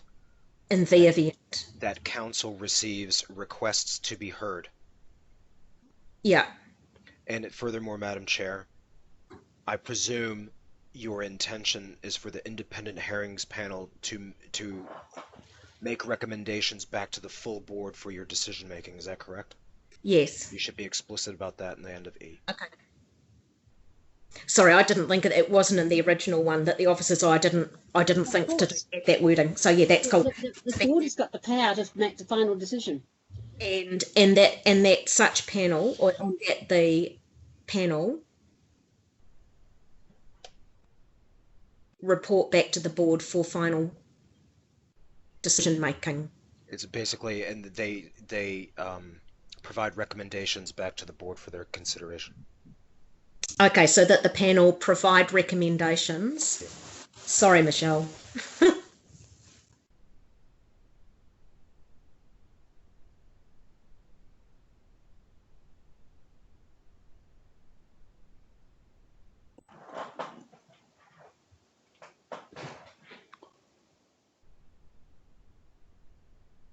For final decision making.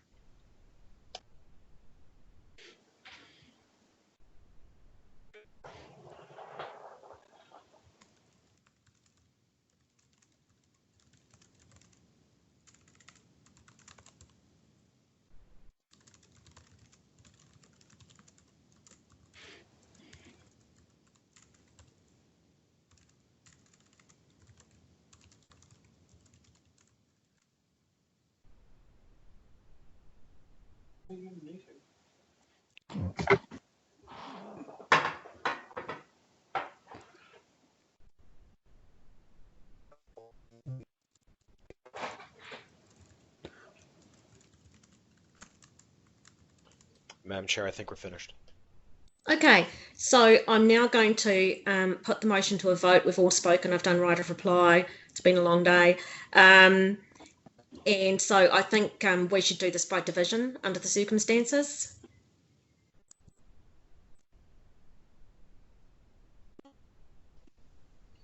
So just again, members, we're voting on the substantive motion. Member Bennett, how do you vote?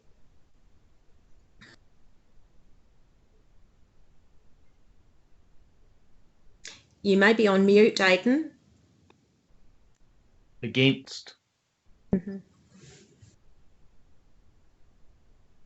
Member Deans? For.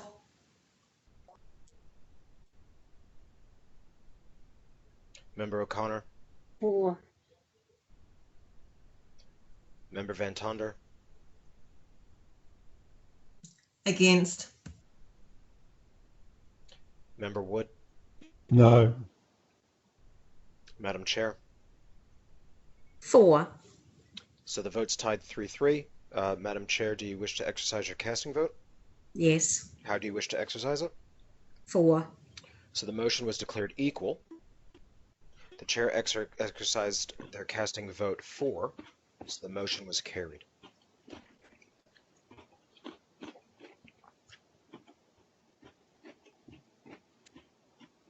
So I'd like to say thank you to our guests who've been here. I know it's been a very long afternoon for you all, and I'd like to thank you very much for your patience and apologise for the length of time that this has taken. Sometimes things happen that way. But look, thank you very much. You both put in great expressions of interest. I hope that what we're going to achieve here is a win for all of the community. You are very welcome to stay for and listen to other items of the meeting if you wish, but you probably want to go and get your dinners and pour yourself a nice glass of wine. So, but thank you so much for everybody in attendance.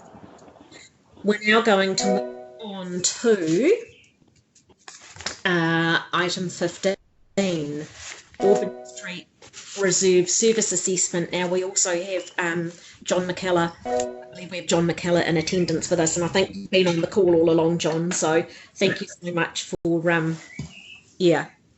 your patience and perseverance. No problem, kia ora, members.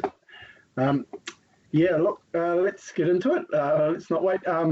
So what we're looking at today is the Auburn Street Reserve Service Assessment, and this is a non-statutory document that we presented to you in a workshop in draft form. Today we're wanting to look to adopt the document. As I say, it's an internal document with the goal of, with the purpose to provide development guidelines in the form of a spatial plan for Auburn Street Reserve, and it proposes key activities and zones within the reserve, but does not provide any specific detail on development projects. So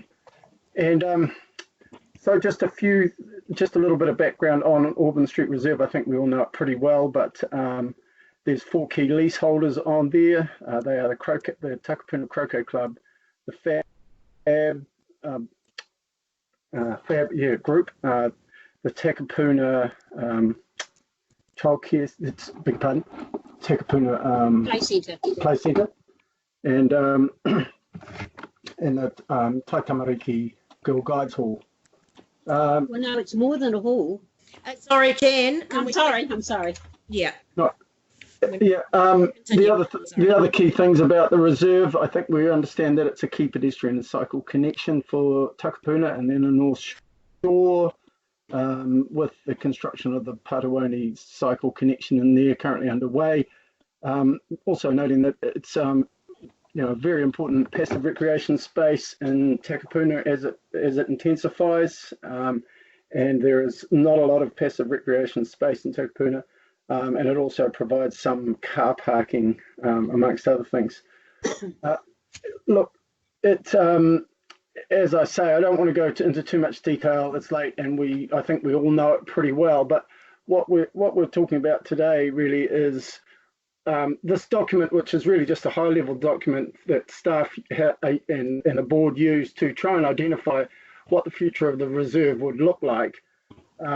And the key findings that come out of it is the proposed spatial diagram towards the end of the document, which identifies areas on the reserve where we would focus our attention for various different types of activities as we move towards future development.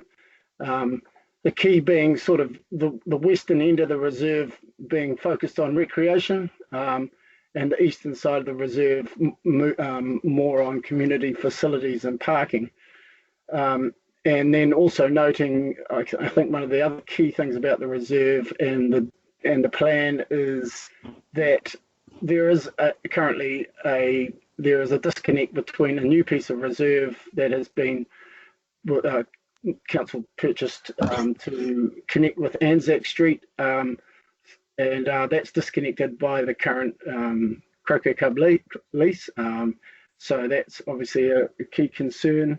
Our spatial diagram proposes that we somehow connect that, make that connection in the future. But there is a few things to report. Now, after the workshop, I was tasked with talking with the groups. At least, really, it was just a matter of alerting them to the plan and just as a courtesy, really, to get them to understand what the document's about and what have you. I've focused my attention mostly on the Croquet Club and the FAB group. And I have particular feedback from the Croquet Club, which I'll share with the board. So I'm not sure whether I could do that now. I could quickly talk through my discussions with them because they're probably the key concern here, and I could also discuss the reason why I think they are a key to the future development of the reserve.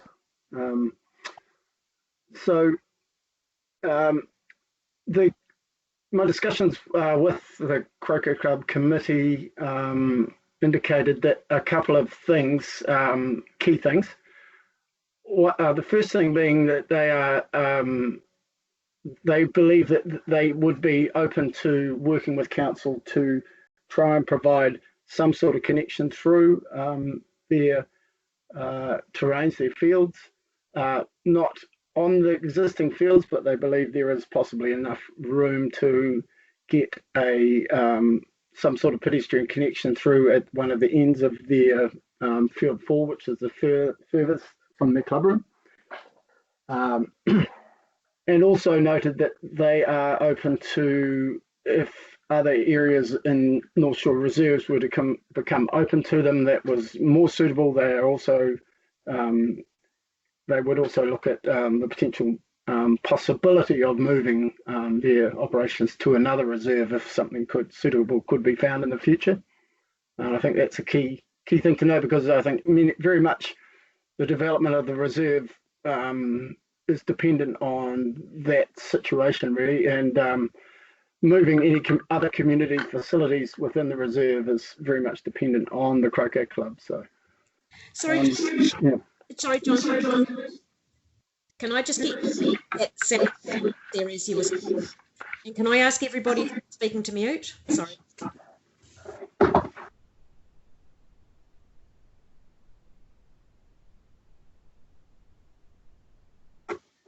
There we are. I'm not sure if you missed any of that, right? I think the internet was dropping in and out there a little bit, but I think that's pretty much all I'd like to say at this stage. I think we've discussed most other things in the past, and keen to take questions on that. Sorry, John, I didn't, because the internet dropped out, I didn't hear what you said about the feedback from the clubs. Oh, okay. So just going back to my discussions mostly with the Croquet Club being such a key element in this, that any changes to community facilities in the future, I think, is very much dependent on the Croquet Club, and the Croquet Club were open to the idea of working with council to find a connection through to Anzac Street at the end of their western terrain. And they also wanted us to know that they are open to the idea that the club could move from Auburn Street Reserve to another reserve if one could be found in the future. And that's probably a key piece of information, really, because I don't think any of the other community facilities we can change a lot with any of those with the Croquet Club's current configuration. So hopefully you could hear that.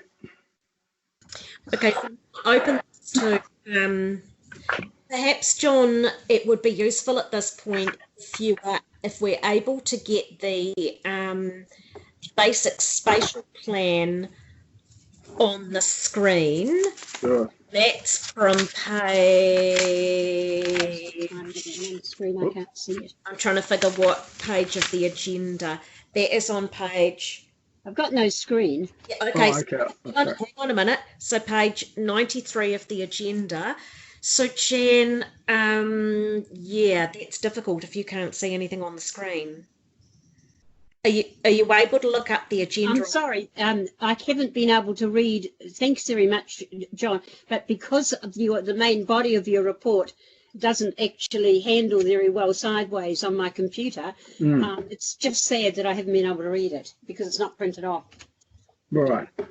Yeah, It's not I'm your not problem. No. For some reason, I can see on the Jan that you're the only one who is not watching the presentation, whereas everyone else is. So I'm not sure if it's a setting. That's because I live in Takapuna and I don't get to, I haven't got the good connect. I've got server connectivity issues because I live in Hauraki. I'm sorry about that, John, but it's a shame. It's a shame because I can't read you've done a really good presentation, and I can't read it sideways on my computer. Right. My other computer's too big to turn around, and this one's too small to read it on. My council one's too small. So I'm sorry. I'd like to defer this to if we could see this and see you and see the whole thing properly when we get back to meeting together. Sure. So just by way, I was on an earlier call with council, and I've been on several in recent days where elected members haven't been able to see the presentations that were being shared through Skype. We are moving to another platform, but it's not just you, Jen. I think it's a more widespread problem, and that's why we're shifting to Teams. I'm sorry that this is a major presentation of a major reserve in Takapuna, and it's just sad that we're dealing with it. I feel as though I'm blinded. I'm a blind person because I've seen nothing. I can't see it on my other screen because it's too big.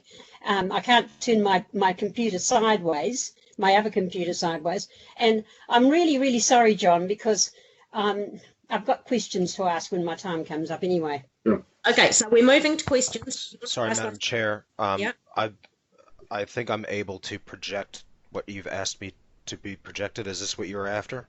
Yeah. For those who actually can see? Mm-hmm. So, Jan, are you able to see that on the Skype? No, I can only see black. I might as well put a blindfold on. I can only see in black. Okay. The answer was no. I'm just trying to think how we can resolve this. So let's go to questions. So if I may, Madam Chair, again, I don't know if this will help, but in addition to the document being in Nexus, Michelle actually sent out the entire agenda as a PDF, which you can zoom in and rotate pictures on. So that's exactly what I've done on the screen. Thank you so much. I'll say goodbye and I'll go over to Outlook, and then God knows where I am. I have to turn off my speaker. Okay, Jen. I'm sorry. This is really trying. I know, and it's trying for everybody. It's nobody's fault. I wish that we weren't dealing with such an important subject. This happens to be my local reserve, and I'm very interested in it. Jan, we'll just give you a moment. That's all right. I can do it while you're talking. Yes. So we're going to move to other people asking questions while you're trying to resolve that issue. So other members, please, in the chat bar if you have questions. It looks like I'm first there, so shall I go ahead? And then there's Tony. Okay. Hi, John. It's Trish Deans. I'm looking at the climate impact statement, and what it's saying is there's a short section of coastal reserve that interfaces with the upper reaches of the Shoal Bay, but there's no mention of the SEA. Shouldn't we be mentioning that as an important element? Yeah, or perhaps that should be in the report. Yeah. It is in the I believe it's in the service assessment. But yeah, I don't see it in the report. I mean, it's just a sentence, if that's okay. Yeah. I never forget the SEAs and the importance of them. Right. Now, you go on to say in 28, the future pressures associated with climate change. What kind of climate change future are we assessing for that SEA area? I imagine that's where the climate change affects the reserve. Yeah, the main impact, I think, would be in sea level rise and possible implications for the cycleway. And whether or not it would still be, a key connection to Auckland Street Reserve. I guess my reaction would be to that in the longer term that a cycle connection could always be, could be kept through that zone just by changing the structure in some way in the future, if that was the main impact, by raising the boardwalk or the using some other. Yeah, I don't suggest raising the boardwalk because that seems to be a continuing problem. So I've always pointed that out because I am hugely concerned that if we're going to put money into cycleways, then we should do something that has resilience. So that's my concern. And can you send me a copy of the Coastal Management Framework? I haven't read that, and it refers specifically to the coastal management in Auckland. It's something that I have a deep interest in. So that was my concern. Thank you. Okay. Yeah, and I guess one other point I could make on the cycleways, when engineers design our cycleways, that they do take into account as much as possible, what they are known sea level rise within the lifetime of the structure, and they try and build and engineer it in such a way that it would be resilient to that. And I'm sure, I haven't worked on this project, but I'm sure they will have done that. Yeah, I live next door to the Navy down on the sports field, so I'm very aware of the flooding issues. Hey, look, just while I'm here, the RMA's biodiversity requirements, are they being met in this plan? Are we referring to them? Because that coastal SEA area, I mean, that's significant. The biodiversity issues. I guess the key thing for this service assessment is that there's very little impact on that area of the reserve. That the bulk of the planning is around the flat piece of reserve. I get that. On the upper level, and it really doesn't actually the only part of the spatial plan that connects with that area is the cycleway. So yeah, but it's an important element. So we need to address those issues. So thank you. Mm.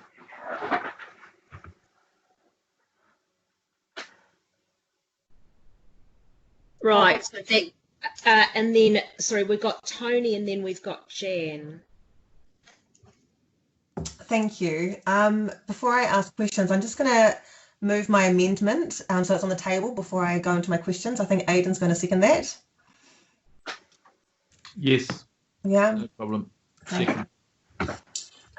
John, thank you very much for the work you've put into this. It's really, I find the subject really interesting and really exciting because it is, as you mentioned, a very strategic piece of recreation space for the Takapuna community. I had a couple of questions and they'll be very brief. The first one was the open space management plan, I think it's called. I think it informed this, didn't it? Yes. And so can you remind me, please, I remember reading it when we first started, what it tells us about what's like the recreational space available for people in Takapuna. What are the gaps that we've got?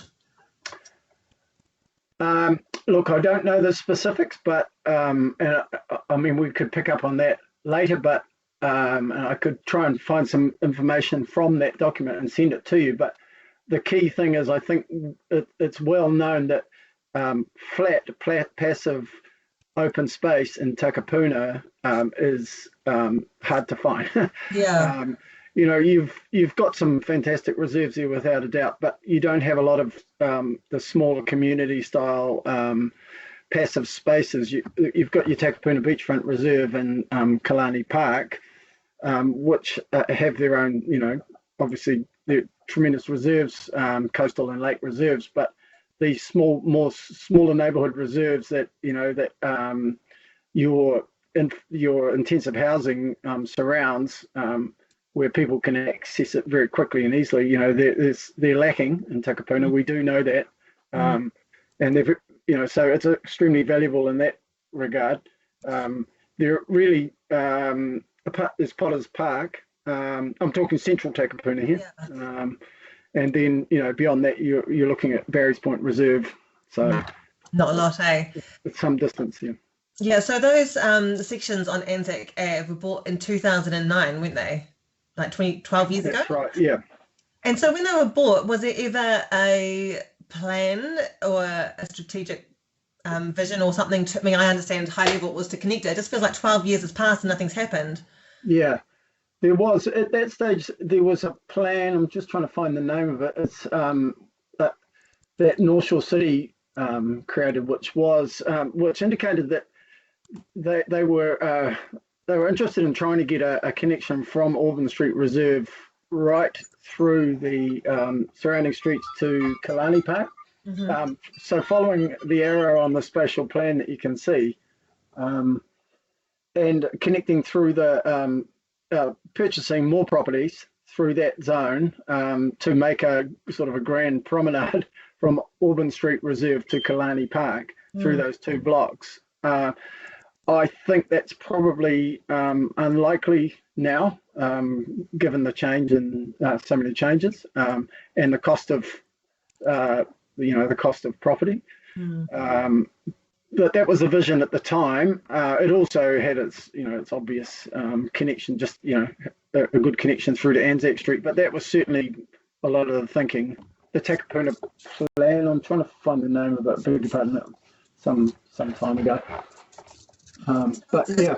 Yeah. So I think what you proposed here in the spatial diagram is exactly what we're looking for in this space, and I think it's really exciting to see it on a piece of paper, I guess, or on a document, so we can sort of see how it's going to be for the future of Takapuna. I noticed you had a list of short wins in the document, which were really good, because there's some things we could probably do sooner rather than later to make things a bit easier, such as wayfinding signage so people can be directed down the pathway to Patuone. How do we get that sort of stuff, those quick wins over the line in terms of funding? Yeah, well, I expect there'll be signage with the Patuone walkway development anyway. But look, this is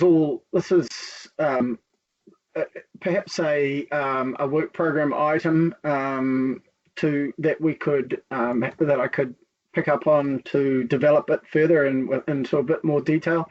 I mean, ultimately, it's going to be a community facilities function to implement that, but I could certainly do some work to initiate that through a work program. And so the document needs to be adopted in order for us to do that? I could, if a separate work item could be raised, as long as it wasn't in conflict with, if this document was not to be adopted, the work program item would need to, not conflict with anything that's, that we haven't done here. Yeah. Okay. It can certainly be picked up on through that. Thank you so much for your work. It's excellent. Great, thank you. Thank you, Tony. I'm going to go to Jen now. Just Jen, before you ask, I know you can't see the screen and how frustrating that must be. I know the area very well, thanks very much. I've emailed you the single page with the diagram from page 93 in the hope that you might be able to see that in Outlook. I hope. Thank you very much. I've got questions to ask now. Number one, John, you say that you're not discussing. You say on your report that parking is a major, and I know this is a high-level document, but it's unfortunate that those two pieces of reserve, the right-of-way on each side, which led to the ladies' bowling club and to the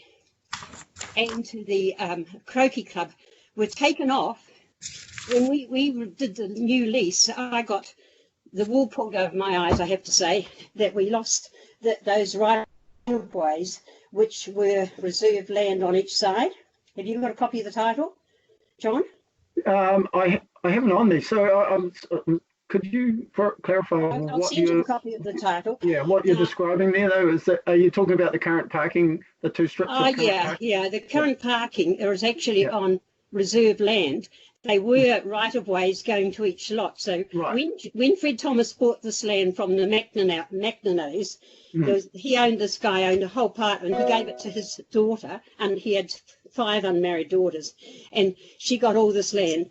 He actually gave access over the middle of the road as a local purpose reserve, and Fred bought this for leasehold land for the Girl Guides, for the play centre, for the croquet club, and for the it was then the Ladies Bowling Club, and he was the one that devised, because he was a lawyer, devised the right of way that they all had a 1/6 share over the middle of the road. You don't know all this. Right. Okay. No, this is So each lot has got a 1/6 share of the middle of the road, which is a local purpose reserve, the middle.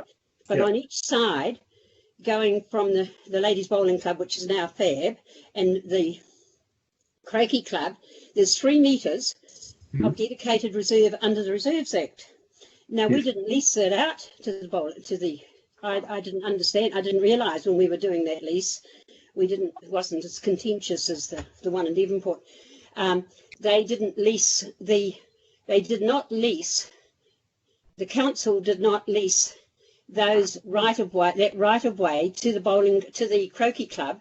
They cut them out. They just put a ring around the grounds. And I just thought, you need to know the history, the legal history, that why Fred Thomas and his council bought it in 1979 was for the Girl Guides, which is really the centre for North Shore. They have actually 22 mattresses there. The girls stay overnight. Like when I was growing up, I went to Otamai. Otamai was the big outing for you as guides. Well, over on the shore, Takapuna is the major one. The one at the end of here is the big thing for the North Shore Girl Guides to stay overnight and do things together, which is good. And what I'm saying is, have we talked to the Girl Guides? No, we haven't. Well, no, I haven't. And the reason being is that I think that this is, you can imagine that the spatial diagram is quite a concern to them, because it describes that area where it's located as recreation. And I know the Croquet Club have had concerns about that, but I guess I wanted to talk to the board about the potential for the Croquet Club to I agree with to you. another area, because that actually that would allow the community buildings to be reshuffled, but currently I don't think that opportunity exists, quite frankly. Have you ever been in the Girl Guide? Have you ever been in it? It's not a hall. No, well, I haven't. No, I haven't been inside. It's a very good. I've been in there quite a few times, and it's more than a hall. I'm sorry that I criticised you before. To my mind, it is actually the central part for Takapuna for the Girl Guides. Yeah. Now, have we talked to the play centre woman?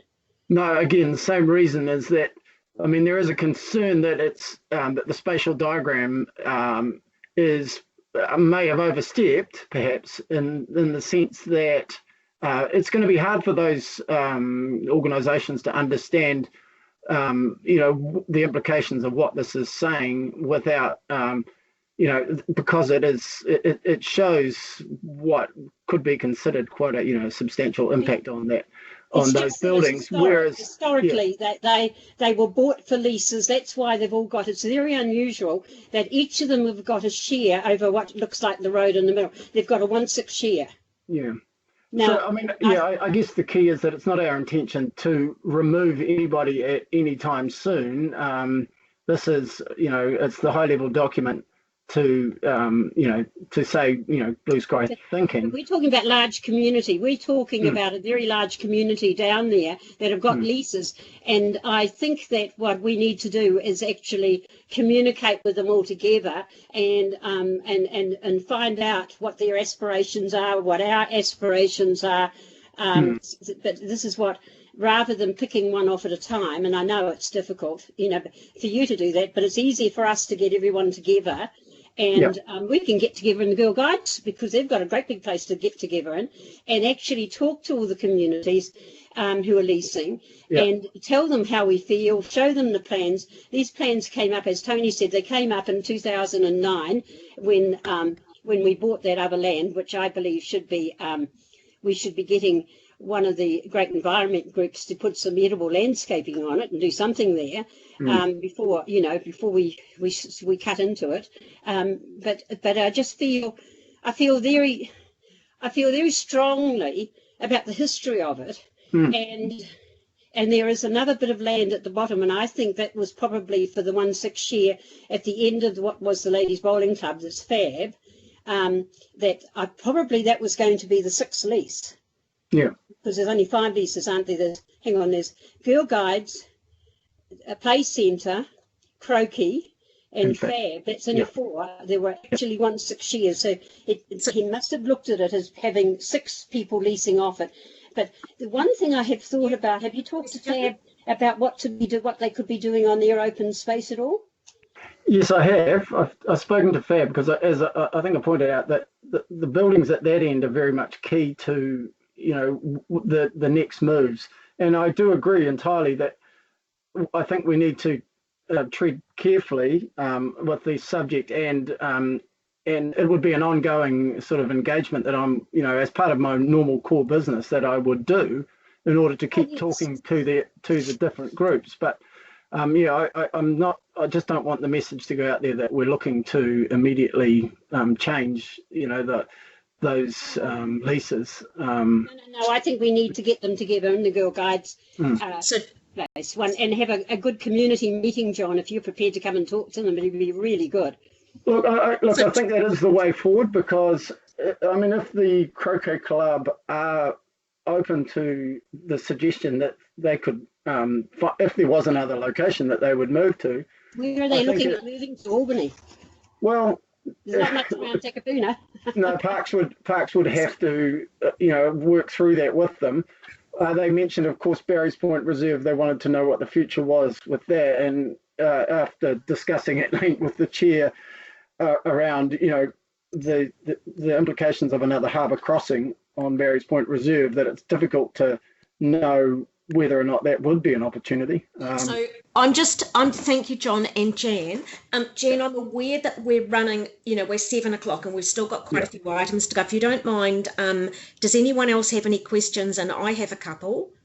Can I just see your recommendation? Sorry, George, can members please put in the chat bar signalling that they would wish to speak?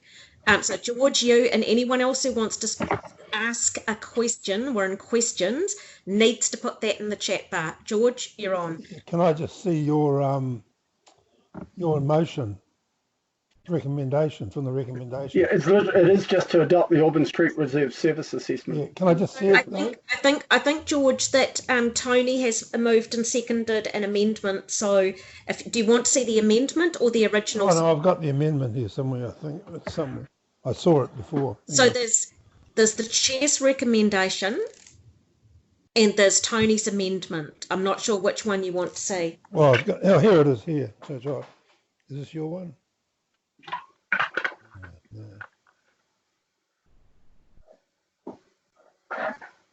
Yeah, it is. I got it now. Yeah. Right. So do you have questions for John? We're not in debate at this point. If you have no, I'm happy with where it is at the moment. Okay. So John, I've got a couple of questions. Sorry, I just put my jolly well notes down. I was flipping screens. So you Croquet giving you some indication that they'd be open to the idea of being rehomed. Yes. And obviously so you've looked at Barry's Point and you're thinking that's not really an option. What other thoughts have we given, and who would pay for it? What would that cost? Because a croquet terrain is a quite particular thing. I imagine it would not be cheap to rehome them, and I don't imagine that they will have anything like the money needed to build a new clubhouse or do the necessary earthworks and whatever they need to do. I don't know. I think they're turf, not astroturf, but it would be a very expensive proposition to move them. So that sort of concerns me a little bit. So what do you have any indication, even a ballpark guesstimate, on what the likely costs of moving them would be, and whether there's a realistic expectation that there might be anywhere to move them to? So firstly, they didn't indicate at any point that there would be an expectation on council to pay for it. It was they were aware that that there would be substantial cost with that, and they weren't it did not indicate that it would be a council issue. Having said that, they would probably think that council would assist in any way they could. And so clearly they would be looking for funding themselves through whatever grants or funds they have. And whether or not there's a realistic opportunity, I would say I can think of a couple of realistic opportunities. I wouldn't go into that at this stage, but I think the Central North Shore, I could say codes, sporting codes are changing rapidly at the moment, and opportunities are coming up from time to time as our parks leases change, and sporting codes change. And yeah, I can think of opportunities. It's quite a long-term strategy, but I would suggest that it would be a worthwhile one to pursue, just given the value of Auburn Street Reserve and the impact of the Croquet Club on that area. So, John, is in your conversations with Croquet, have they indicated? So at the moment they have two. I think they're called courts rather than terrains. They've got Croquet courts. This spatial plan would reduce them to one. Have you had conversations with them about whether the club would remain viable with just one court staying at Auburn Reserve? Yes, I have, and the answer to that, if they were to stay at Auburn Reserve, they would need to try and retain the 4 fields, as they call them. So there's actually 4, so each one of those platforms is divided into 2 fields. So there's 4 fields. Reducing it to 2 is really not an option for them. It's not something they would support because and that's one of the rationale behind perhaps moving, is that this is the key croquet club on the North Shore, and they need the 4 fields for the scale of competitions that they run. And as I say, it's such a key one that 4 fields are required for those tournaments. Okay. So the only other opportunity they talked about was trying to keep the 4 fields and allow pedestrian access through the end of one field. So. Okay, and you haven't spoken to Girl Guides or Play Centre. That's correct. So my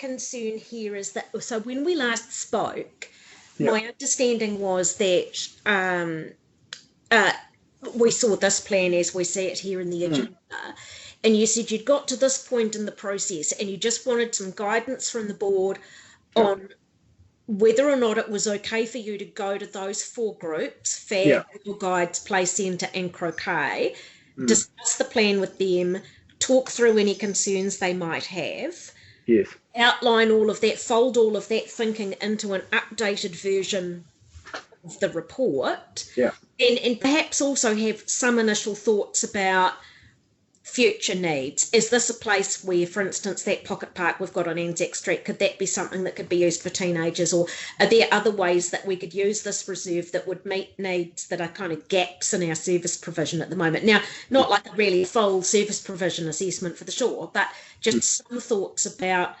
if we did this, how could we use that recreation space and serve our community better? So my concern here is that I'd kind of had the expectation that this would have that assessment of, what about the existing leaseholders? How does this affect them? Does that fit with their future plans? And I know that I appreciate that you've spoken to the Croquet Club a little bit. I'm not sure what FAB said, and 2 of them haven't been talked with, and I'm concerned. So my feeling, so if we defer this, because that was my expectation, was that a wrong expectation, and what would we need to do to make sure that those conversations, because I'm not comfortable passing this without those stakeholders being involved in conversations. Agreed, and look, the rationale behind it was that I had never anticipated that I would get that this late information would come through from the Croquet Club, and I think it has changed the game somewhat, and that was where I thought I would come back to the board, and it has made this, since this report was written, it has changed the whole sense of the reserve and how we could develop it. And so it's left us in the situation where I think perhaps there is more work that we could do, before we have any final decisions. Whether or not the spatial plan would change on this information, I would say it probably doesn't necessarily need to.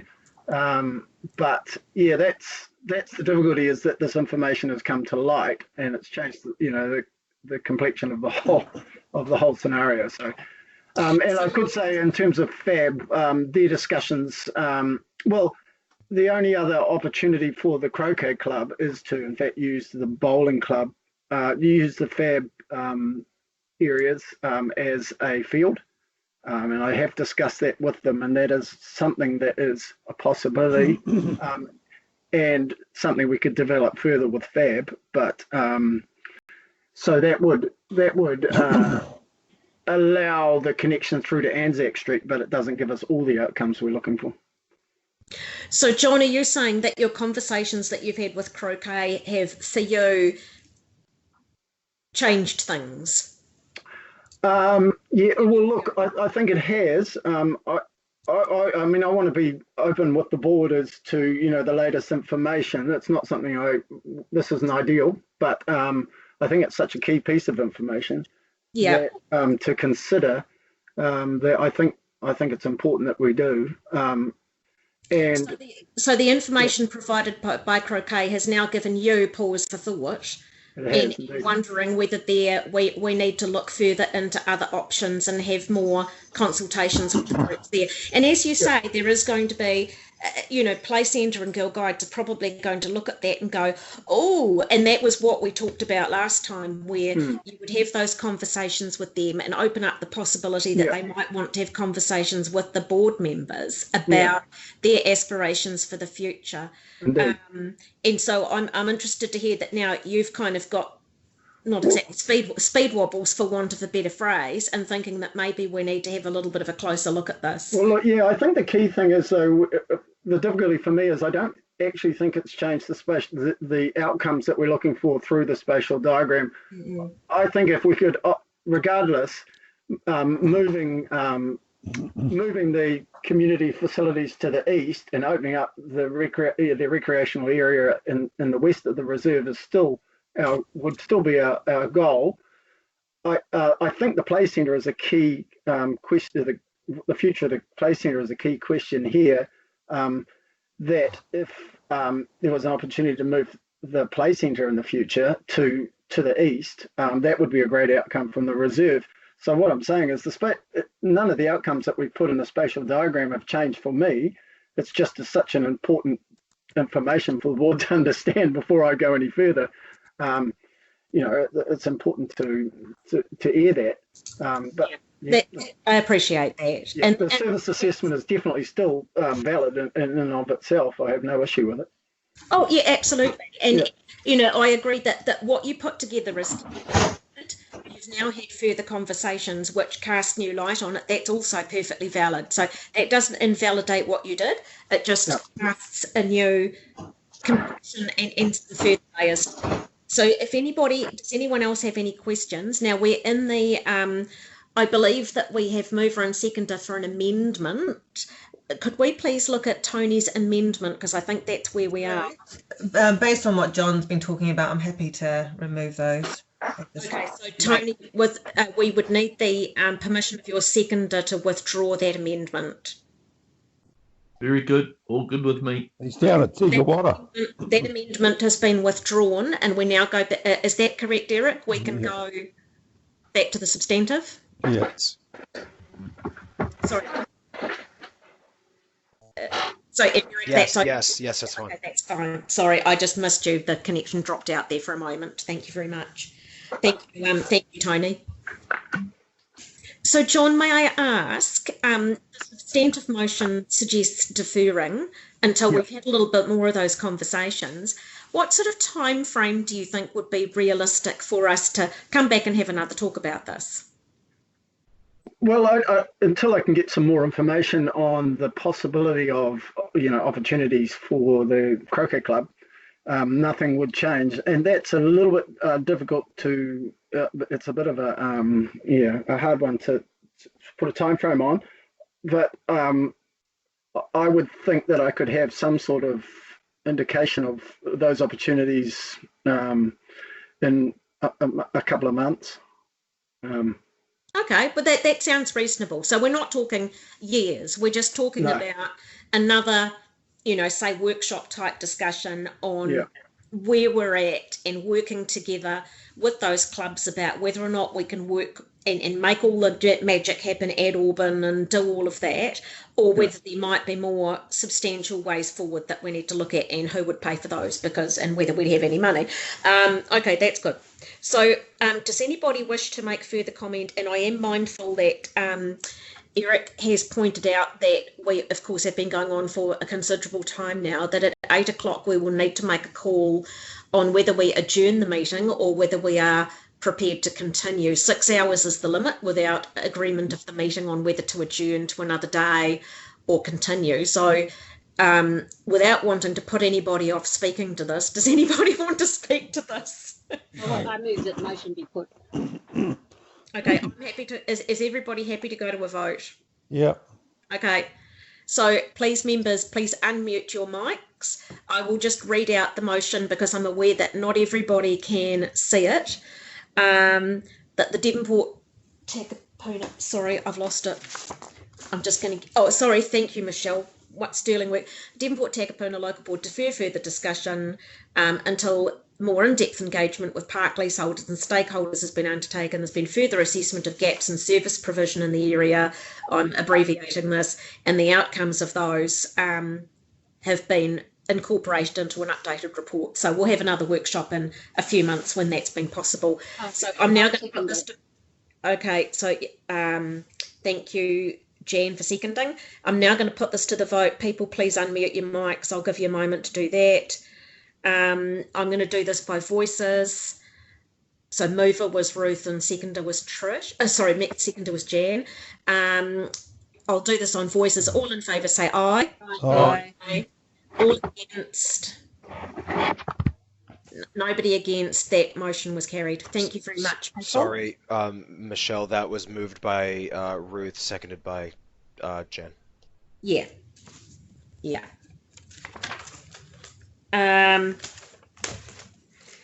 Okay, we move on now to the grants. This is item 16. So this is grants round one. So it's the Devonport Takapuna Local Board grants round one, and also the multi-board round one grant allocations. Now, for those of you who can see on screen, or Jan, you'll probably have to look at your yours on PDF, I'm afraid, is that in the final two columns, we have the amount that was requested by the organisation and the amount that was granted. I know that not everybody was able to attend. Well, all the members were at a workshop where we have discussed these figures. All the members happy to, and it has been circulated as Chair's recommendations to you all. Are all the members happy to take this as read and go to vote? Or do what about the Rotary one in Devonport? What was the figure? Oh, yes, we do need to look at the pump track item. So apart from the pump track item that we're waiting for further information on, well, we'll have to do members, are the members minded to take the rest of these as read and go straight to vote, or do you wish me to read out each line item? What's the meters? Let's go to vote. Go to vote. Okay, so we need, I believe we have Mamita with us. Do we have Mamita with us? Sorry. Thank you, Madam Chair. Yes, I'm still there. Oh, can we put 5,000 in for that one? Devonport. So, hang on, George, we're just waiting for Mamita's been speaking with Rotary and so forth about that. So let's let you tell us what she's found out. Madam Chair, sorry to butt in front of Mamita, but I don't think she has much oversight on that one, but I do.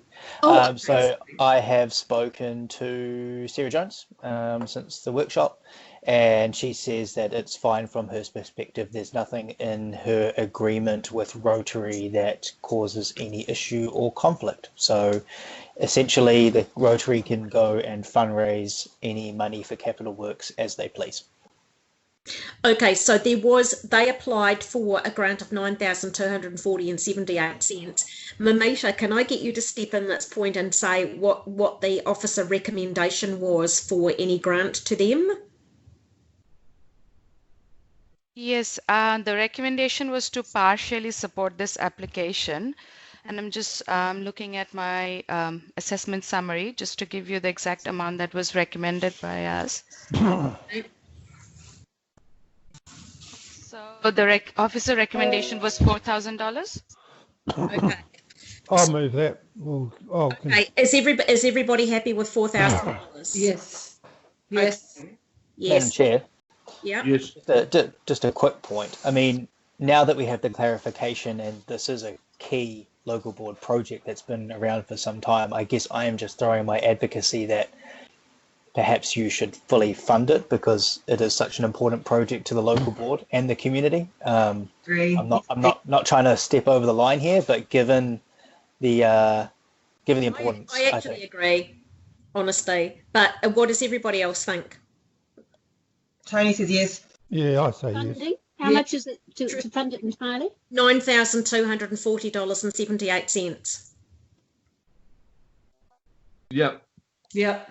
So how Mamita much do they want from us?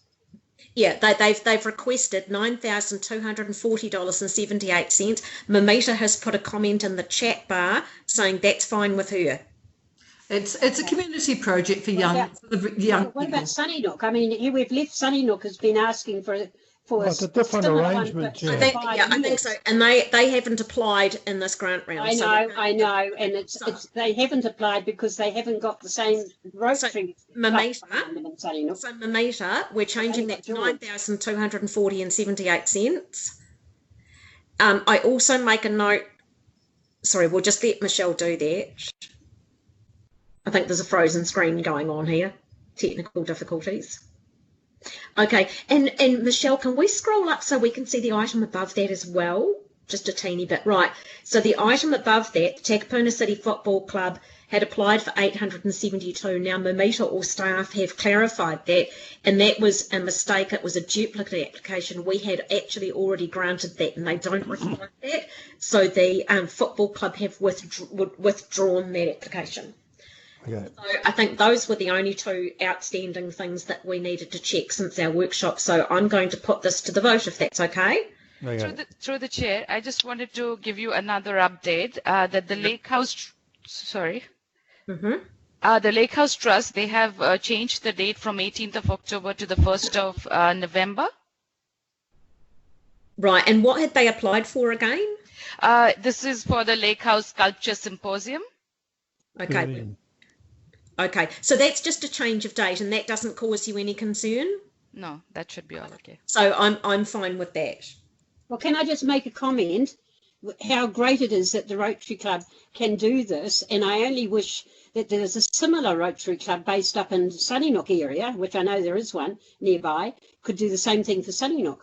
Okay, so we're going to go to the vote now on this one. So thank you everybody for your time. I'm going to do this.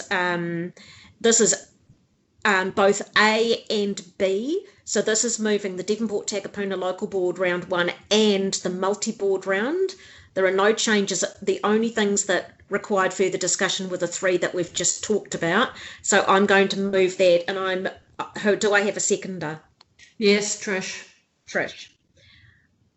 Okay, and then, okay, and I'm going to do this on voices. All in favour say aye. Aye. Aye. All against say no. And that is carried. Thank you very much, everybody. Thank you, Mamita, and sorry that you've had such an epic time waiting for this item to be discussed. You've done amazing work as always, and you always give us the most thorough and wonderful advice, and thank you so much for that. Thank you, Madam Chair. Thank you. And yeah, so Just to highlight, sorry, but to put in, Madam Chair, just to highlight, we no longer have any staff support for any of the remaining items.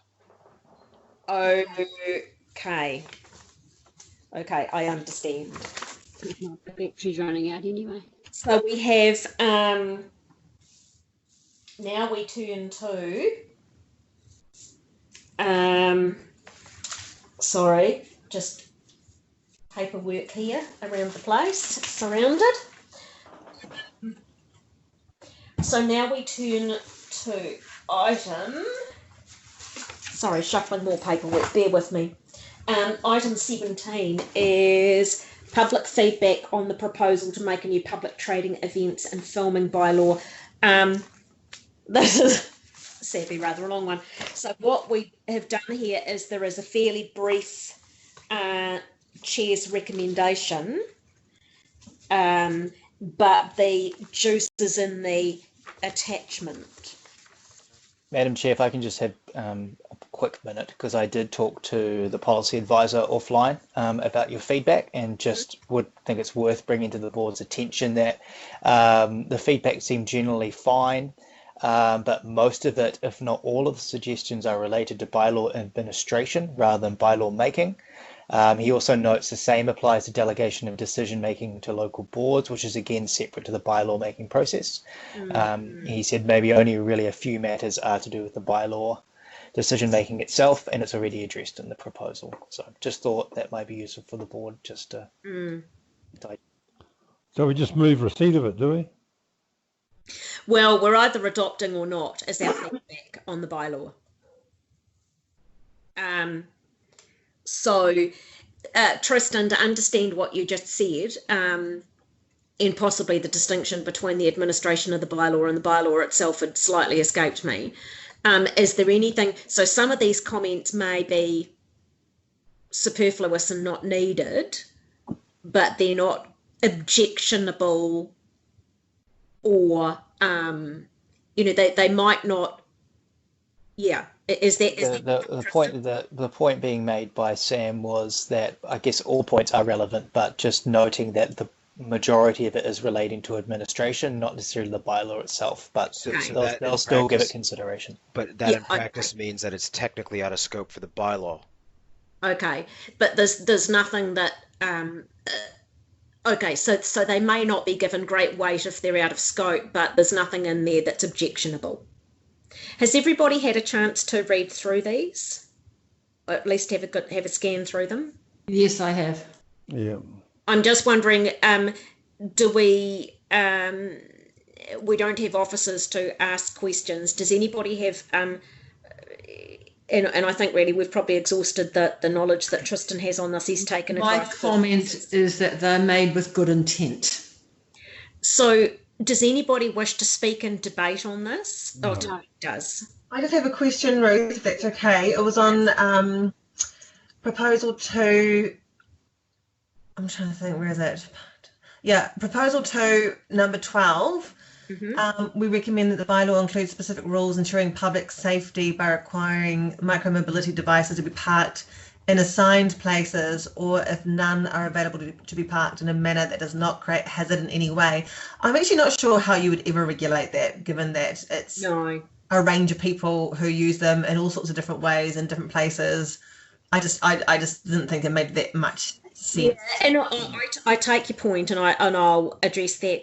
So it is a safety thing about, and as you say, there is individual responsibility, and we don't have the resources to police it, or give fines to people who just drop one in the middle of the footpath, any more than we can regulate every kid who goes to the dairy or whatever and drops their bike outside the shop instead of leaning it neatly against the nearby fence. So yeah, I understand that, but the same applies to any rule or regulation. We've got rules about how people should park their cars. Most people abide by them, and some people don't, and we do have some enforcement over that. But I think if we have something there that says to people where you're supposed to make sure that what you're doing doesn't create a health and safety risk for somebody else, then it's better to do that, even if you don't realistically. Then it means you've got the option of enforcing it if you need to. whether or not we're realistically going to have the resources to do a lot of that, I take your point.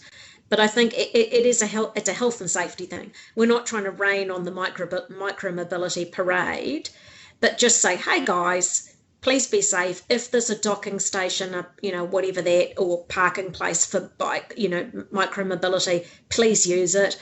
If there isn't, just have that individual care and responsibility for other people.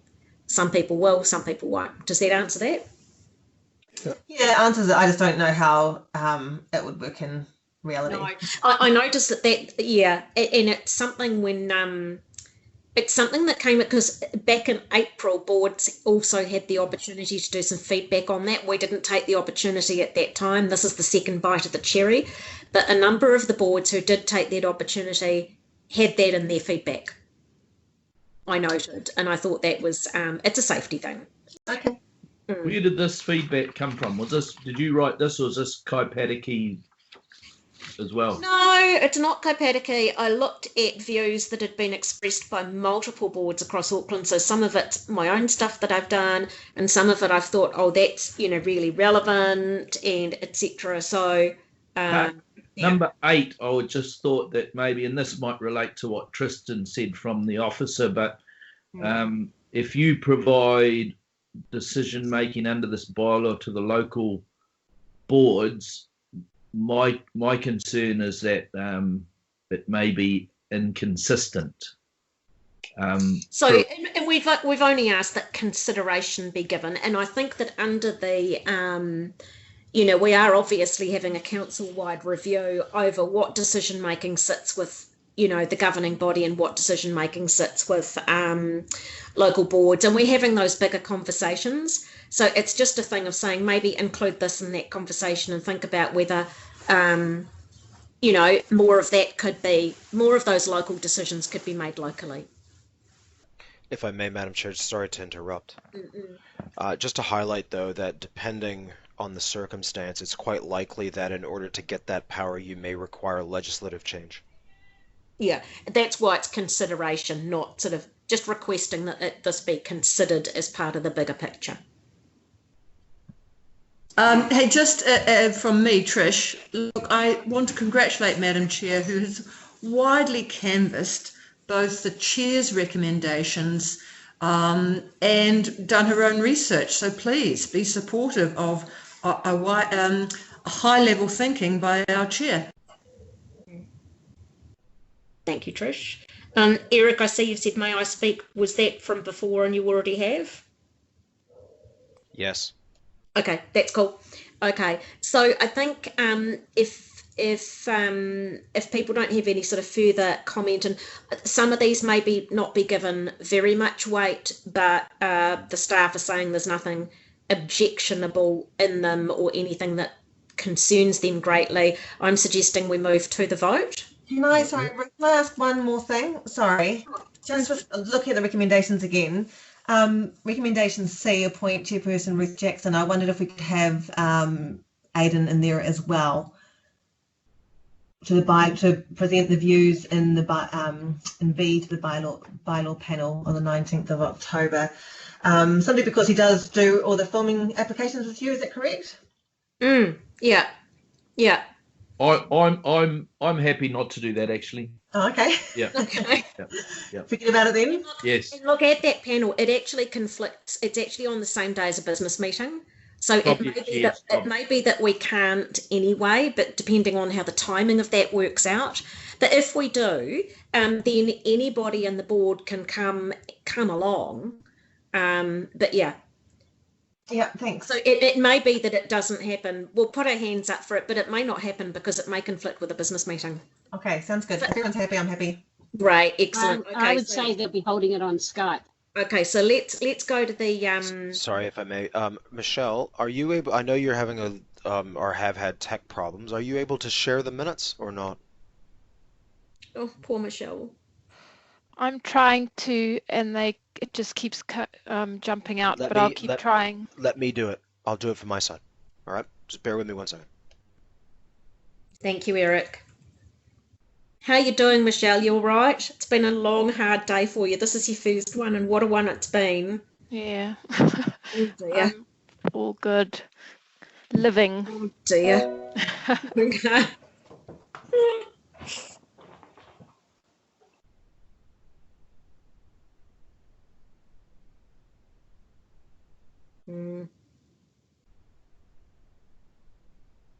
We could do this off what we've got ourselves, couldn't we? 'Cause Okay. no change So to what, is everybody? So if we do a voices and then we'll wait for the tech to catch up, and they'll need to obviously, record that. So I'm gonna. We do have a mover and a seconder, don't we? Well, I'll second. Yes, you do. It was very the chair and member Deans. Okay, cool. That's so good. Confirming that. So on voices, all in favour say aye. Aye. Aye. Aye. All against say no. Okay, and that is passed. Thank you very much. And I'll just start speaking about the next one. I don't want to get ahead of the staff sorting out the tech issues, but the next one is item 18, the Draft Business Improvement District. Now, Jan and I were able to sit in as guests on the Kaipāriki board meeting last week, and there was an extensive discussion about this, and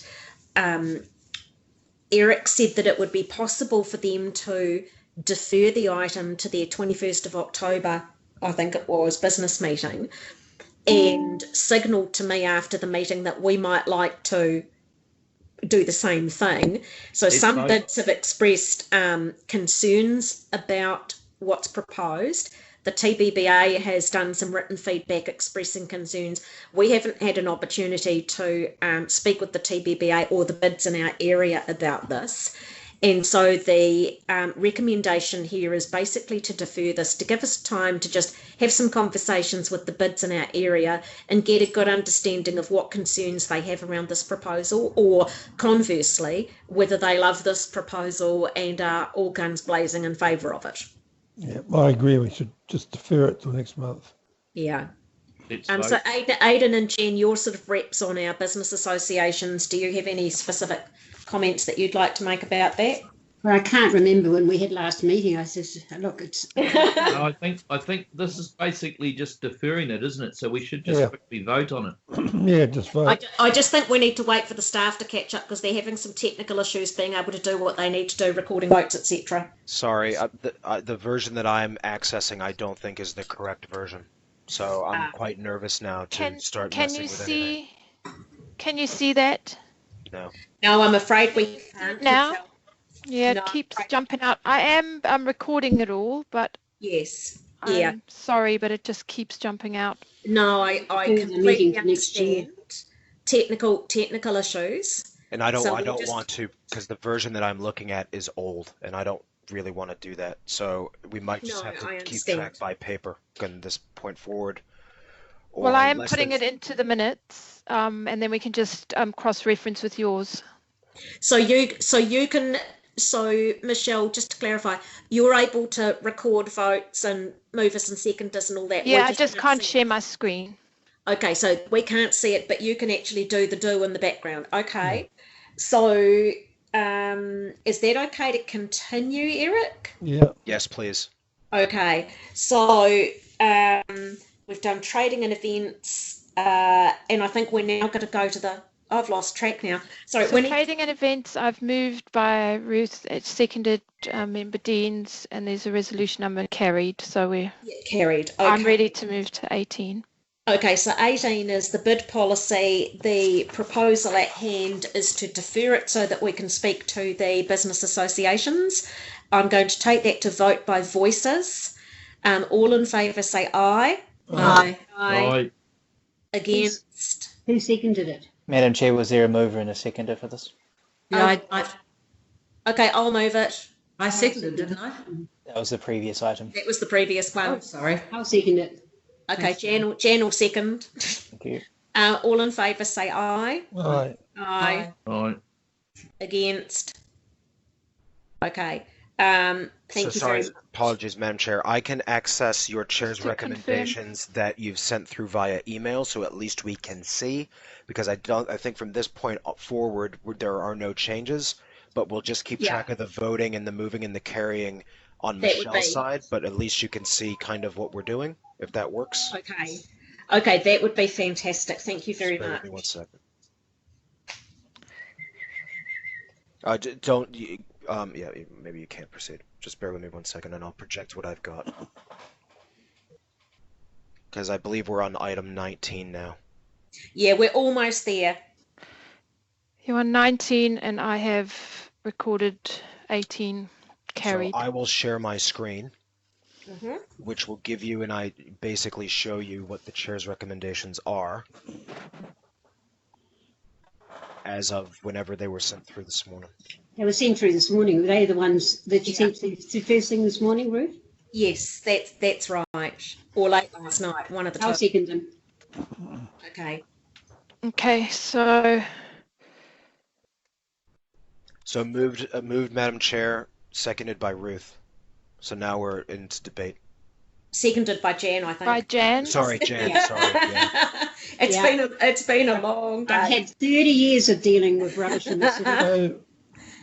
So, is there anybody? We don't have officers to speak to this. I'm assuming that everybody's had at least a chance to have a wee look through this. Is there anybody who wants to speak to this? Just if I may, Madam Chair. Mm-hmm. Very briefly. Yep. Just a bit of an anomaly that you will see once, assuming all of this carries and as it stands. This clause right here that is under C, what we've done in the chair's recommendations that you can't see, unfortunately, is that is a standalone resolution. So that becomes a new D. That's a D. This down here becomes an E, and so on and so forth. And these, all of these bullet points are subclause numbers. Would you like me to read it out at all? Or? The language is the same. The presentation and the numbering will just appear slightly different. It's just a slight different formatting. So that instead of bullets, that'll be Roman numerals 1, 2, 3. Correct. That's Yep. right. Okay. Is there anybody who wishes to speak to this? I think everybody's quite tired and doesn't really want to. I'm really happy, Ruth. Thank you. At the end of the agenda. Sorry, Tony, you wanted to speak? I just want to say that I'm happy with the recommendations here, and I just want to thank you for including some of the things I sent through. So I think this is the right way to go forward. Thanks. Thank you. And I've had input from various members of the board, as you can imagine. It's a topic that a lot of us are very keen on. And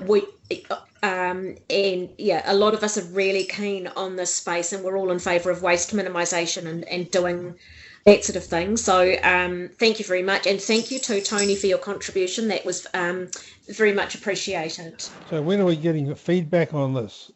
Obviously they'll collate all the board submissions, and we'll get something back at some stage. Has anyone got the idea when?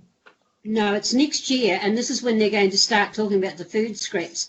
And my problem, which isn't, if we don't address it at all, is the fact they're not encouraging people to compost at all.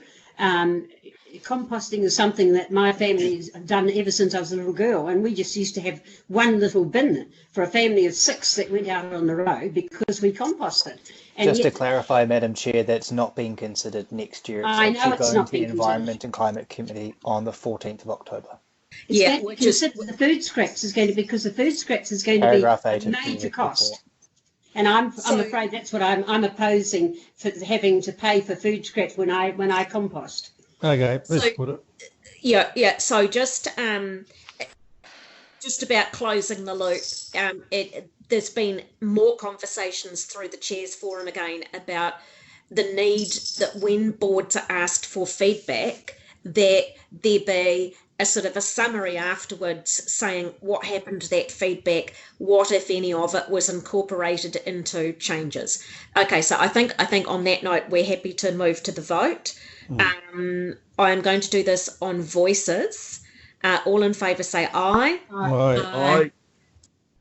Any against? Silence. So that is carried. Thank you very much. I think we'll get through these. We'll squeeze in before 8 o'clock before we need to think about adjourning. So public feedback on proposal to amend the animal management bylaw 2015. So this was principally, there really weren't many people at all across Auckland who submitted to that, less than 200, 6 submitters from our area. So those 6 submitters don't exactly represent a sort of a cavalcade of our community, but that doesn't make their contributions any the less valuable. It's just we have no way of knowing how representative that is of our wider community. So I'm not discouraging anybody or dissing that they did. So there were 4 proposals here. Can I assume that everyone has sort of read this? I'll just briefly go through. The first proposal is support proposal 1, noting that 50% of local submitteds favoured this proposal. I didn't actually write what proposal it was about beekeeping. So how many submitters were there in our ward? 6 altogether. Oh, that's good. So proposal 1 related to limiting the number of hives you can have on a residential property. So no more than, at C1, recommend that approval be required to keep no more than 2 permanent hives. So the proposal was no more than 2 hives. And in the rest of these things under this proposal 1, it points out that as a part of good beekeeping practice, there comes a time of year where your bees are about to swarm and your queens are going off and setting up a new colony, and that if you've got 2 hives, then you're going to end up having a 3rd one when you split one of the hives, and you will then be in contravention of the bylaw. So the suggestion from feedback from beekeepers is that we allow them to temporarily have additional hives while they are doing that hive management and kind of rehoming the new hives, if you know what I mean. It also means that licensed beekeepers can go out and help residents who have a swarm. So if you have a swarm, you can get hold of the Beekeeping Association or whatever they're called. They'll come and get the swarm out of your tree or from your deck or wherever the swarm is, take it away, and they will put it in a hive at their property again while they're trying to sort of rehome it somewhere. So they would, in doing that, that's why we've written all these things here, basically.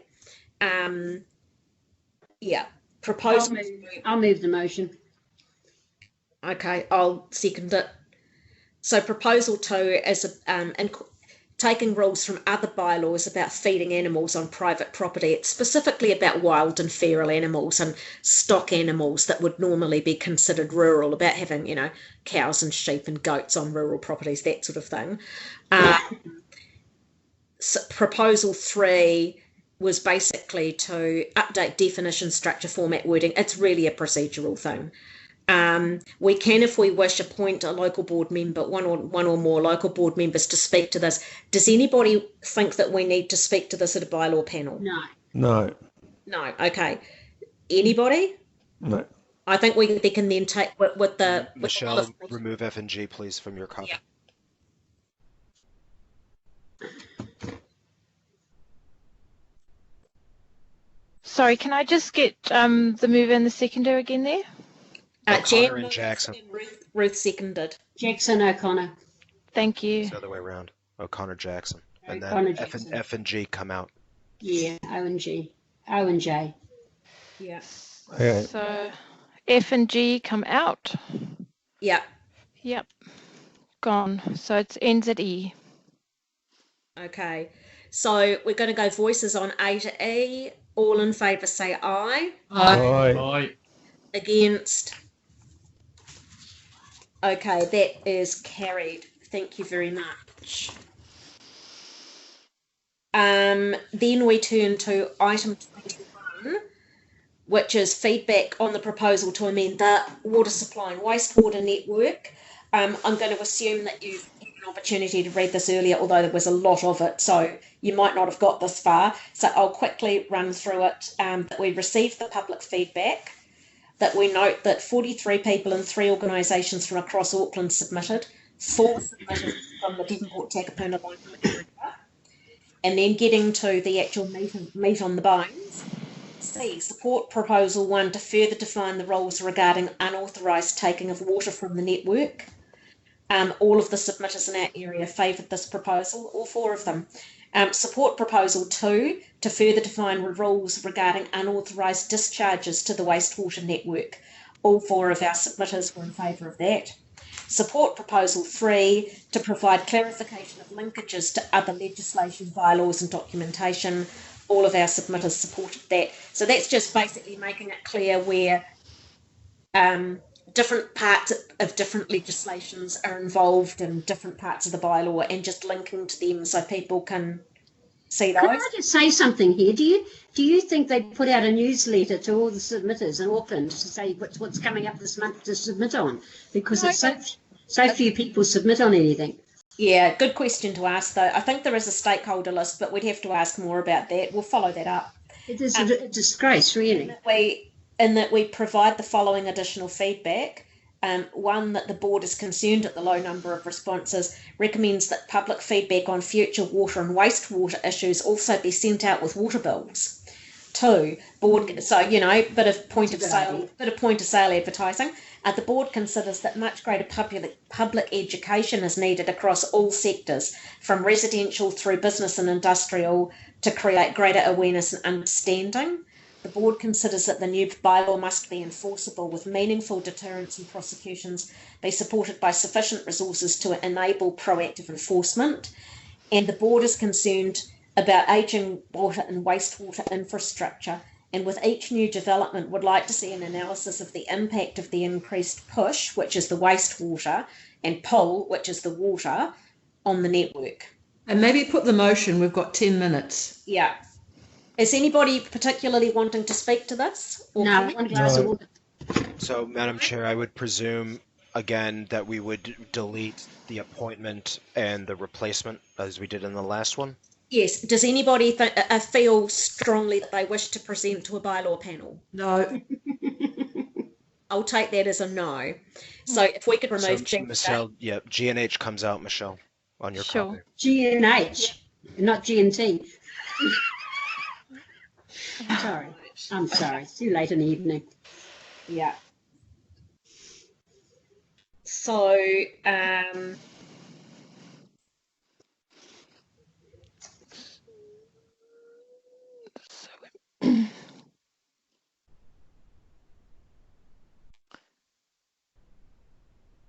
right, so we're just taking G and H out, and then we'll go to vote on voices. G and H are gone. Okay, so we're going to go to vote on voices on the wastewater feedback, water supply and wastewater feedback. All in favour say aye. Aye. Move it. Aye. What about a seconder? Trish. Yes, Trish. Okay. Against. Okay, that is carried. Got it. Then we come to item 22, which is the age-friendly Auckland Action Plan. The recommendation is to support the draft plan as presented.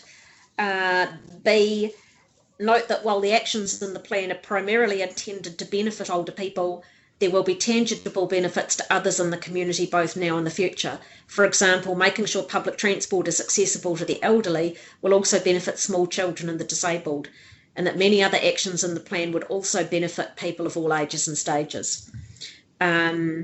C, supports the aspirations of this plan, but notes with concern there's no budget to support council or local boards to implement or deliver any part of the plan. There are no clear measures to track whether we are making progress in achieving any of the goals outlined. Anybody wish to speak to this? No. Put the motion. Need to move in second, Madam Chair. Okay, who would like to move this? I'll move it, George. George. Who would like to second? I'll second. Or Jan. Yeah, I'm the matriarch. I'm almost there, Jan. Okay, so we have a mover and a seconder. I'm going to take this on voices. All in favour say aye. Aye. Aye. Aye. Against? Okay, chairperson's report. I think you've done enough tonight. I'm just going to very briefly say that I've been incredibly impressed by the response of our community organisations during these times of COVID that have all been busy. I've been doing a few sort of Zooms and Skypes with some of them and just checking in to see how they're doing. They all seem to be doing really well. The response from council and from staff within our own has been absolutely impressive. There've been daily briefings and updates, and really that flow of information has been impressive and very great. And I'd like to also thank our local board staff. You've had a long day today, but I think this has been really, really difficult for you guys. Extended lockdown, having to do things remotely, that the pressure and the workload that you face doesn't decrease in the times of COVID, and having to do it from lockdown must be incredibly difficult. And I want to absolutely, lead a round of applause basically for all that you do and for the great work that you do, and the level at which you've continued to do that in the face of extraordinarily difficult circumstances. So I just want to a round of applause for our wonderful staff. And I'm going to leave out everything else that was in my verbal report because time is short. And I believe we have a written report from Tony and Trish, and from Trish. All right, so just very quickly, it's a shame we're rushing now, but I consider this to be really important. I was actually wanting to bring it forward as a notice of motion that was circulated around. What we can do is there's 2 members' reports. We're 5 to 8. We need to make a call at 8 o'clock. I mean, I think it probably won't take you guys long to do your reports. Shall we take a vote to extend by, say, 15 minutes to enable you guys to present your reports? Let's just even 10. If we can do it in 5 minutes. Yep. Look, Madam Chair, for 5 minutes, it's really not worth it. We're going to spend 5 minutes to deal with it. So let's just move on, please. So Tony, please do speak to your report. Okay, thank you. So we do have town centres that are suffering. They have been suffering since the first time we were put in lockdown, and you see that with frequent shop closures and hospitality shop closures and business shop closures. And obviously lots of office workers are no longer working in offices, so there's less footfall when we are allowed to be out and about, and that's really taking a toll. And this sort of thing deeply concerns me.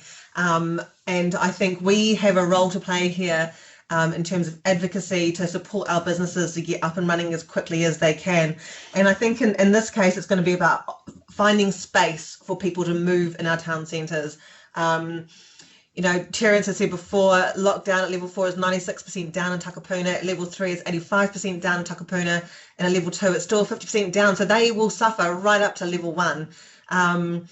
There's things that government can do, and they're being lobbied to step in there more than they have at this current stage.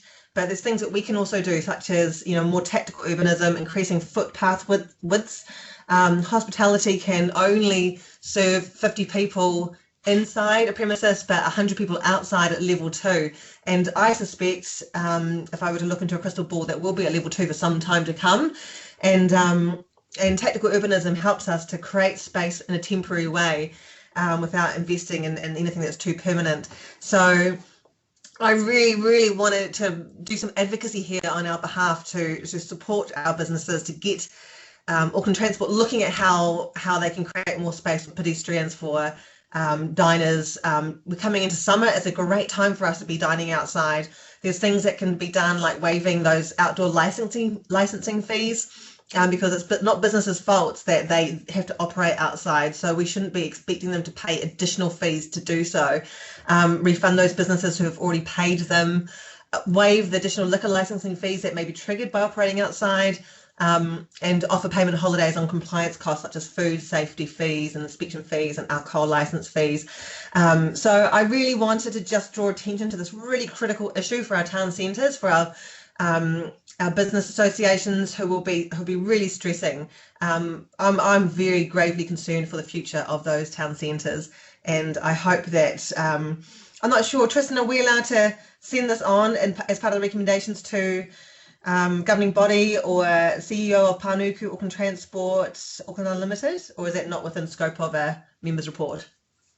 Or Eric, sorry. I don't think you need to include in resolutions. I'm happy to kind of send it to all and sundry. There is work being done internally by the street trading team. I think we're still waiting to hear back from them. So I think they are under a lot of pressure to provide flexibility in the new Delta Level 2 environment. So, and I know it's being influenced by bids themselves. So hopefully we'll wait and see that there'll be something useful. Sorry, Eric.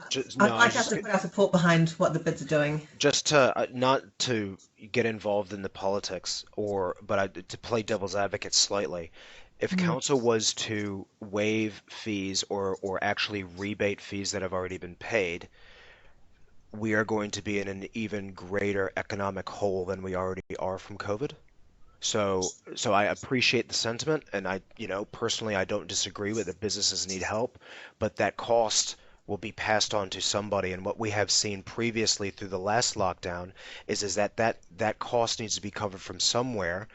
And it's quite possible that the local board could lose funding through your own budgets that you can control as a result of that. So I'm not, I really, really don't want to get into a debate, but there are repercussions to council if we start waiving these fees or rebating them because we've budgeted that.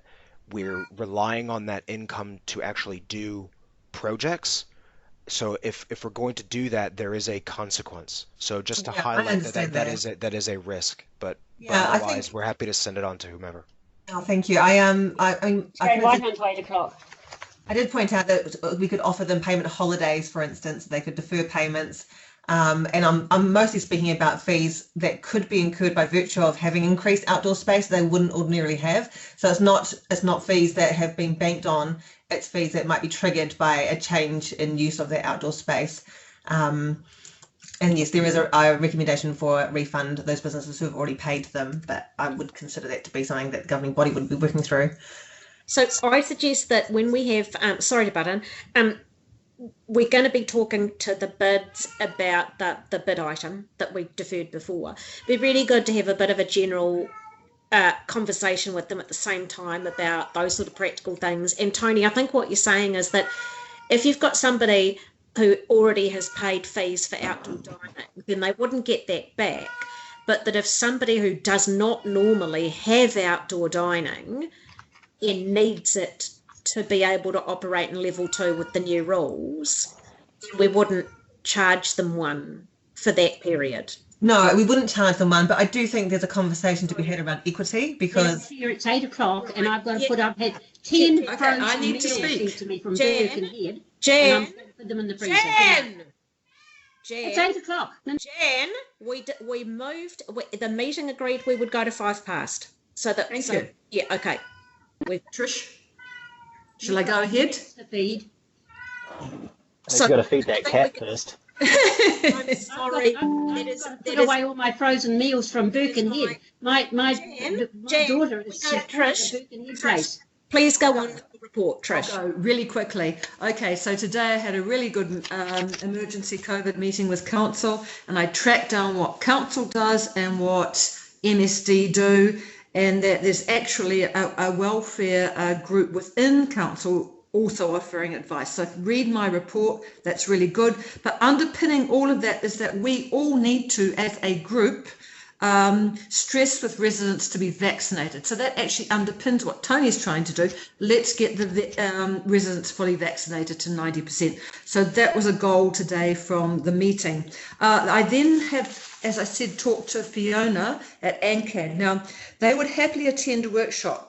It would allow them the opportunity to update us on the work of ANCAD and report back a community survey finding and the considerable communication they've had with local board community organisations during lockdown. We need that overview. So it also feeds into what Tony's doing. If we know what the problems are, we can address them at this level. So let's get ANCAD in the next possible moment of a workshop. They're just so important. They are doing lots of work. Now, also with the COVID meeting today, there was lots of discussion about licensing and fees because it was really difficult for council because this affects the groups and their behaviours. So they were quite, a little bit reticent of that and saying, first of all, we need to understand COVID-3, level 3, is no different from level 4, really, apart from you get a coffee and a bit of a takeaway. So let's not rush ahead, although we need to plan, and I do appreciate the bid problems. Now, we also have problems with Wi-Fi in that the libraries can't provide it. It's just not possible. Yet we have elderly and young who may need to make transactions. So again, refer anyone to the council number, 301010 or whatever it is, for those having problems. Now, I will chase up the council response. I have a contact there, so I'll be feeding back to you further information. But let's get ANCAD in, please. I finished. Right, sorry about the cat in the background. Can I just ask, do we have to move and second the chairpersons and members' reports? Yeah. Just about to say that, yes. So who would like to move and second my verbal report? I'll move it. So mover George, seconder Trish. Trish. Okay. All in favour say aye. Aye. Aye. Against? No, that's carried. And so I would like to move that we receive and as Tony Van Tonda and Trish Deans for their, they were both written reports, weren't they? Yeah. Yeah, for their written report. I'll second that. 24. So we'll just let Michelle catch up with Trish and Tony in item 24. And thank you, George and Ruth. Seconding. Sorry, just give me a minute. Yeah, no, absolutely. It's all good. We're almost there. We've got only 2 things to receive and we're at the finishing post. We'll be there at 8:05. If I hurry up. The cat might get fed. If the technology plays nicely with you. Okay, so 24 was? Receive and thank members Tony Van Tonda and Trish Deans. For Yeah, who moved and seconded? I moved, George seconded. Thank you.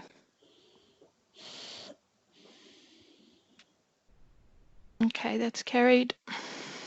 No, we haven't voted yet. Oh. Voted on the previous. So now we're voting on 24, the elected members' reports. All in favour say aye. Aye. Any against? That's carried.